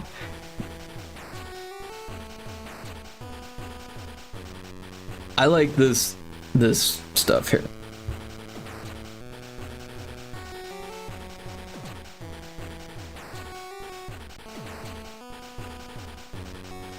So it looks like this will just fit right in, which is nice.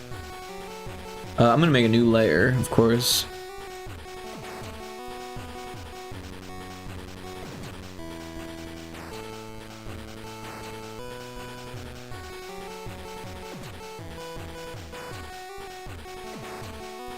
I kind of need to look. Oh, so they kind of sit in the middle of it. So if I'm gonna use this same size, I'm gonna have to move this up a bit.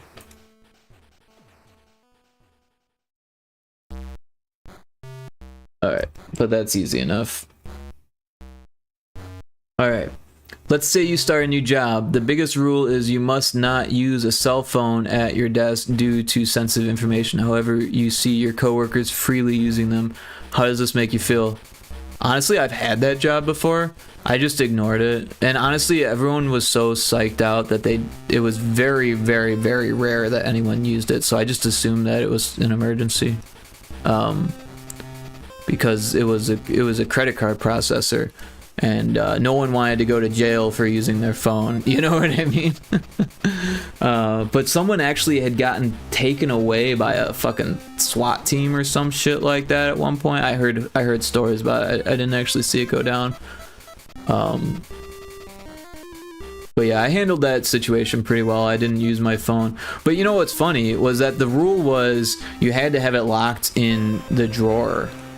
But no one did that, and everyone was okay with it. Even the managers were like, yeah, no one does that. That's a pain in the ass, don't do that. Just don't take it out of your pocket. So yeah, I don't know if that answers your question or not though. But yeah, it wasn't a bad job until they shoved me in chargebacks, right? Because at first I was doing help desk support for credit card terminals, right? So like every time you swipe a credit card terminal, it's like got a phone number on the side. So if something like happens and the clerk is like, I don't know how to fix this, there's a phone number they can call and, you know, wait on hold and get someone like me who would say, did you try turning it on and off again? Because like 9 times out of 10 that fixed the issue. But yeah, I was actually really good at that job, and I was so good that they were like, "Oh, I wonder if you'd be any good at chargebacks," and they kind of tricked me into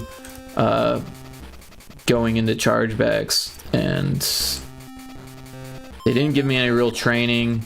I shadowed someone for like a day, and holy cow, that job was the worst. Every single call, because they had like a little, they called it a whisper, this little voice would come in and say, chargebacks, you know? It wasn't really a whisper, it was just like, beep, chargebacks. And then you got a chargeback call. And every single time, where the fuck is my money? Every single time. There was no difference. Everyone said the exact same thing. It was crazy. You have a hard time telling when people are being sarcastic or joking. Do you copy people's manners of speaking sometimes? So I don't think I have trouble or copy more than anyone else. I think everyone has issues with that, and maybe that's not true, but I think that when you're typing, sarcasm is definitely hard to understand. But when it's verbal sarcasm, I'm usually pretty good about picking up on it. I think sometimes people are bad at expressing sarcasm, and that makes it more difficult, but I'm usually pretty straightforward in saying like, I can't tell if you're being sarcastic or not. And then I can usually figure it out right away.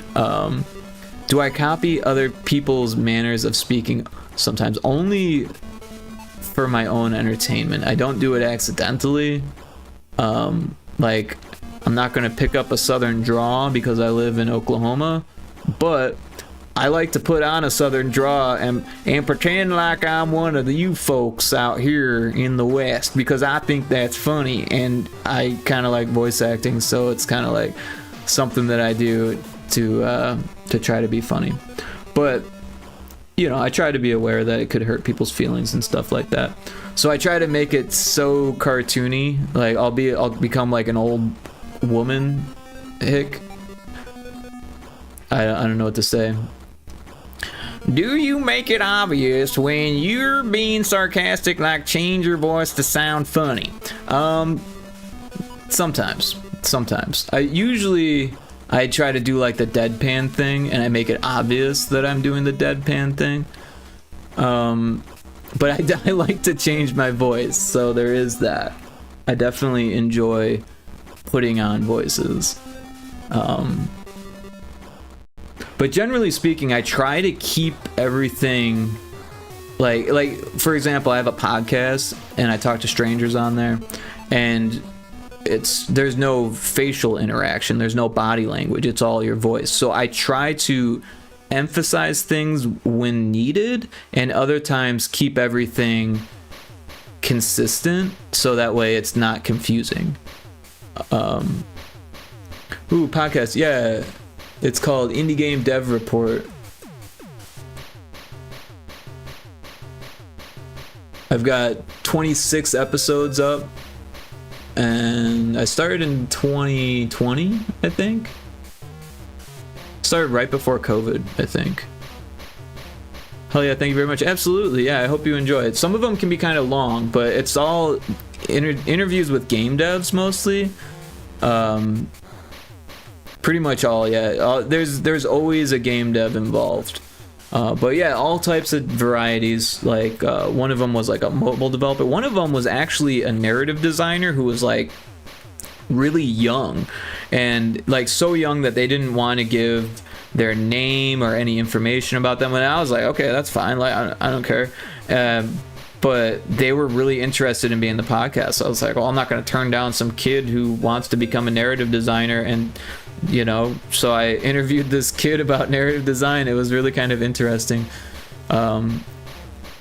Interview with Jackson is what it's called. I don't think that's even their real name, or maybe it is. I don't know.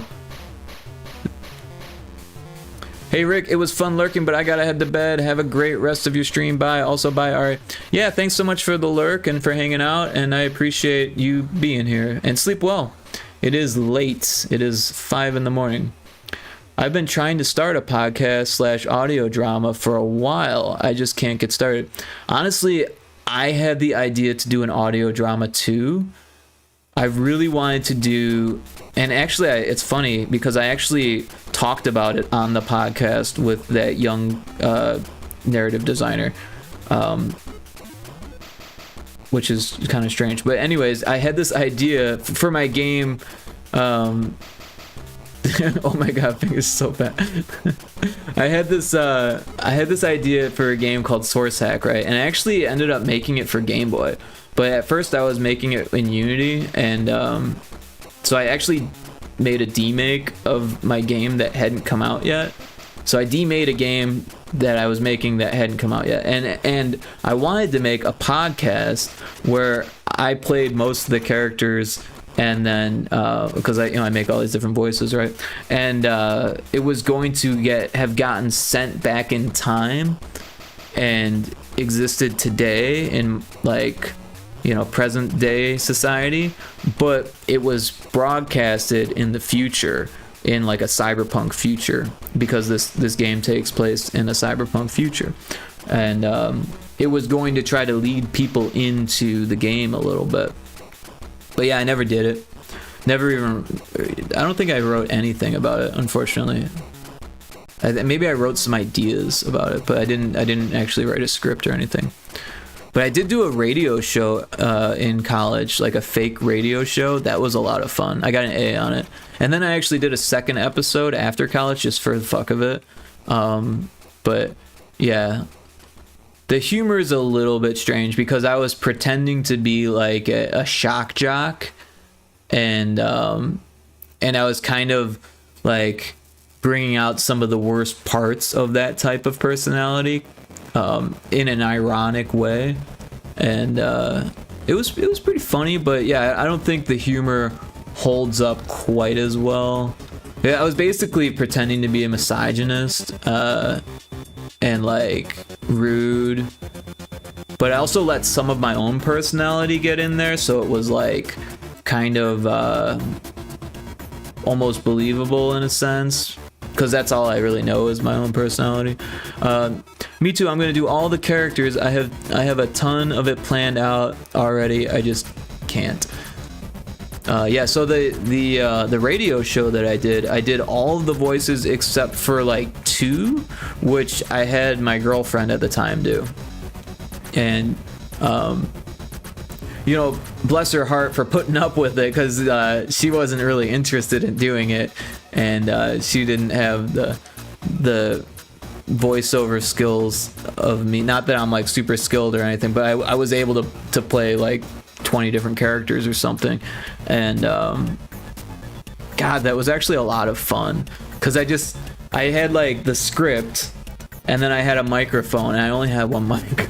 And it was just me, so I'm like reading the script as 2 different people, and then I would come back and do it again as like a third person, right? And then my dad had like a Rush album that had an interview on there, so I pretended like I was interviewing Rush, and that was really funny.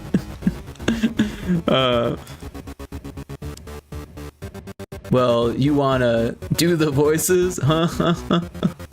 Maybe that might be fun. It depends on the content, honestly. But it could be fun. I like doing voices and stuff.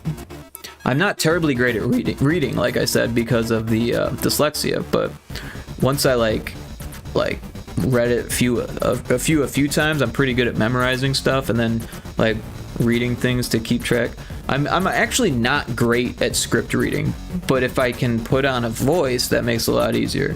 Like, because every once in a while I'll do a script for the start of my podcast, and you can kind of tell that I'm reading a script, but because it's my own voice and I'm trying to sound natural, that fucks it up. But if I'm like trying to sound like a character, then I can just and edit it in post, right? Because that's another thing, like being able to like take a pause drink some water, think about it really hard, and do like 2 or 3 takes on the same overdub, like then I can easily edit and fix whatever.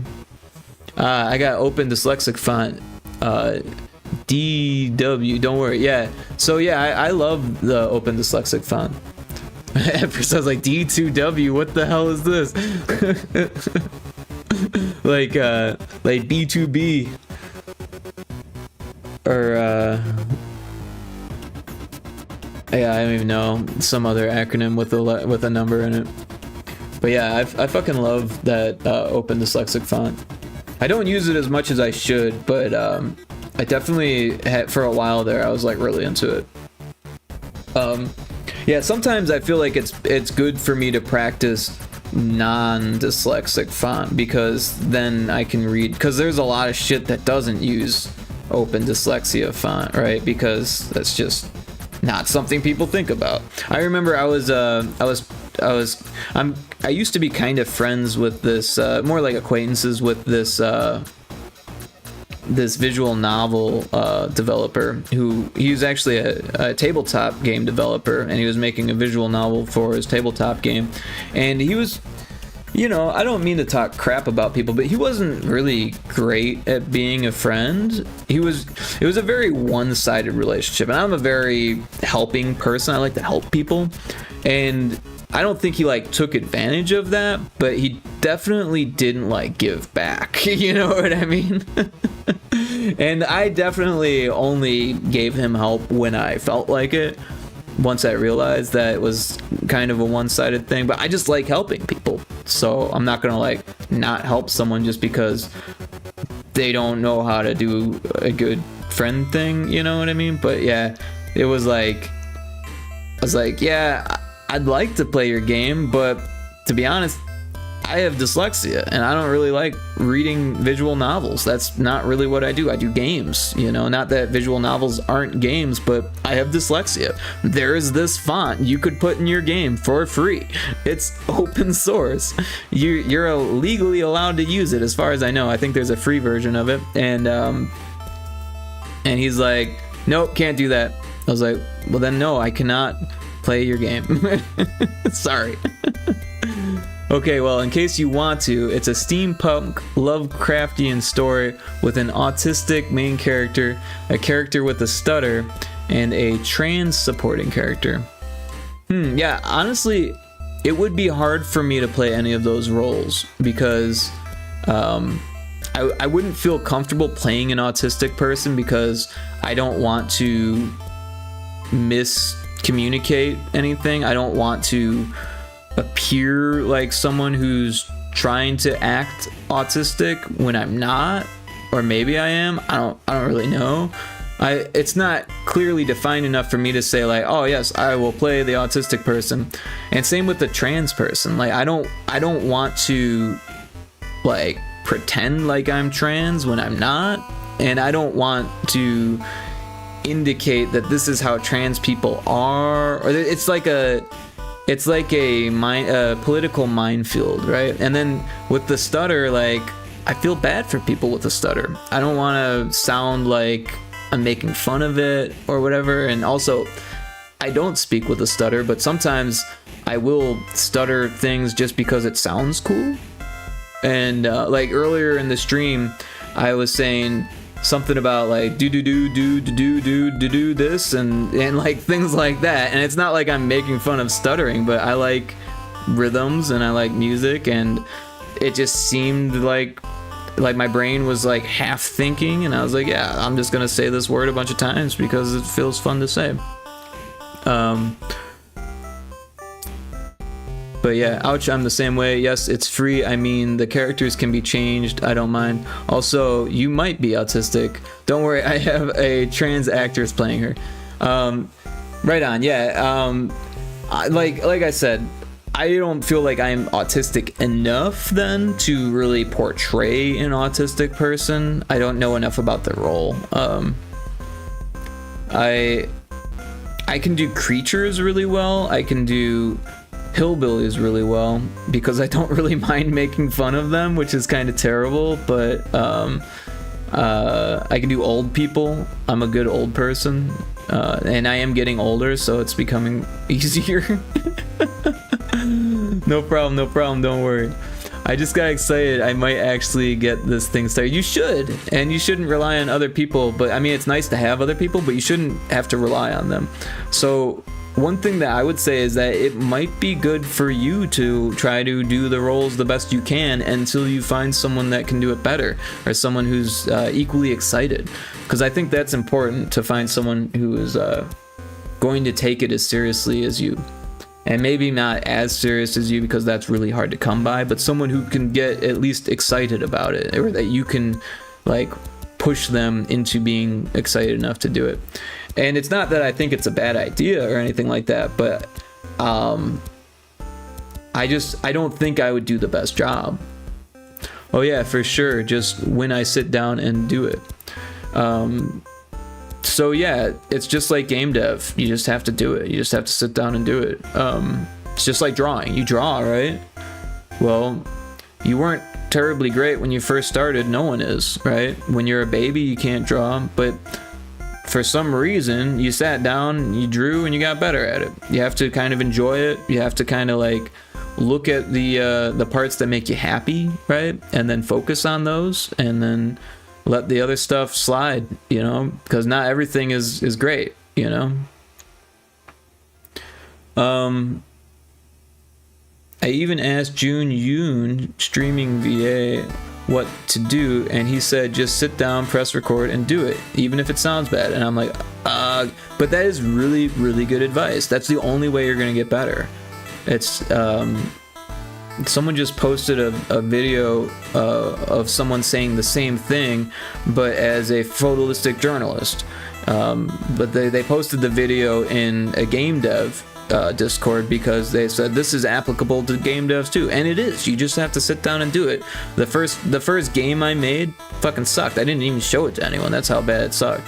You know, I don't even remember the first game I made, because I did it like over 10 games that sucked, you know what I mean? And like well over 10 games that sucked, that I just like, I don't fucking know. I remember doing some tutorials and stuff like that, and well, like what, 3D asteroids and XNA, and bounce the ball on the floating thing. Loud screeching, where's their loud screeching? Oh wait, that's the owl making loud screeches. Oh, hang on, using VLC. I'm so confused.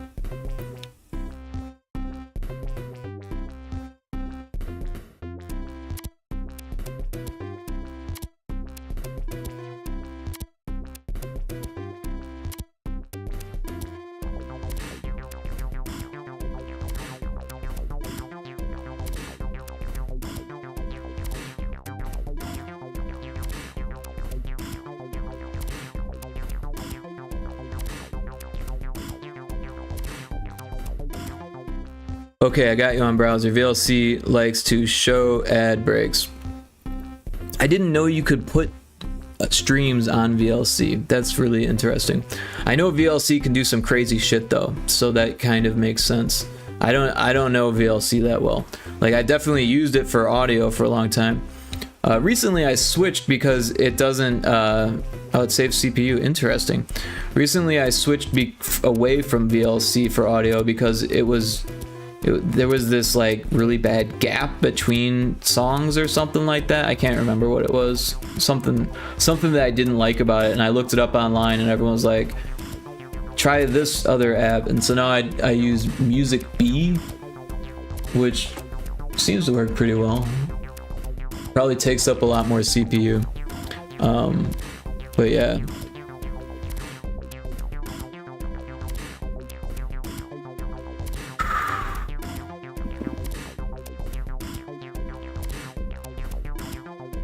I kind of think, I don't know, we don't have much space.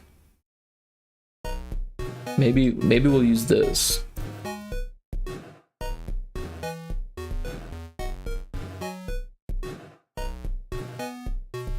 And throw this here. or something.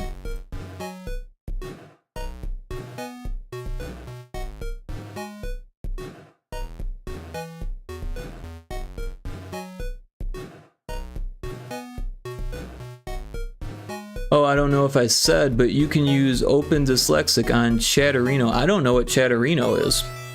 There is a Pokemon in chat.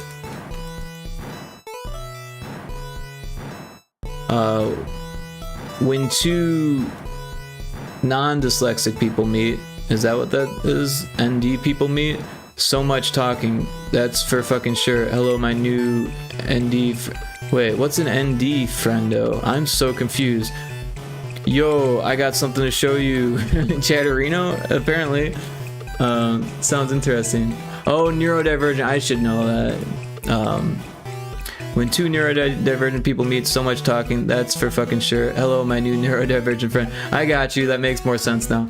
Yeah. I like to chat with people. I definitely fit into that category. I don't know how much, but enough, I would say. I don't like pride myself on being neurodivergent, but yeah, I'm dyslexic. I've definitely struggled with depression. I was diagnosed with psychosis at one point, you know what I mean? I don't know how accurate that diagnosis was, but fooled me. ADHD, there you go. Yeah. Same thing. Yeah, at first, you know, honestly, like when they diagnosed me, I was like, I don't know how accurate that is. The guy, he's like, count backwards from 100 by sevens, and I was like, 93. And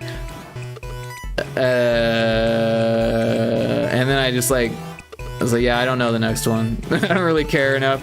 And my legs started bouncing, you know, and he's like, what's up with your leg? I was like, oh, I'm just keeping the rhythm, you know.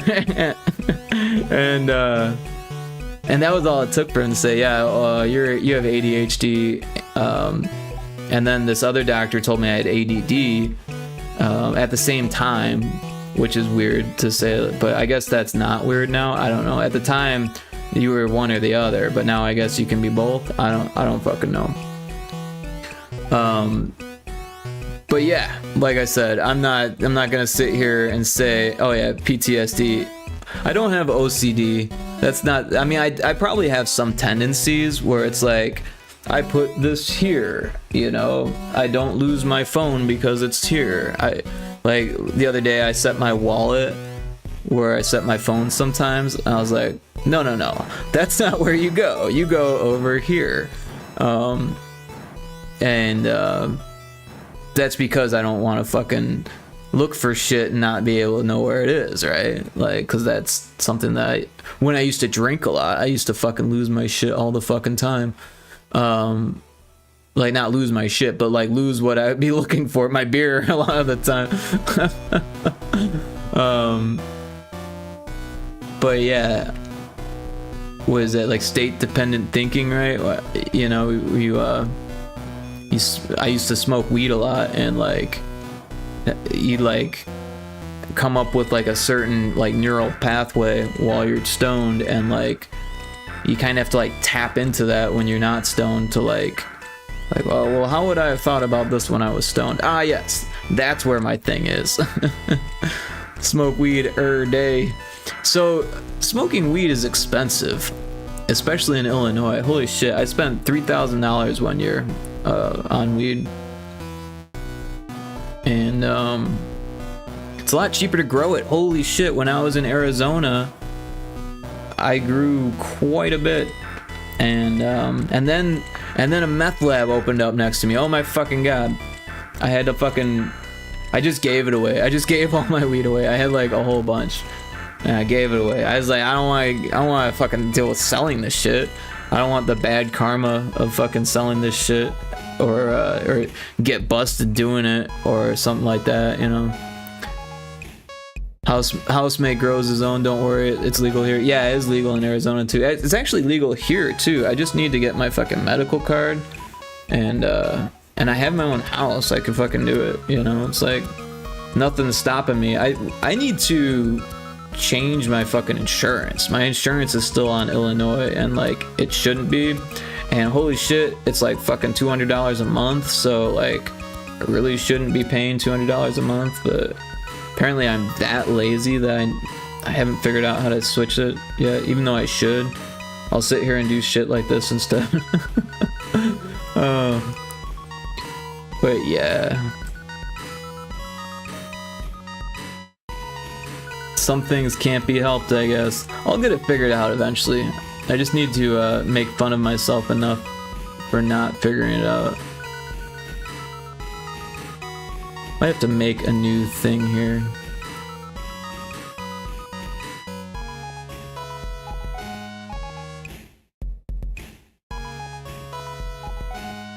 I think we only need the top half of this.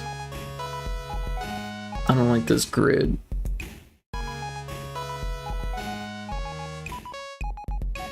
I can't tell where the quarters are.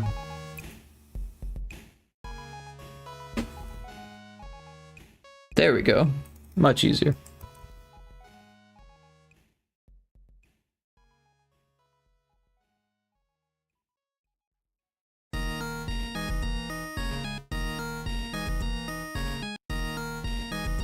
Sorry, I had to think about that for a second. I was like, I don't want to fuck this up. Love a good yapper. Oh yeah, I like to yap. I'm not like the world's like biggest yapper, but I can definitely chat it up. I have a lot to say. I've been through a lot. Like Cryptic wasn't joking when he says Rick has some fucking stories, because I definitely do, and I try not to like jump into them, because I've definitely faced this thing where people stop believing what I say, which sucks because I'm like one of the most honest people I know, but like they're kind of unbelievable stories for a lot of people who live kind of normal lives. And I used to like not live a very normal life. I definitely have seen some shit. And then if you, to make it even weirder, I have a lot of like friend stories too, you know, like shit that happened to my friends that like I was either like secondhand to or nearby or whatever, you know. Oh my god, for real. Yeah. Like it depends, you know. Some people are more like, you know, hip to it, like artists and shit like that. They'll be like, oh yeah, that's totally normal to like play a bunch of different instruments and shit like that. But you know, if I tell a complete stranger that I've been in like countless bands, I can't even remember how many bands I've been in, you know, that I've been a stage performer, I've done solo stuff on my own, and like I have a podcast, and I'm a game developer, I do art, I work for a YouTuber. Like if I just start they'll be like, yeah right, you're a fucking liar. Because that none of that stuff is normal, you know what I mean? And I'm okay with that. Like I know that shit's not that normal, but you know, man, I don't like how everything's off the grid. It's so not cool. I need to make this smaller. Alright, what if we put everything on the grid for now and then we fix it later? Oh wait, yeah, we can do that with the V key. I forgot. It's on its own layer. Yes. And then we'll lower all of this stuff down. And this one?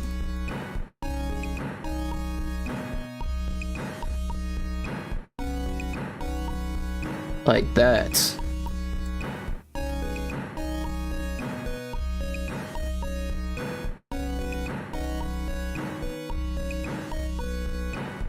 But yeah, you know, just like reading my resume is enough to make people like not believe me sometimes.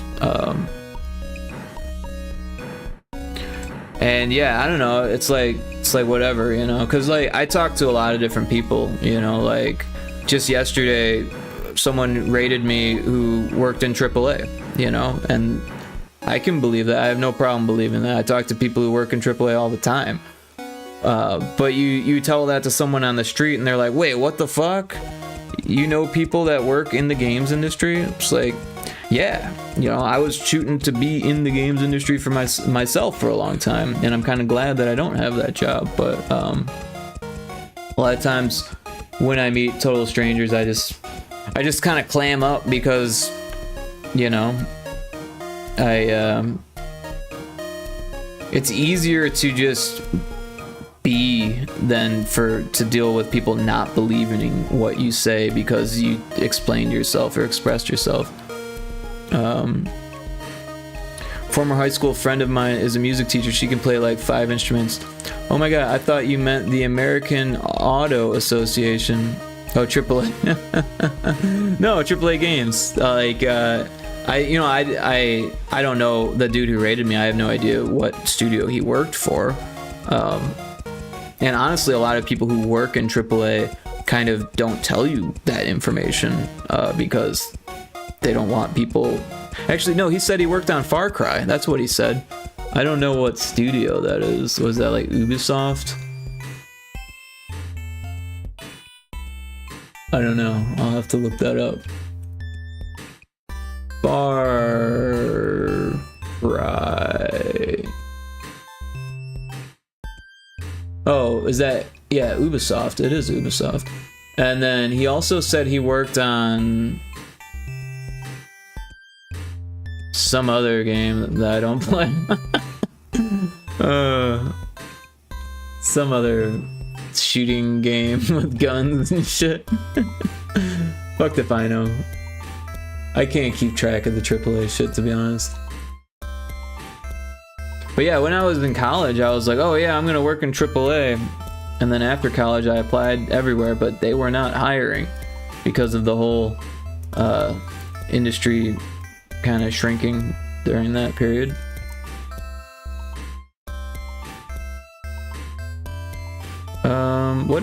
What if all of this came down like that, and then get rid of that and duplicate this like that?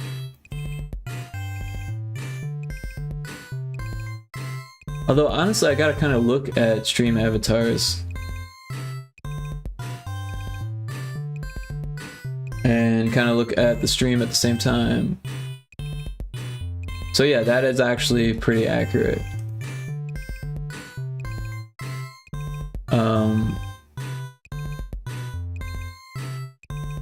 But also, this gets covered up, doesn't it? It does. It comes up to like here. So maybe all of this should be scooched over. Oh, but I gotta remember that we're scooching it all down too. Yeah, first person shooter is no fun. Mine's all goosies. I don't know what that is. What's goosies?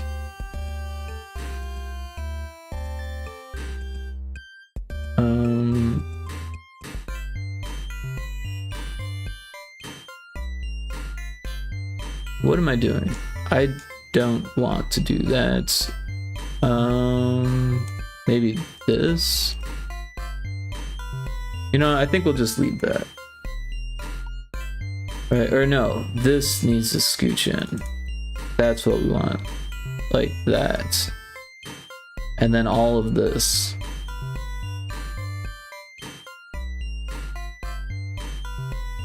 Oh, fuck that up. What the hell's going on here? Like that. Scooch, sorry, streaming avatars are goose. Oh, you've got goosies in your avatars. I see what you're saying. I get it. Yay, added shading to the hug. Awesome. Glad to hear that you're co-working, right? That's what they call it.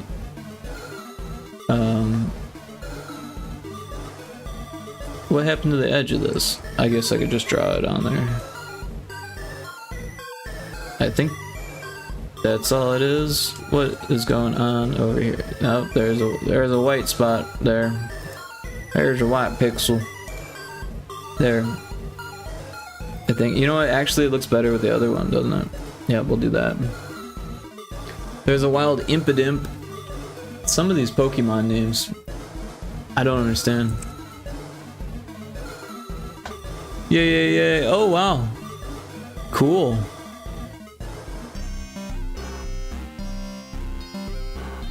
Very nice.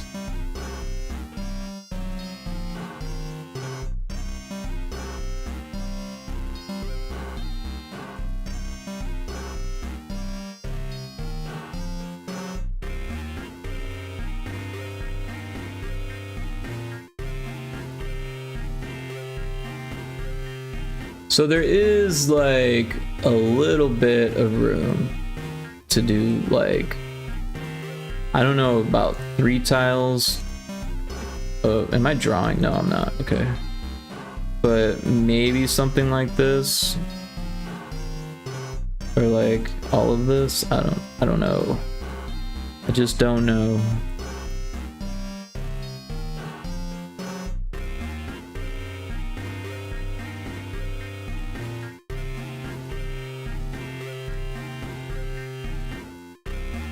Yeah, this would fit. I'm looking at the boxes. They're like, I don't know, a tile or so below everything else. But maybe this should like come to an end somewhere over here. That's not what I want. This is what I want. Here, this'll work.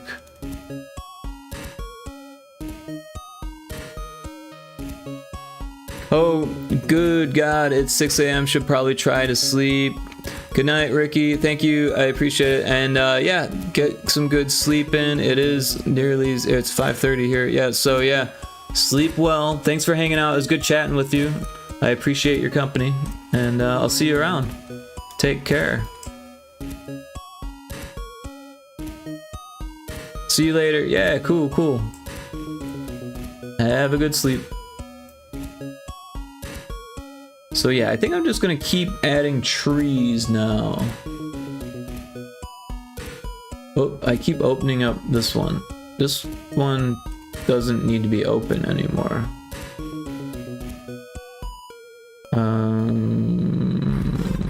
Yes? Yes. Yes? Yes, okay. And then this is what I want. I'm taking trees here. We can take from that and then make adjustments. We'll remove these tiles since they don't need to be there. And we'll take all of these ones and put them here. Do some of this. And we'll grab all of this. Oh, not like that. Like this. And we'll drag it down one. Bam. We got trees. Oh, but that's right. All of this is gonna get scooched up. So maybe we scooch all of this down.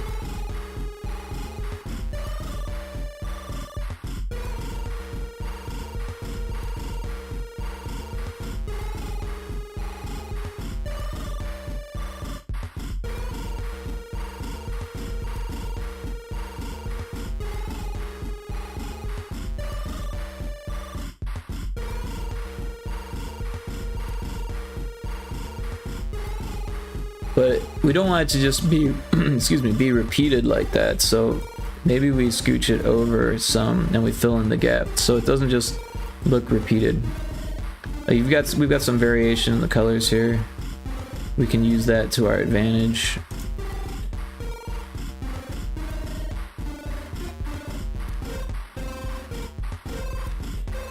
But we do want to scooch all of this down.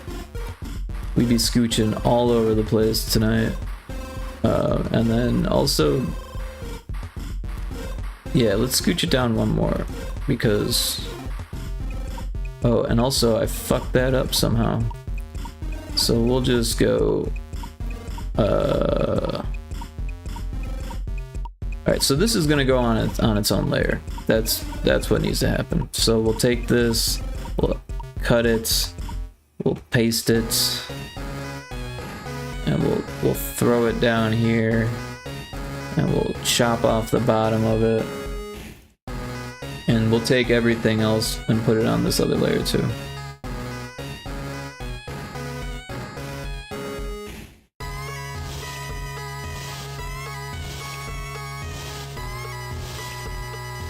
Alright, we're going to X that, put it here, and we're good, right?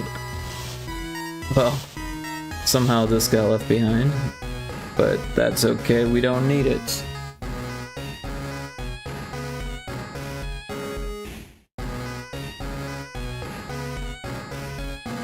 Alright, so now we've got Pyrotoad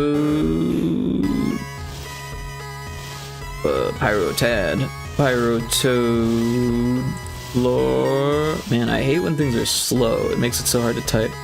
And then we've got Pyrotoad trees. And this one will be RSBBG. Yeah. So now we'll continue taking trees from this area, and you know, maybe we'll take some of this stuff too, right? I really want the grids to be the same. Much easier. Alright, so we'll take some of this, paste that here, and then some of this.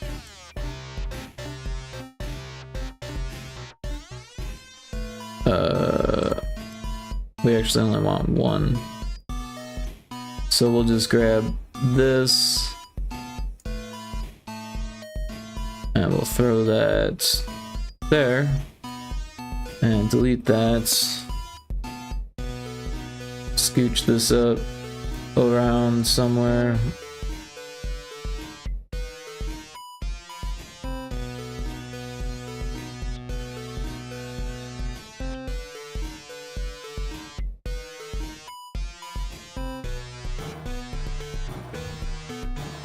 But yeah, I think we're gonna finish this tonight and then we'll call it, because it is getting sleepy out in my brain, and sleepiness is good for sleep. So we'll put the start of the level over here because that might be interesting. And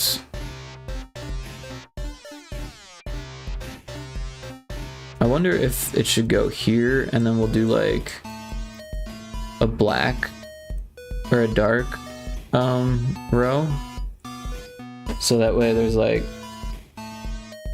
walkable area, right? So that way it's not like they're floating. I mean, as much as I'd like to get them on the bricks, there's gonna be like some wiggle room or something. I don't really know.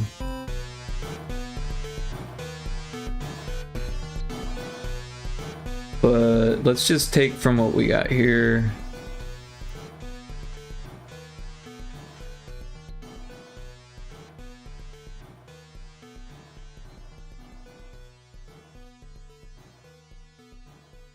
Maybe go back and get some more cliffs.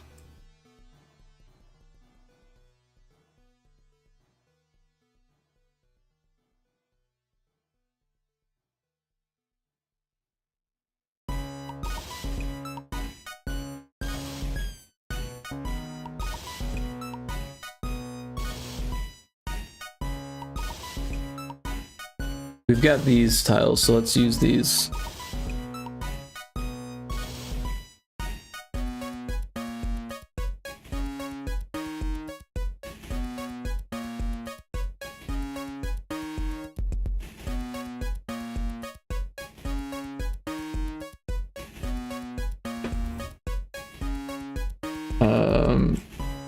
This is too tall, isn't it? So let's shrink this down a bit.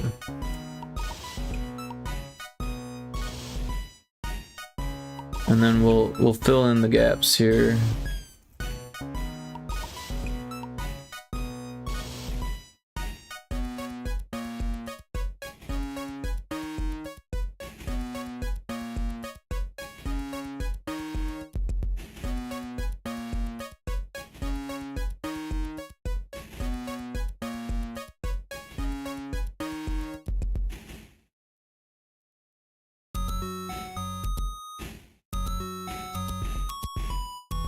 Yeah, we're getting somewhere.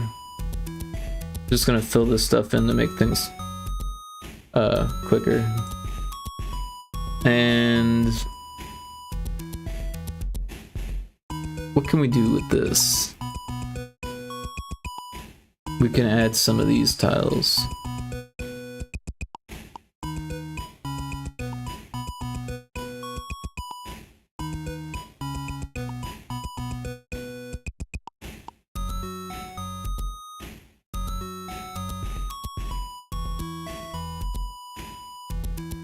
Things got a little bit weird there.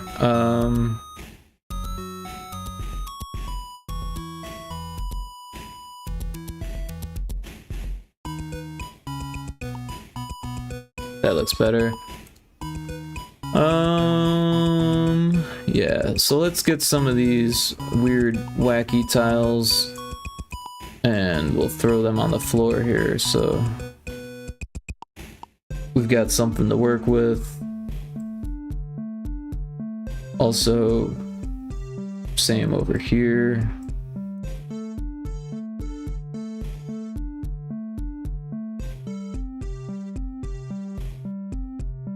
We've got some tree tiles here, so that way there's some variation here.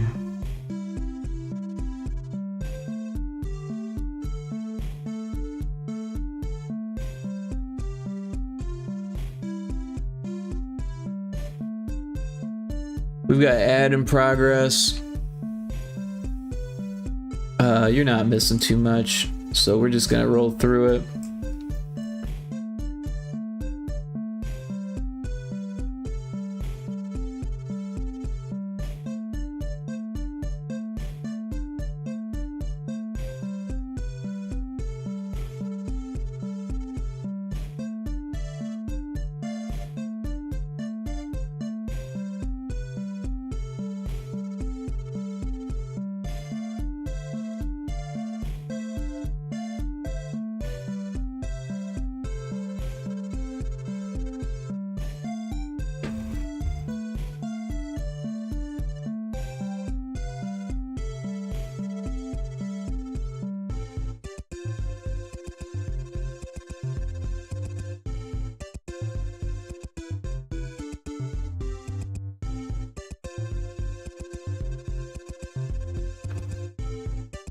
Oops, wrong button.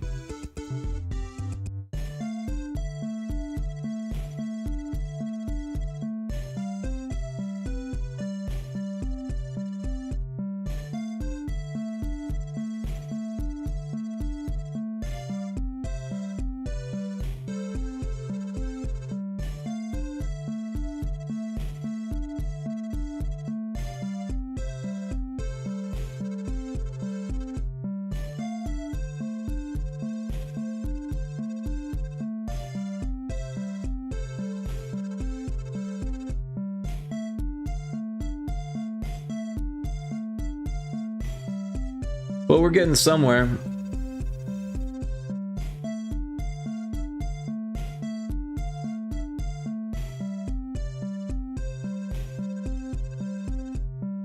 It's kind of cool that it's not like all the same. I realize some of these pillars will kind of be squished or whatever. Poke catch. And then, yeah. What are you gonna do? So one thing we could do is well, let's do that, yeah, and then we'll do that, And then this, right? So it's kind of like a thing. Oh, we want this one like that. That. We'll get this going there. Put that there and that there.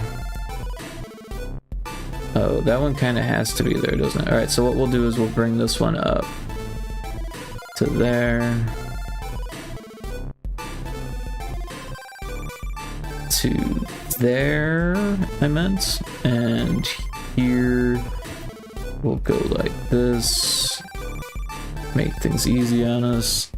We'll just go ahead and put that there also.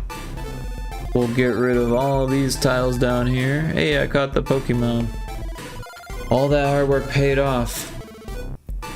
So yeah, we want some more trees. So we'll just grab this bunch here.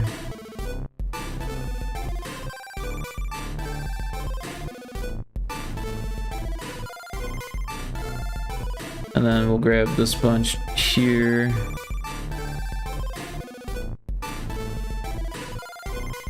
Because there's enough variety now where we can kind of start repeating things in different patterns.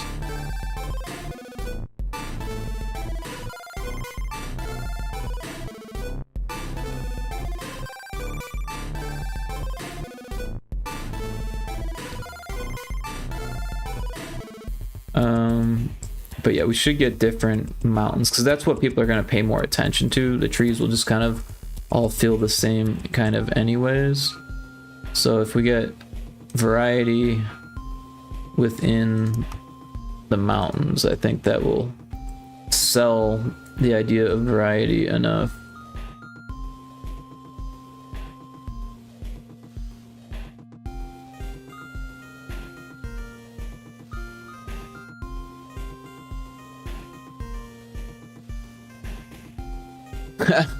Lumby's using the new redeems. Welcome in, Lumby. Commander Rick reporting for duty.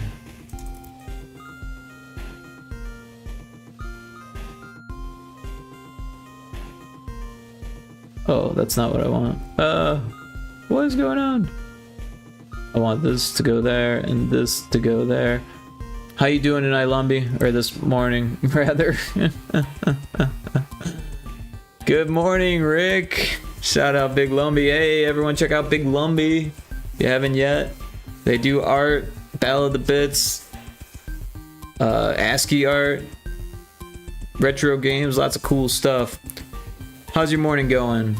Welcome in. I'm actually getting close to finishing. I'm gonna finish this and then end it, I think. I don't know, I kind of should do something below it also, huh? But that should be fairly easy. So yeah, I'm making a Pyrotoad themed stream avatars floor. That's what I'm doing. Maybe we'll steal all of this.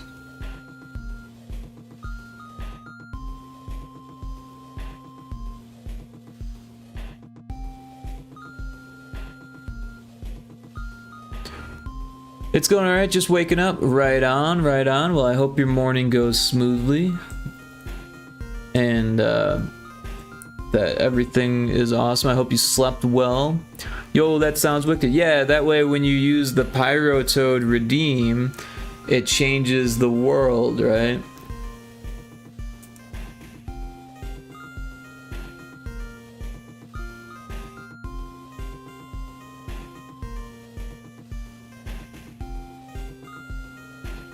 But yeah, stream's been pretty cool. No, nothing crazy like last night, but made a couple songs. They turned out pretty good. We could throw those on if you'd like. We fixed up the Pyrotoad animation. Actually, I already closed that.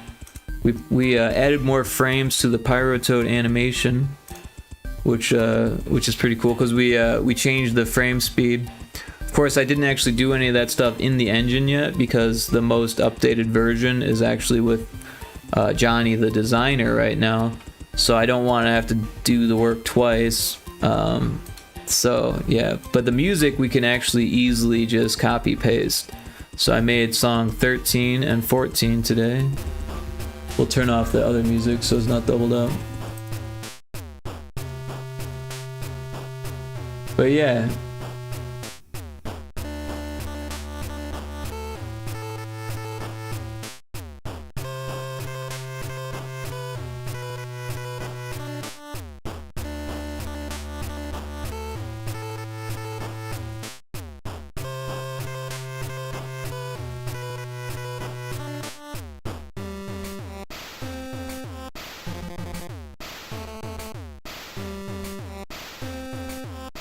It sounds different than I remember it.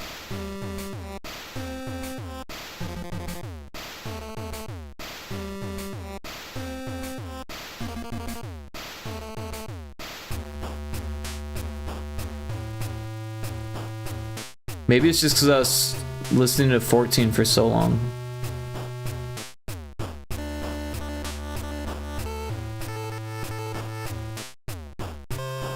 Nah. This sounds the same. I'm just losing my mind. Nothing crazy. Nothing out of the ordinary. Just going insane. Oh.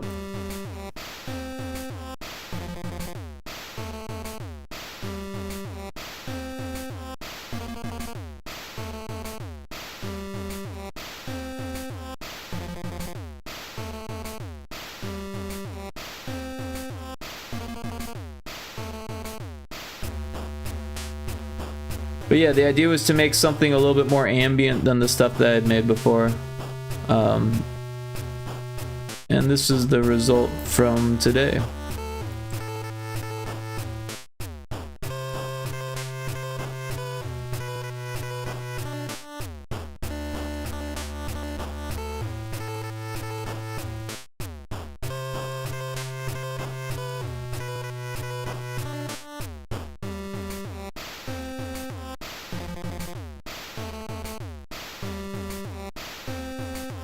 What can I do with 3 tiles? Something like this. Yeah, I can tell there's a very chill vibe with this one. Yeah, the last few or so, been trying to chill things out a little bit more. The game is really intense, so there's no point in trying to make everything like crazy. Which is something I didn't really think about the first time through.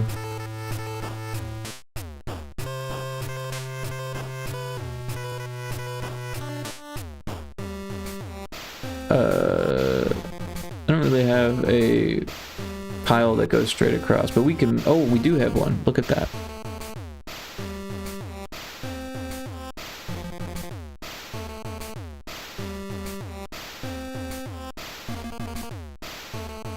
Contemplative even?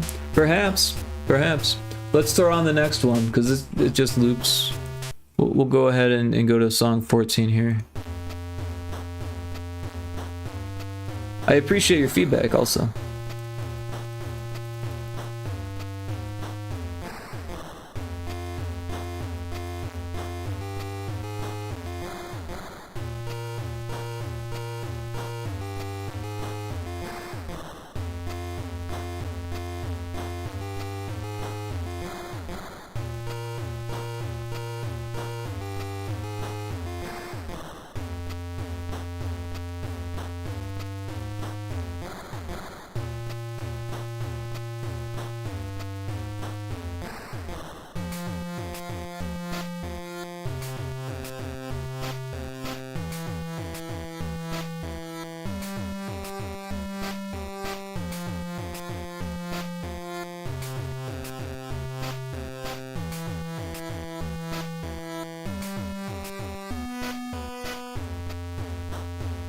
Oh, this one's brooding little piece. It's giving me chills almost. Nice.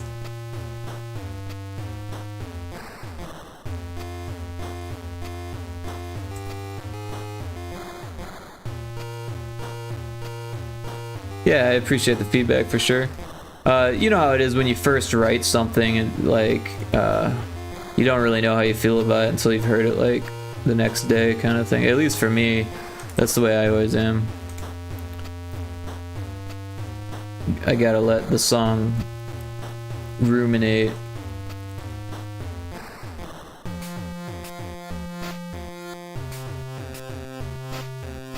Alright, so I think this is done.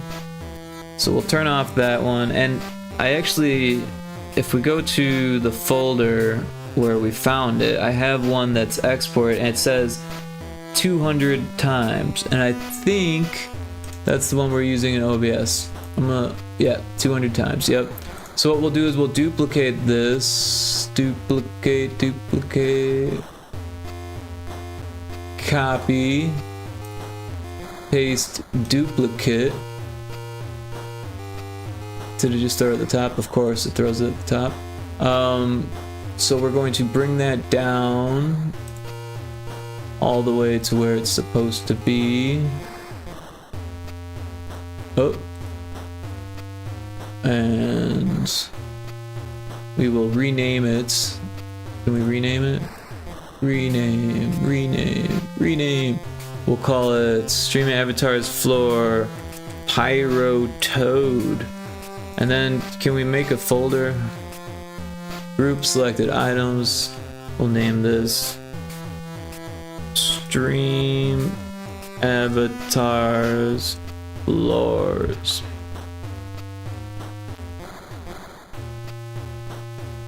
Yep, and they're in there. Cool.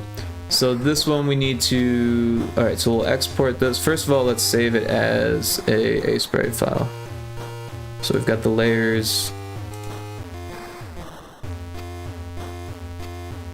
Override it. I didn't realize there was one.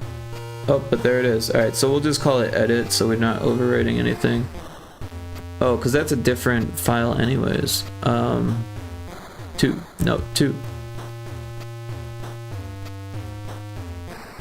I think.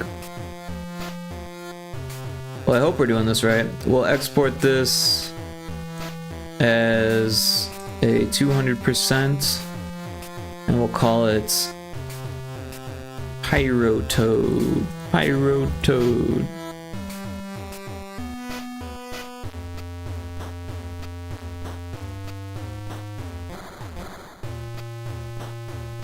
Alright, so we got it there. We're going to change the file for this to Pyrotoad. Oh.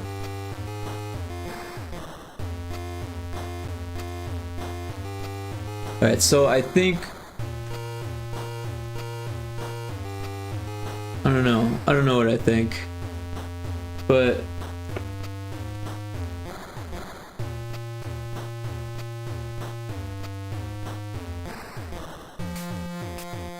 Alright, so this is what I think. I think we should get rid of the... where is it? Why is it opening a new one? Don't we have it open already? This is what we want. So first of all, we should fix this line at the bottom. But the easiest way to do this would be to, we actually don't need that. We'll just grab this all like that, make a brush out of it, and line that up, and then we'll go all the way across. All the way. And then we're gonna take the magic wand tool, but we want it to be contiguous, and we'll stop it. Why are you not doing what oh, because of the trees and the floor on a different layer. Oh my gosh. So we want to go to the trees layer, and we want... Why is it not selecting what I want it to? What is going on here? Why are you being weird? Oh, you're not on the right layer. You're still being weird. It's going crazy. How is it getting everything?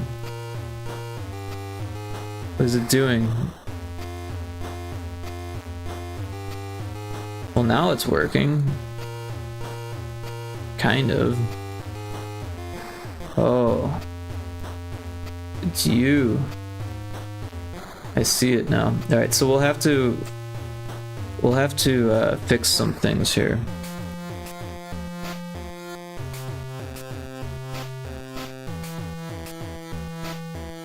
Because this isn't actually on the Game Boy anymore, we can break a lot of rules.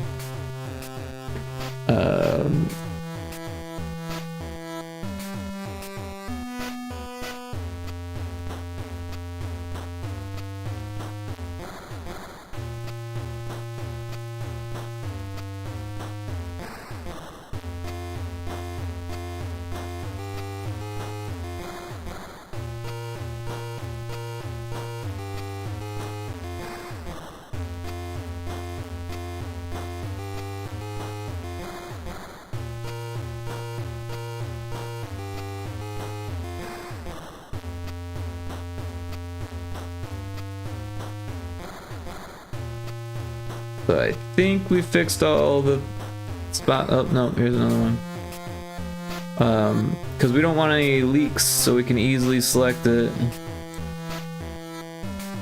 Color leaks. Got that one. Here's another one.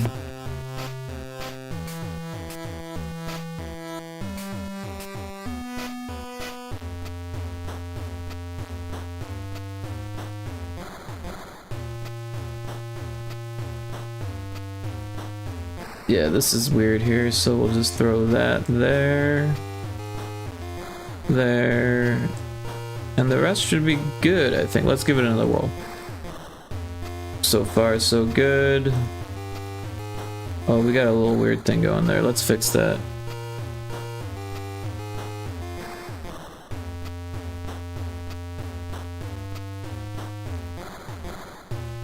They all do it, don't they?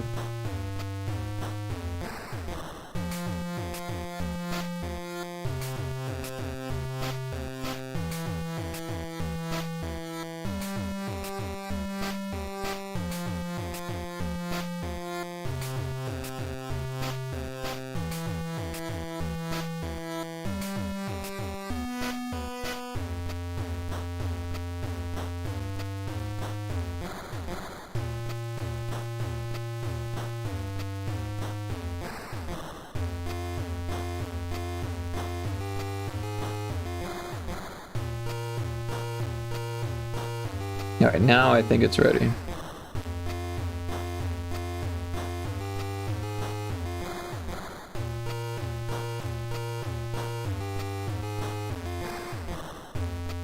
There. Now that's gone. And then we've got... what happened to the Pyrotoad floor? What happened to it? Where did it go? I don't understand. Why is it gone? I didn't delete it. Oh my gosh. That's so annoying. Alright, so what we're going to do is we're going to select all of this, copy it, and then we'll just Control Z until we have floor again. Because apparently I deleted it, and I don't know when that happened, but apparently it happened, so... Oh, there, we've got floor again. Alright, so now we're going to paste... We're going to delete the trees. Paste the trees.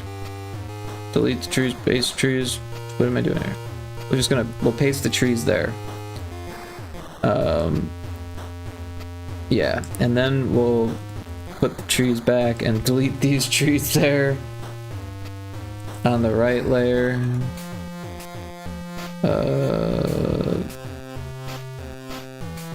What is going on here? Why did the selection disappear? Gosh. Alright, delete that. Fix the floor.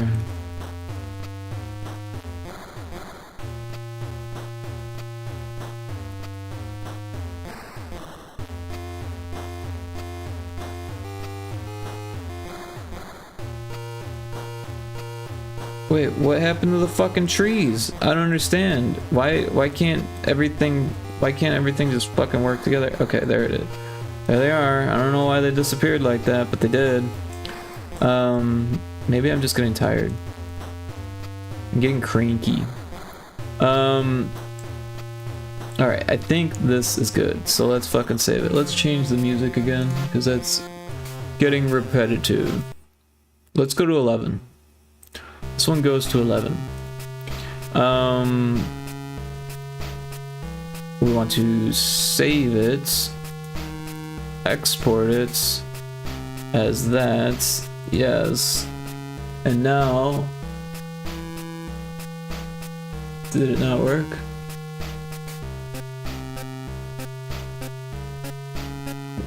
Oh, it didn't save it. I'm like, why didn't it work? And now it's not working. Oh, now it's working. Okay, so it needs trees on the other side too. And also, what the hell is going on there? Oh, it's in front of it. Okay, so if we turn this off, yeah, okay, that works better. But we do need trees on the other side.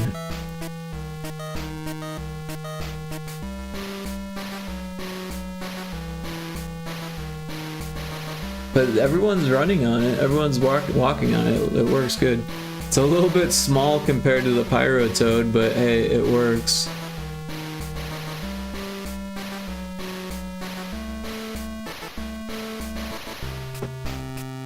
Alright, so the easiest way to do this, everything's all on that layer now, so we can just worry about this layer.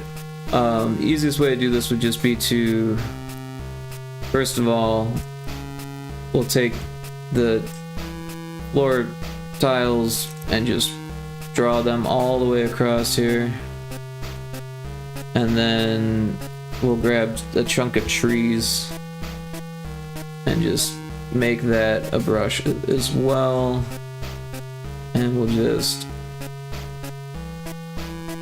do that. Alright, and then we'll save it. Oh. Save it, export it, yes, yes, and there we have it.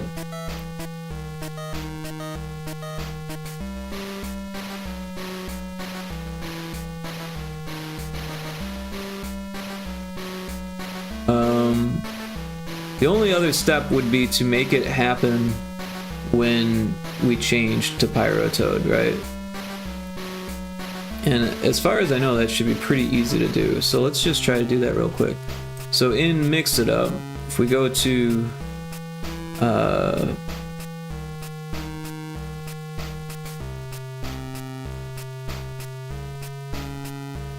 we've got our Twitch channel points, we've got our PNG tuber, and then we go to Make Me Pyrotoad and edit it. Oh, not test it, edit it. Yeah, I am definitely getting sleepy. We will add a, I don't know, how do you mess with OBS?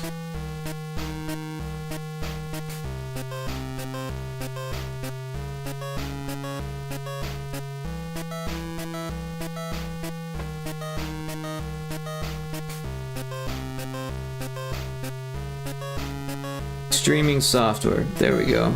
Paste it. Please enable OBS connection in services page. That's really weird. OBS Studio, scene, source, visibility, scene name. It's small space PNG tuber. Source name, streaming avatars, floor Pyrotoad, and visible true. please enable OBS connection. That's really weird that it's not enabled. It should be.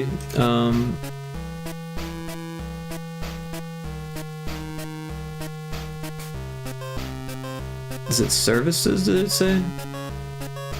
Let's throw it up here. OBS Studio. Connect.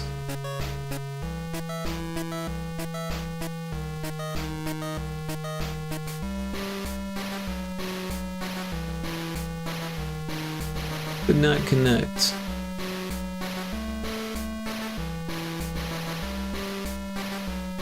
Oh, maybe we need to refresh it because it should be connected, right?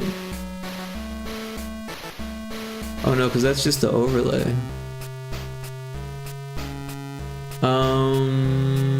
I forget how to do this stuff.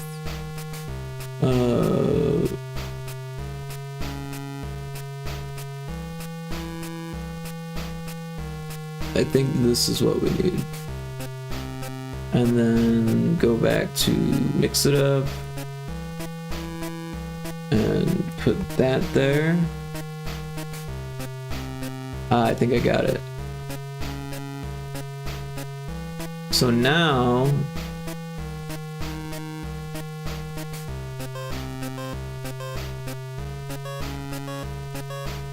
if we turn it off. Oh man, I'm getting sleepy. Oh. So we want to turn this one off and turn that one on. So we gotta do two different things. That's annoying me. Put that away.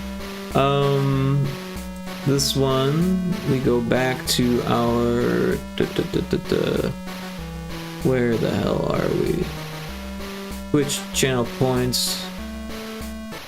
Alright, so if we have our Make Me Pyrotoad, we've got the streaming software. What we'll do is we'll copy that. We'll go down here and we'll change this one to RSB and we'll make that one invisible and we'll put it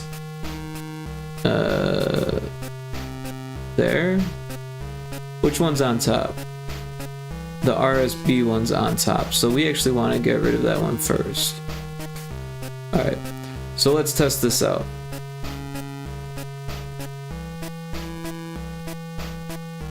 And it worked. Just like that. Cool.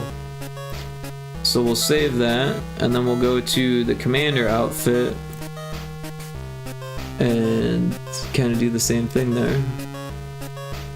So we want stream software, add OBS, source visibility, small PNG tuber, source name, streaming avatars, lore, RSB. We want that one on. We'll copy it. We'll change this one to Pyrotoad and turn it off. And then we'll test this one. Oh, we saved it. We'll test that one. Cool. That works. Go back to Pyrotoad. And that works.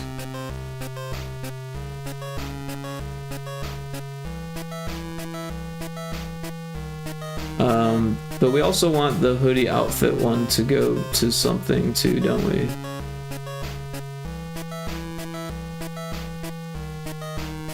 I guess that one doesn't really matter, does it?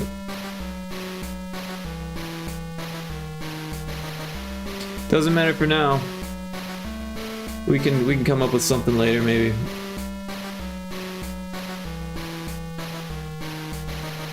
But yeah, that's cool that we got the Pyrotoad stuff in. Commander Rick reporting for duty.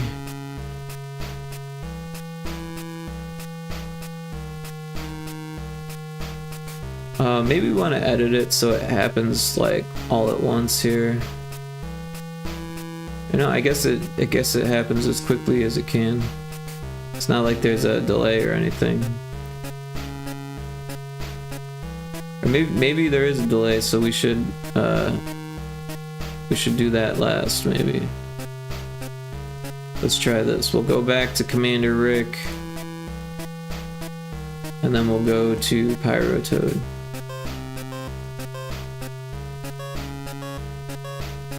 Well, it did it the other way.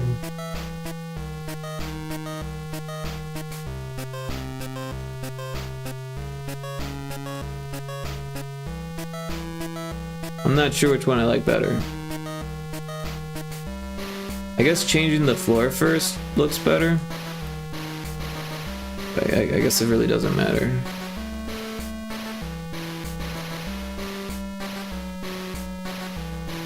Alright, but we're good here. Peanut's still streaming, we could raid her. But yeah, there's not a whole lot of people lurking anymore. But yeah, I don't feel weird raiding Peanut with only 3 people, if those people even join the raid. But yeah, we are good here. We can close this out. Let's change that song to the other one.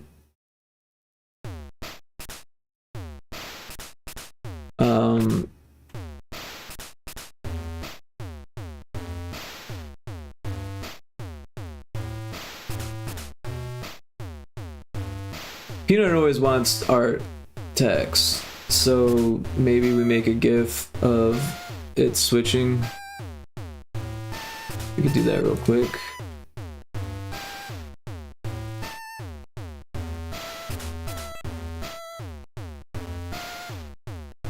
Why won't it just find it ever? There.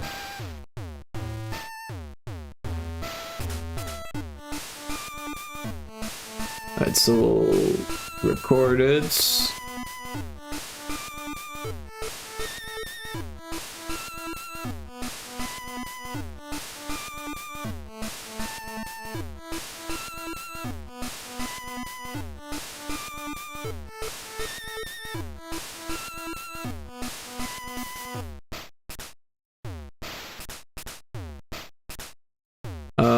What we could do is we could pull up the file we were working on. I don't know why it's not in the recents though.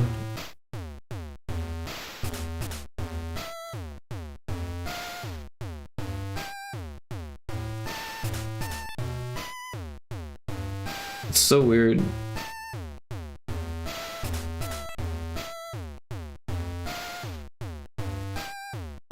I feel like it opens up 2 different versions of Aseprite because this one has different recents. See that?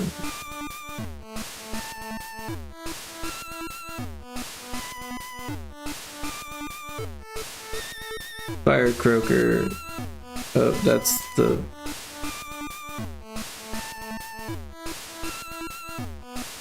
This is the one.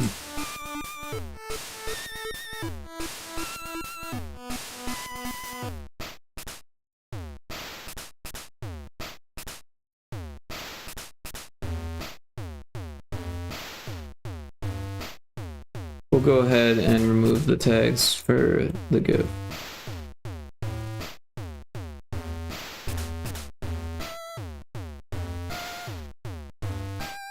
Alright, so then what we'll do is we'll go back to mix it up, throw that here so it's off screen and off the screen recording. We will change back to regular. Oh, I hit the wrong button.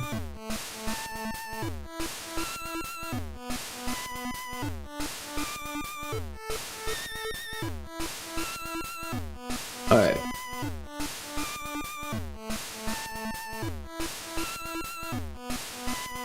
Hit record, and then we hit the test for the Pyrotoad. We make the switch.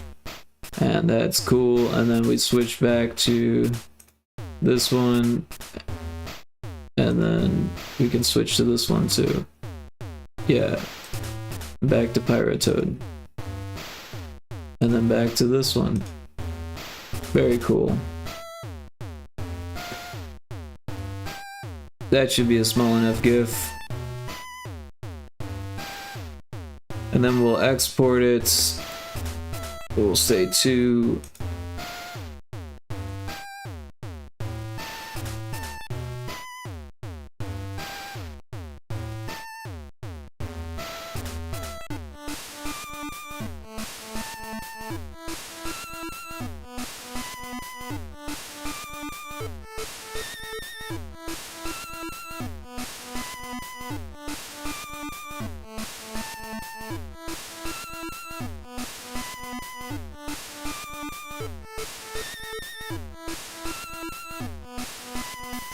megabytes. Perfect.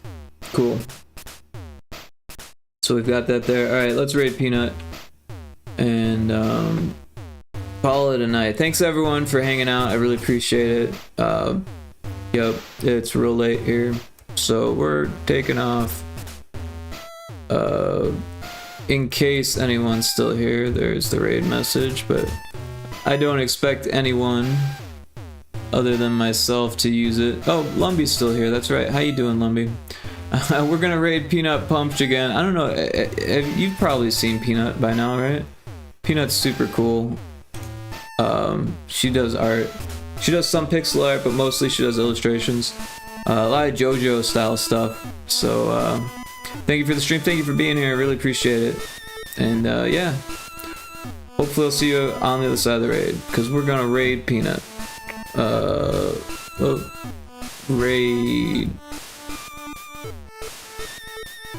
Peanut Pump. I cannot spell.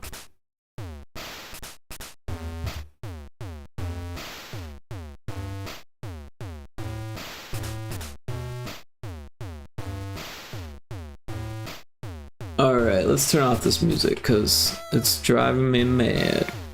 Alright, but we're gonna hit the button, so if you want to raid, if you're subbed, you can copy the top message, and if you're not, you can copy the bottom message. And we're gonna hit that button in just a second here. So, do my little test. And yeah, we'll see you there. Thanks so much everyone for hanging out, really appreciate it. Big Lumbee, enjoy the rest of your morning.